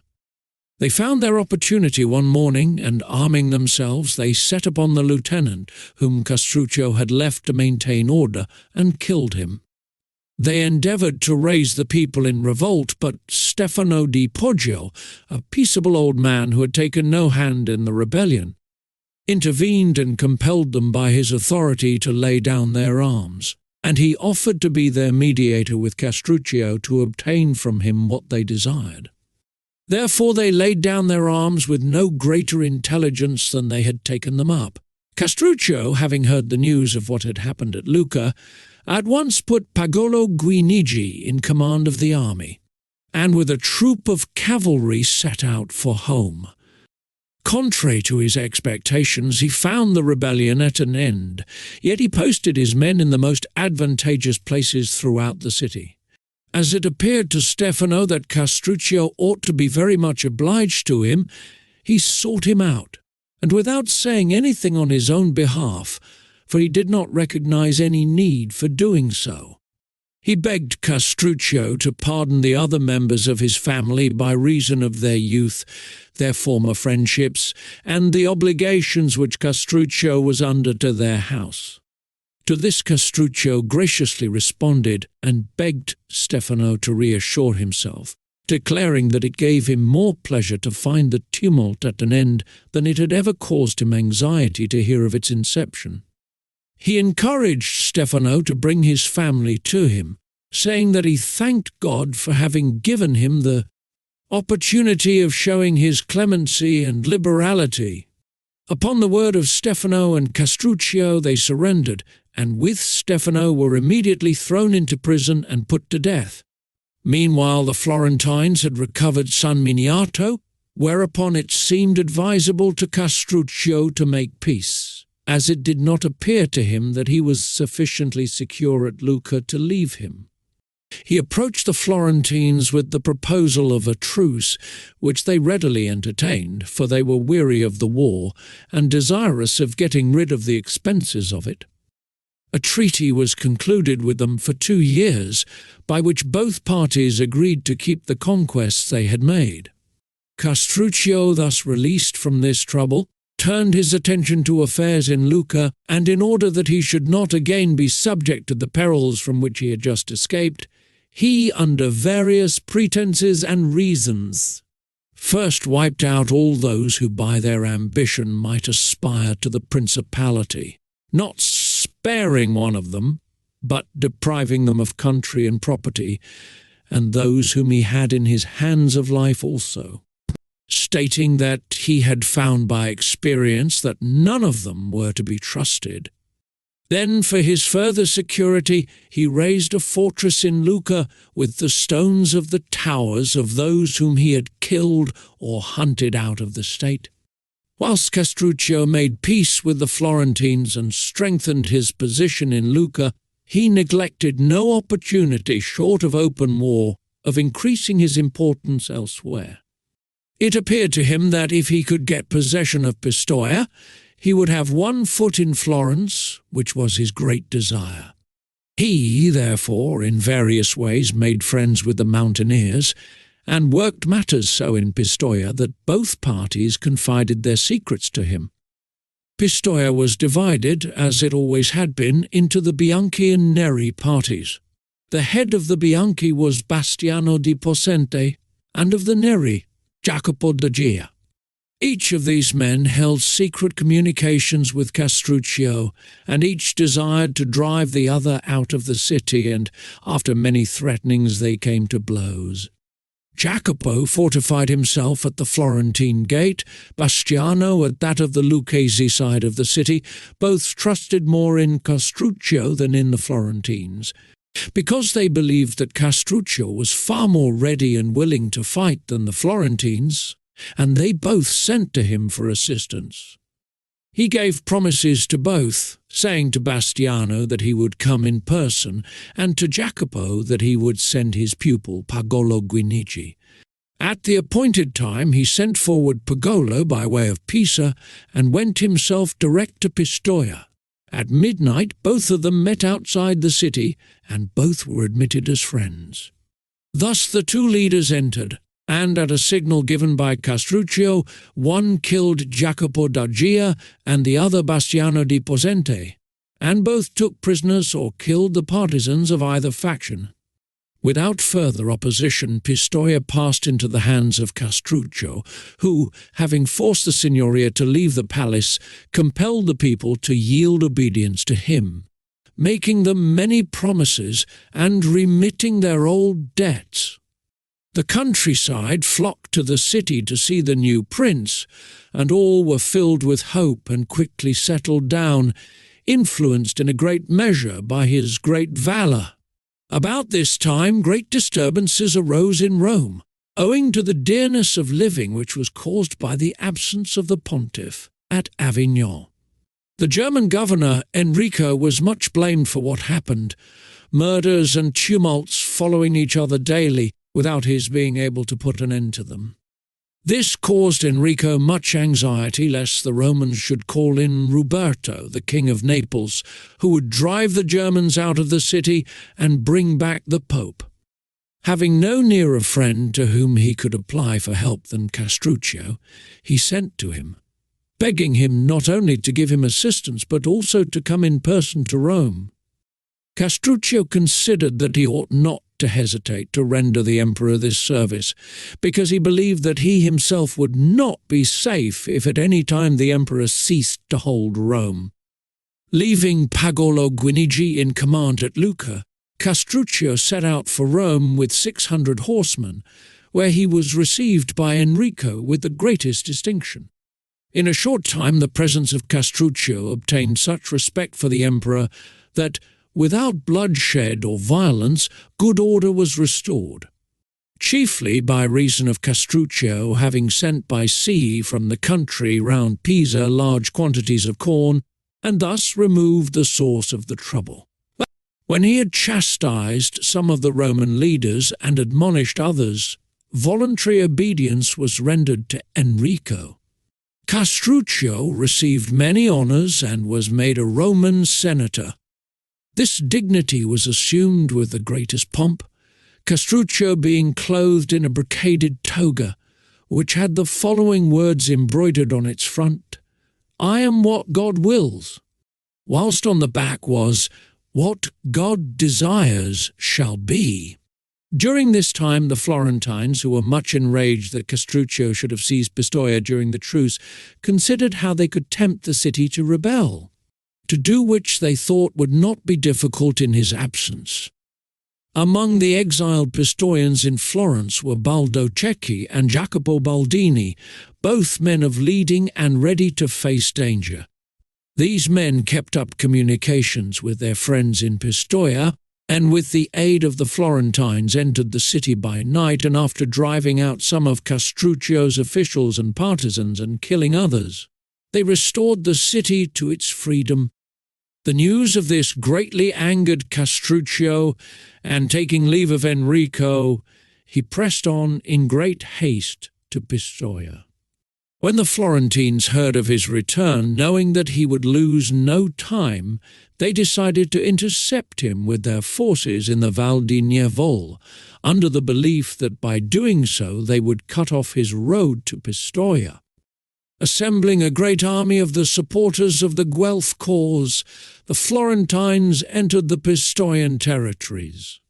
On the other hand, Castruccio reached Monte Carlo with his army, and having heard where the Florentines lay, he decided not to encounter it in the plains of Pistoia, nor to await it in the plains of Pescia, but, as far as he possibly could, to attack it boldly in the pass of Serravalle. He believed that if he succeeded in this design, victory was assured, although he was informed that the Florentines had 30,000 men, whilst he had only 12,000. Although he had every confidence in his own abilities and the valour of his troops, yet he hesitated to attack his enemy in the open, lest he should be overwhelmed by numbers. Serravalle is a castle between Pescia and Pistoia, situated on a hill which blocks the Val di Nievole, not in the exact pass, but about a bowshot beyond. The pass itself is in places narrow and steep, whilst in general it ascends gently, but is still narrow, especially at the summit where the waters divide, so that 20 men side by side could hold it. The lord of Serravalle was Manfred, a German who, before Castruccio became lord of Pistoia, had been allowed to remain in possession of the castle, it being common to the Lucchesi and the Pistoians, and unclaimed by neither of them wishing to displace Manfred as long as he kept his promise of neutrality and came under obligations to no one. For these reasons, and also because the castle was well fortified, he had always been able to maintain his position.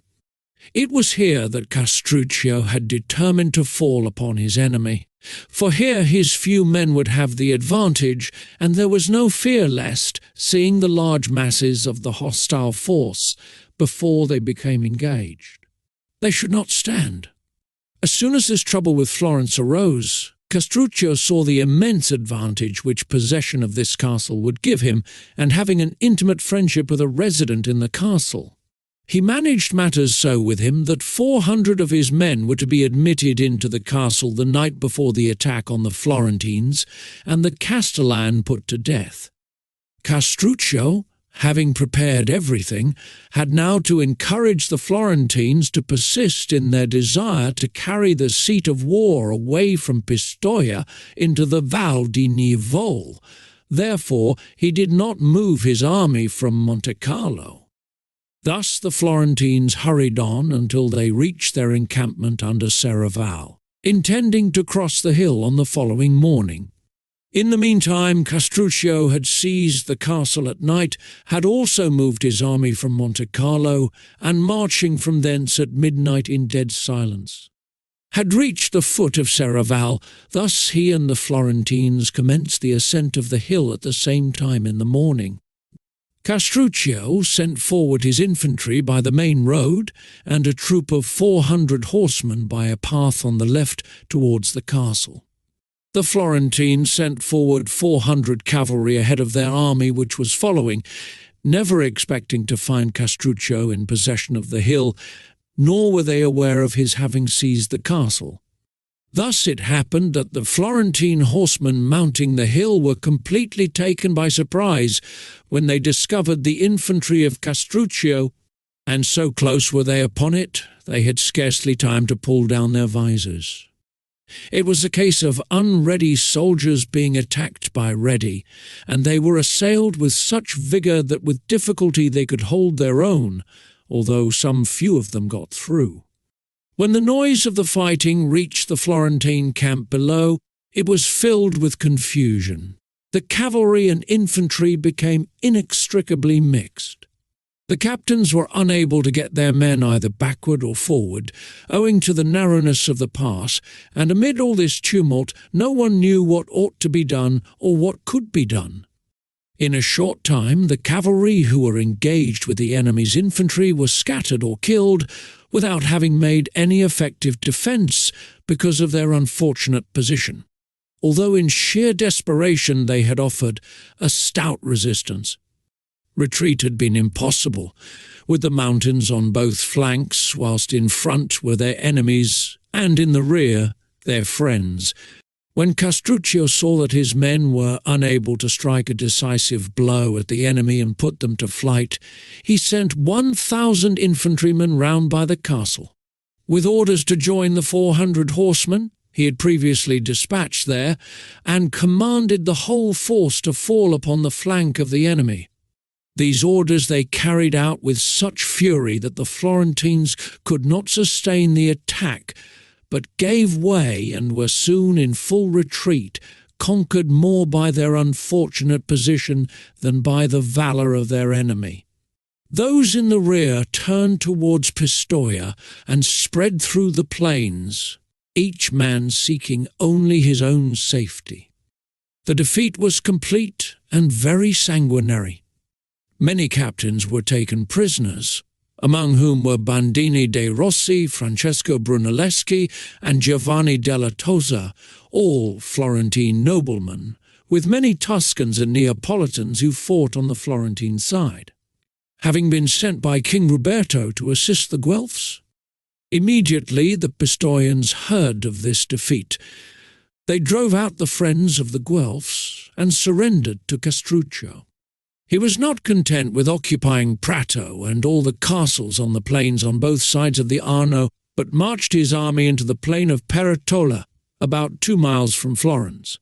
Here he remained many days, dividing the spoils and celebrating his victory with feasts and games, holding horse races and foot races for men and women.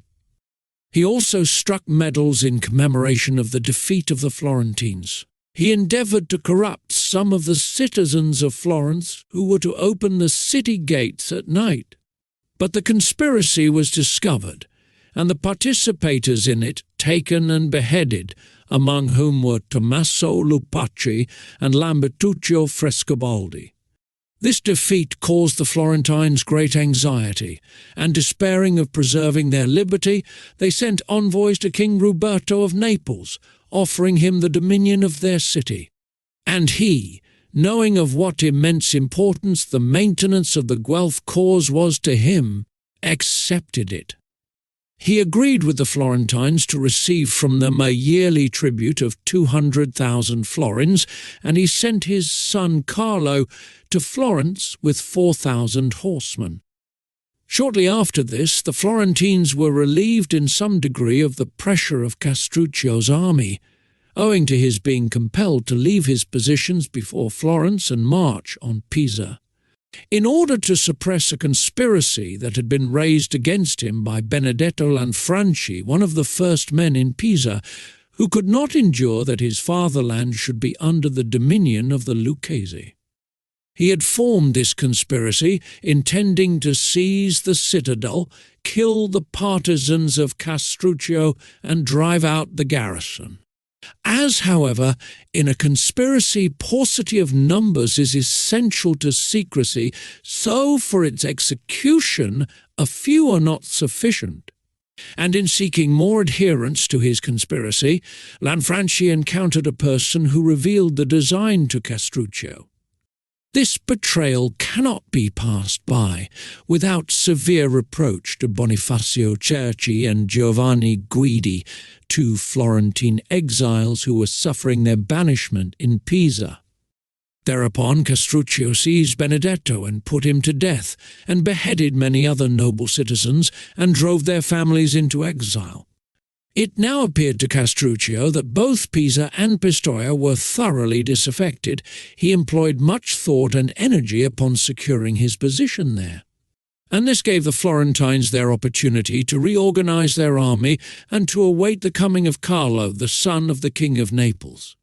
When Carlo arrived, they decided to lose no more time, and assembled a great army of more than 30,000 infantry and 10,000 cavalry, having called to their aid every Guelph there was in Italy. They consulted whether they should attack Pistoia or Pisa first, and decided that it would be better to march on the latter. A course, owing to the recent conspiracy, more likely to succeed, and of more advantage to them, because they believed that the surrender of Pistoia would follow the acquisition of Pisa. In the early part of May 1328, the Florentines put in motion this army and quickly occupied Lastra, Signa, Montelupo, and Empoli, passing from thence on to San Miniato. When Castruccio heard of the enormous army which the Florentines were sending against him, he was in no degree alarmed, believing that the time had now arrived when fortune would deliver the empire of Tuscany into his hands. For he had no reason to think that his enemy would make a better fight or had better prospects of success than at Pisa or Serravalle. He assembled 20,000 foot soldiers and 4,000 horsemen, and with this army went to Fucecchio, whilst he sent Pagolo Guinigi to Pisa with 5,000 infantry. Fucecchio has a stronger position than any other town in the Pisan district, owing to its situation between the rivers Arno and Gusiana and its slight elevation above the surrounding plain.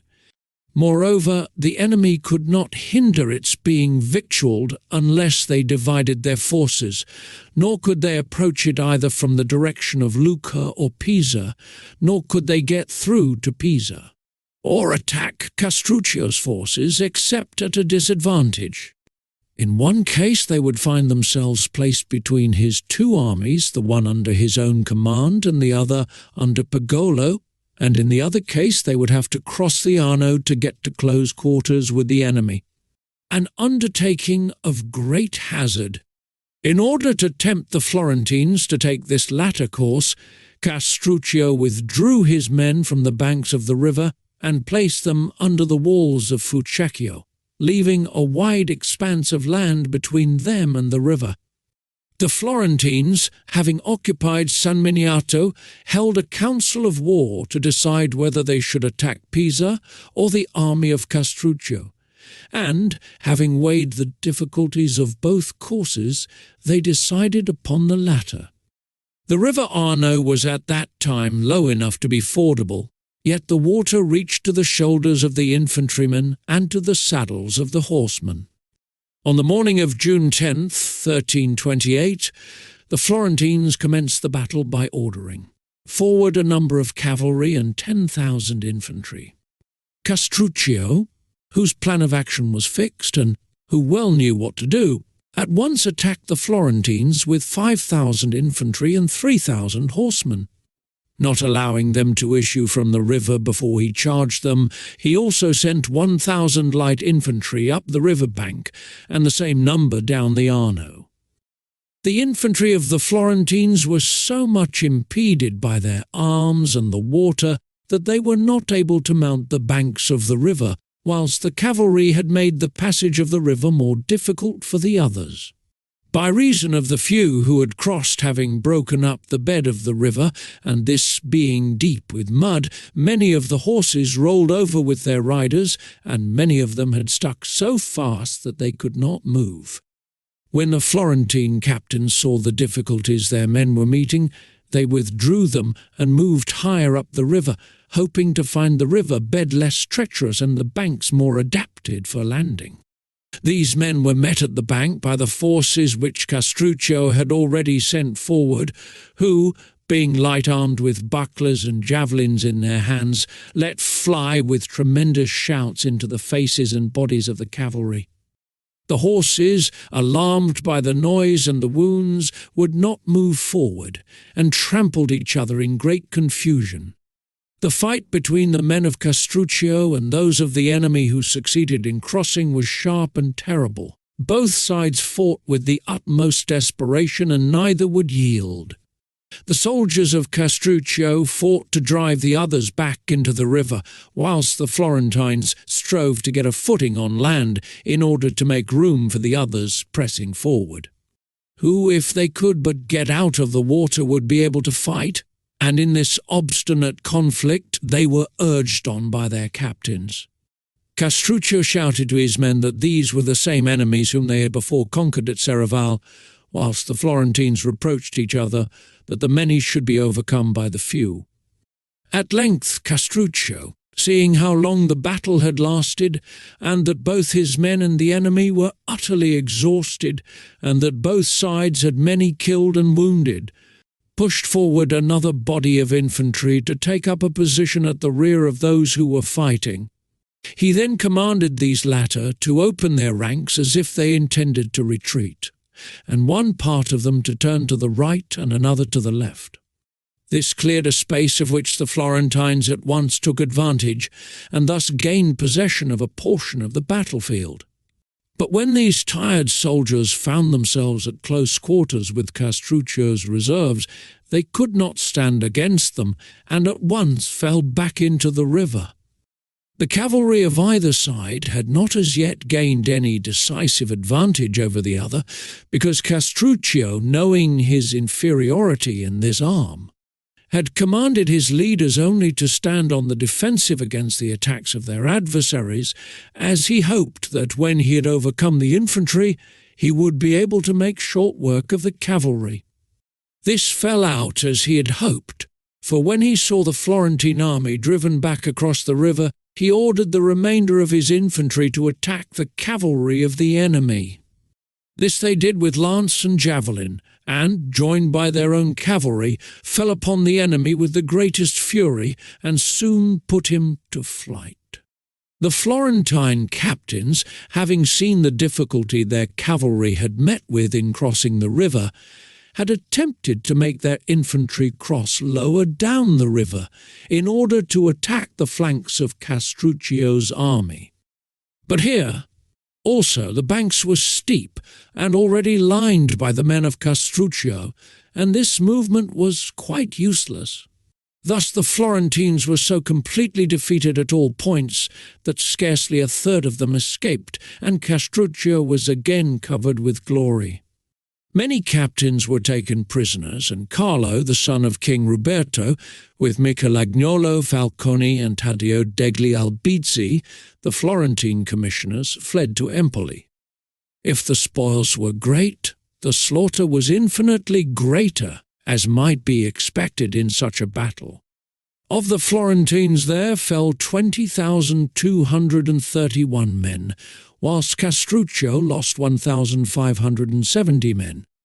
But fortune, growing envious of the glory of Castruccio, took away his life just at the time when she should have preserved it, and thus ruined all those plans which for so long a time he had worked to carry into effect, and in the successful prosecution of which nothing but death could have stopped him. Castruccio was in the thick of the battle the whole of the day, and when the end of it came, although fatigued and overheated, he stood at the gate of Fucecchio to welcome his men on their return from victory and personally thank them. He was also on the watch for any attempt of the enemy to retrieve the fortunes of the day, he being of the opinion that it was the duty of a good general to be the first man in the saddle and the last out of it. Here Castruccio stood exposed to a wind which often rises at midday on the banks of the Arno, and which is often very unhealthy. From this he took a chill, of which he thought nothing, as he was accustomed to such troubles, but it was the cause of his death. On the following night he was attacked with high fever, which increased so rapidly that the doctors saw it must prove fatal. Castruccio, therefore, called Pagolo Guinigi to him, and addressed him as follows: "If I could have believed that fortune would have cut me off in the midst of the career which was leading to that glory which all my successors promised, I should have laboured less, and I should have left thee. If a small estate, at least with fewer enemies and perils, because I should have been content with the governorships of Lucca and Pisa. I should neither have subjugated the Pistoians nor outraged the Florentines with so many injuries. But I would have made both these peoples my friends, and I should have lived, if no longer, at least more peacefully, and have left you a state without a doubt smaller, but one more secure and established on a surer foundation. But fortune, who insists upon having the arbitrament of human affairs, did not endow me with sufficient judgment to recognize this from the first, nor the time to surmount it. Thou hast heard, for many have told thee, and I have never concealed it, how I entered the house of thy father whilst yet a boy, a stranger to all those ambitions which every generous soul should feel, and how I was brought up by him, and loved as though I had been born of his blood, how under his governance I learned to be valiant and capable of availing myself of all that fortune of which thou hast been witness. When thy good father came to die, he committed thee and all his possessions to my care, and I have brought thee up with that love, and increased thy estate with that care, which I was bound to show. And in order that thou shouldst not only possess the estate which thy father left, but also that which my fortune and abilities have gained, I have never married, so that the love of children should never deflect my mind from that gratitude which I owed to the children of thy father. Thus I leave thee a vast estate, of which I am well content, but I am deeply concerned, inasmuch as I leave it thee unsettled and insecure. Thou hast the city of Lucca on thy hands, which will never rest contented under thy government. Thou hast also Pisa, where the men are of nature changeable and unreliable, who, although they may be sometimes held in subjection, yet they will ever disdain to serve under a Lucchese. Pistoia is also disloyal to thee, she being eaten up with factions and deeply incensed against thy family by reason of the wrongs recently inflicted upon them. Thou hast for neighbours the offended Florentines, injured by us in 1,000 ways, but not utterly destroyed, who will hail the news of my death with more delight than they would the acquisition of all Tuscany. In the emperor and in the princes of Milan thou canst place no reliance, for they are far distant, slow, and their help is very long in coming. Therefore thou hast no hope in anything but in thine own abilities, and in the memory of my valour, and in the prestige which this latest victory has brought thee, which, as thou knowest how to use it with prudence, will assist thee to come to terms with the Florentines, who, as they are suffering under this great defeat, should be inclined to listen to thee. And whereas I have sought to make them my enemies, because I believed that war with them would conduce to my power and glory, thou hast every inducement to make friends of them, because their alliance will bring thee advantages and security. It is of the greatest importance in this world that a man should know himself, and the measure of his own strength and means, and he who knows that he has not a genius for fighting must learn how to govern by the arts of peace. And it will be well for thee to rule thy conduct by my counsel, and to learn in this way to enjoy what my life, work, and dangers have gained. And in this thou wilt easily succeed when thou hast learnt to believe that what I have told thee is true.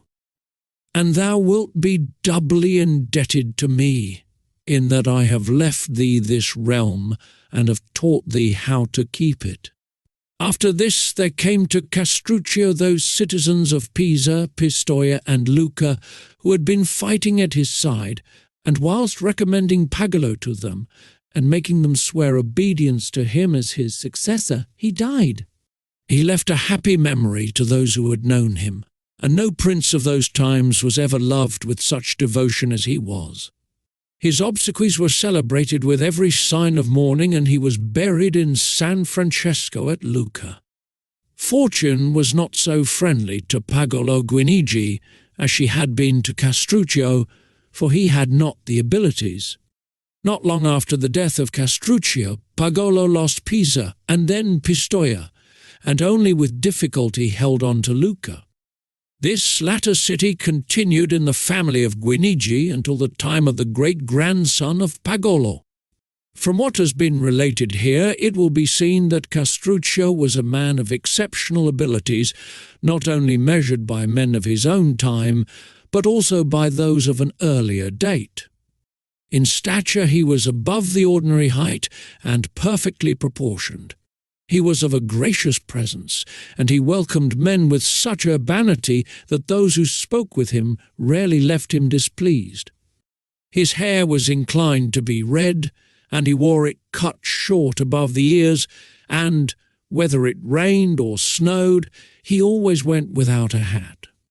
He was delightful among friends, but terrible to his enemies, just to his subjects, ready to play false with the unfaithful, and willing to overcome by fraud those whom he desired to subdue. Because he was wont to say that it was the victory that brought the glory, not the methods of achieving it.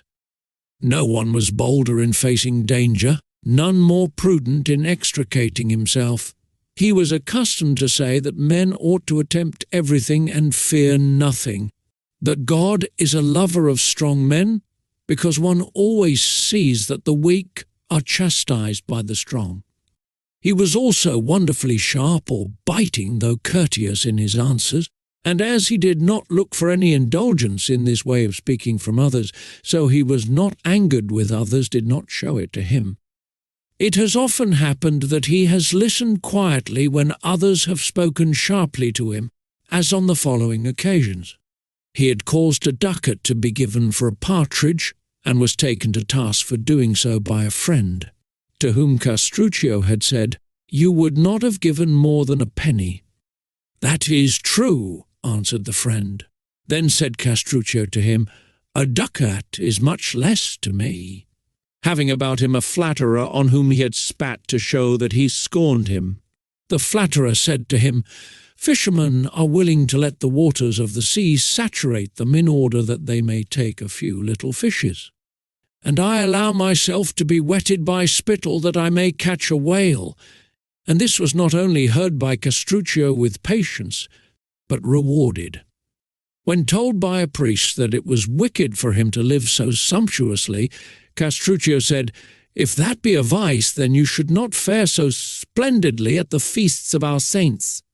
Passing through a street, he saw a young man as he came out of a house of ill fame blush at being seen by Castruccio, and said to him, "Thou shouldst not be ashamed when thou comest out, but when thou goest into such places." Friend gave him a very curiously tied knot to undo, and was told, "Fool, do you think that I wish to untie a thing which gave so much trouble to fasten?" Castruccio said to one who professed to be a philosopher, "You are like the dogs who always run after those who will give them the best to eat." And was answered, "We are rather like the doctors who go to the houses of those who have the greatest need of them." Going by water from Pisa to Leghorn, Castruccio was much disturbed by a dangerous storm that sprang up, and was reproached for cowardice by one of those with him, who said that he did not fear anything. Castruccio answered that he did not wonder at that, since every man valued his soul for what his was worth. Being asked by one what he ought to do to gain estimation, he said, "When thou goest to a banquet, take care that thou dost not seat one piece of wood upon another." To a person who was boasting that he had read many things, Castruccio said, "He knows better than to boast of remembering many things." Someone bragged that he could drink much without becoming intoxicated.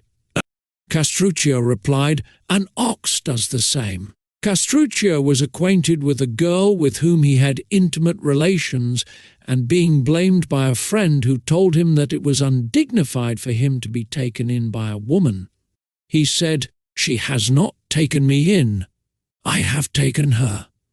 Being also blamed for eating very dainty foods, he answered, "Thou dost not spend as much as I do." And being told that it was true, he continued, "Then thou art more avaricious than I am gluttonous."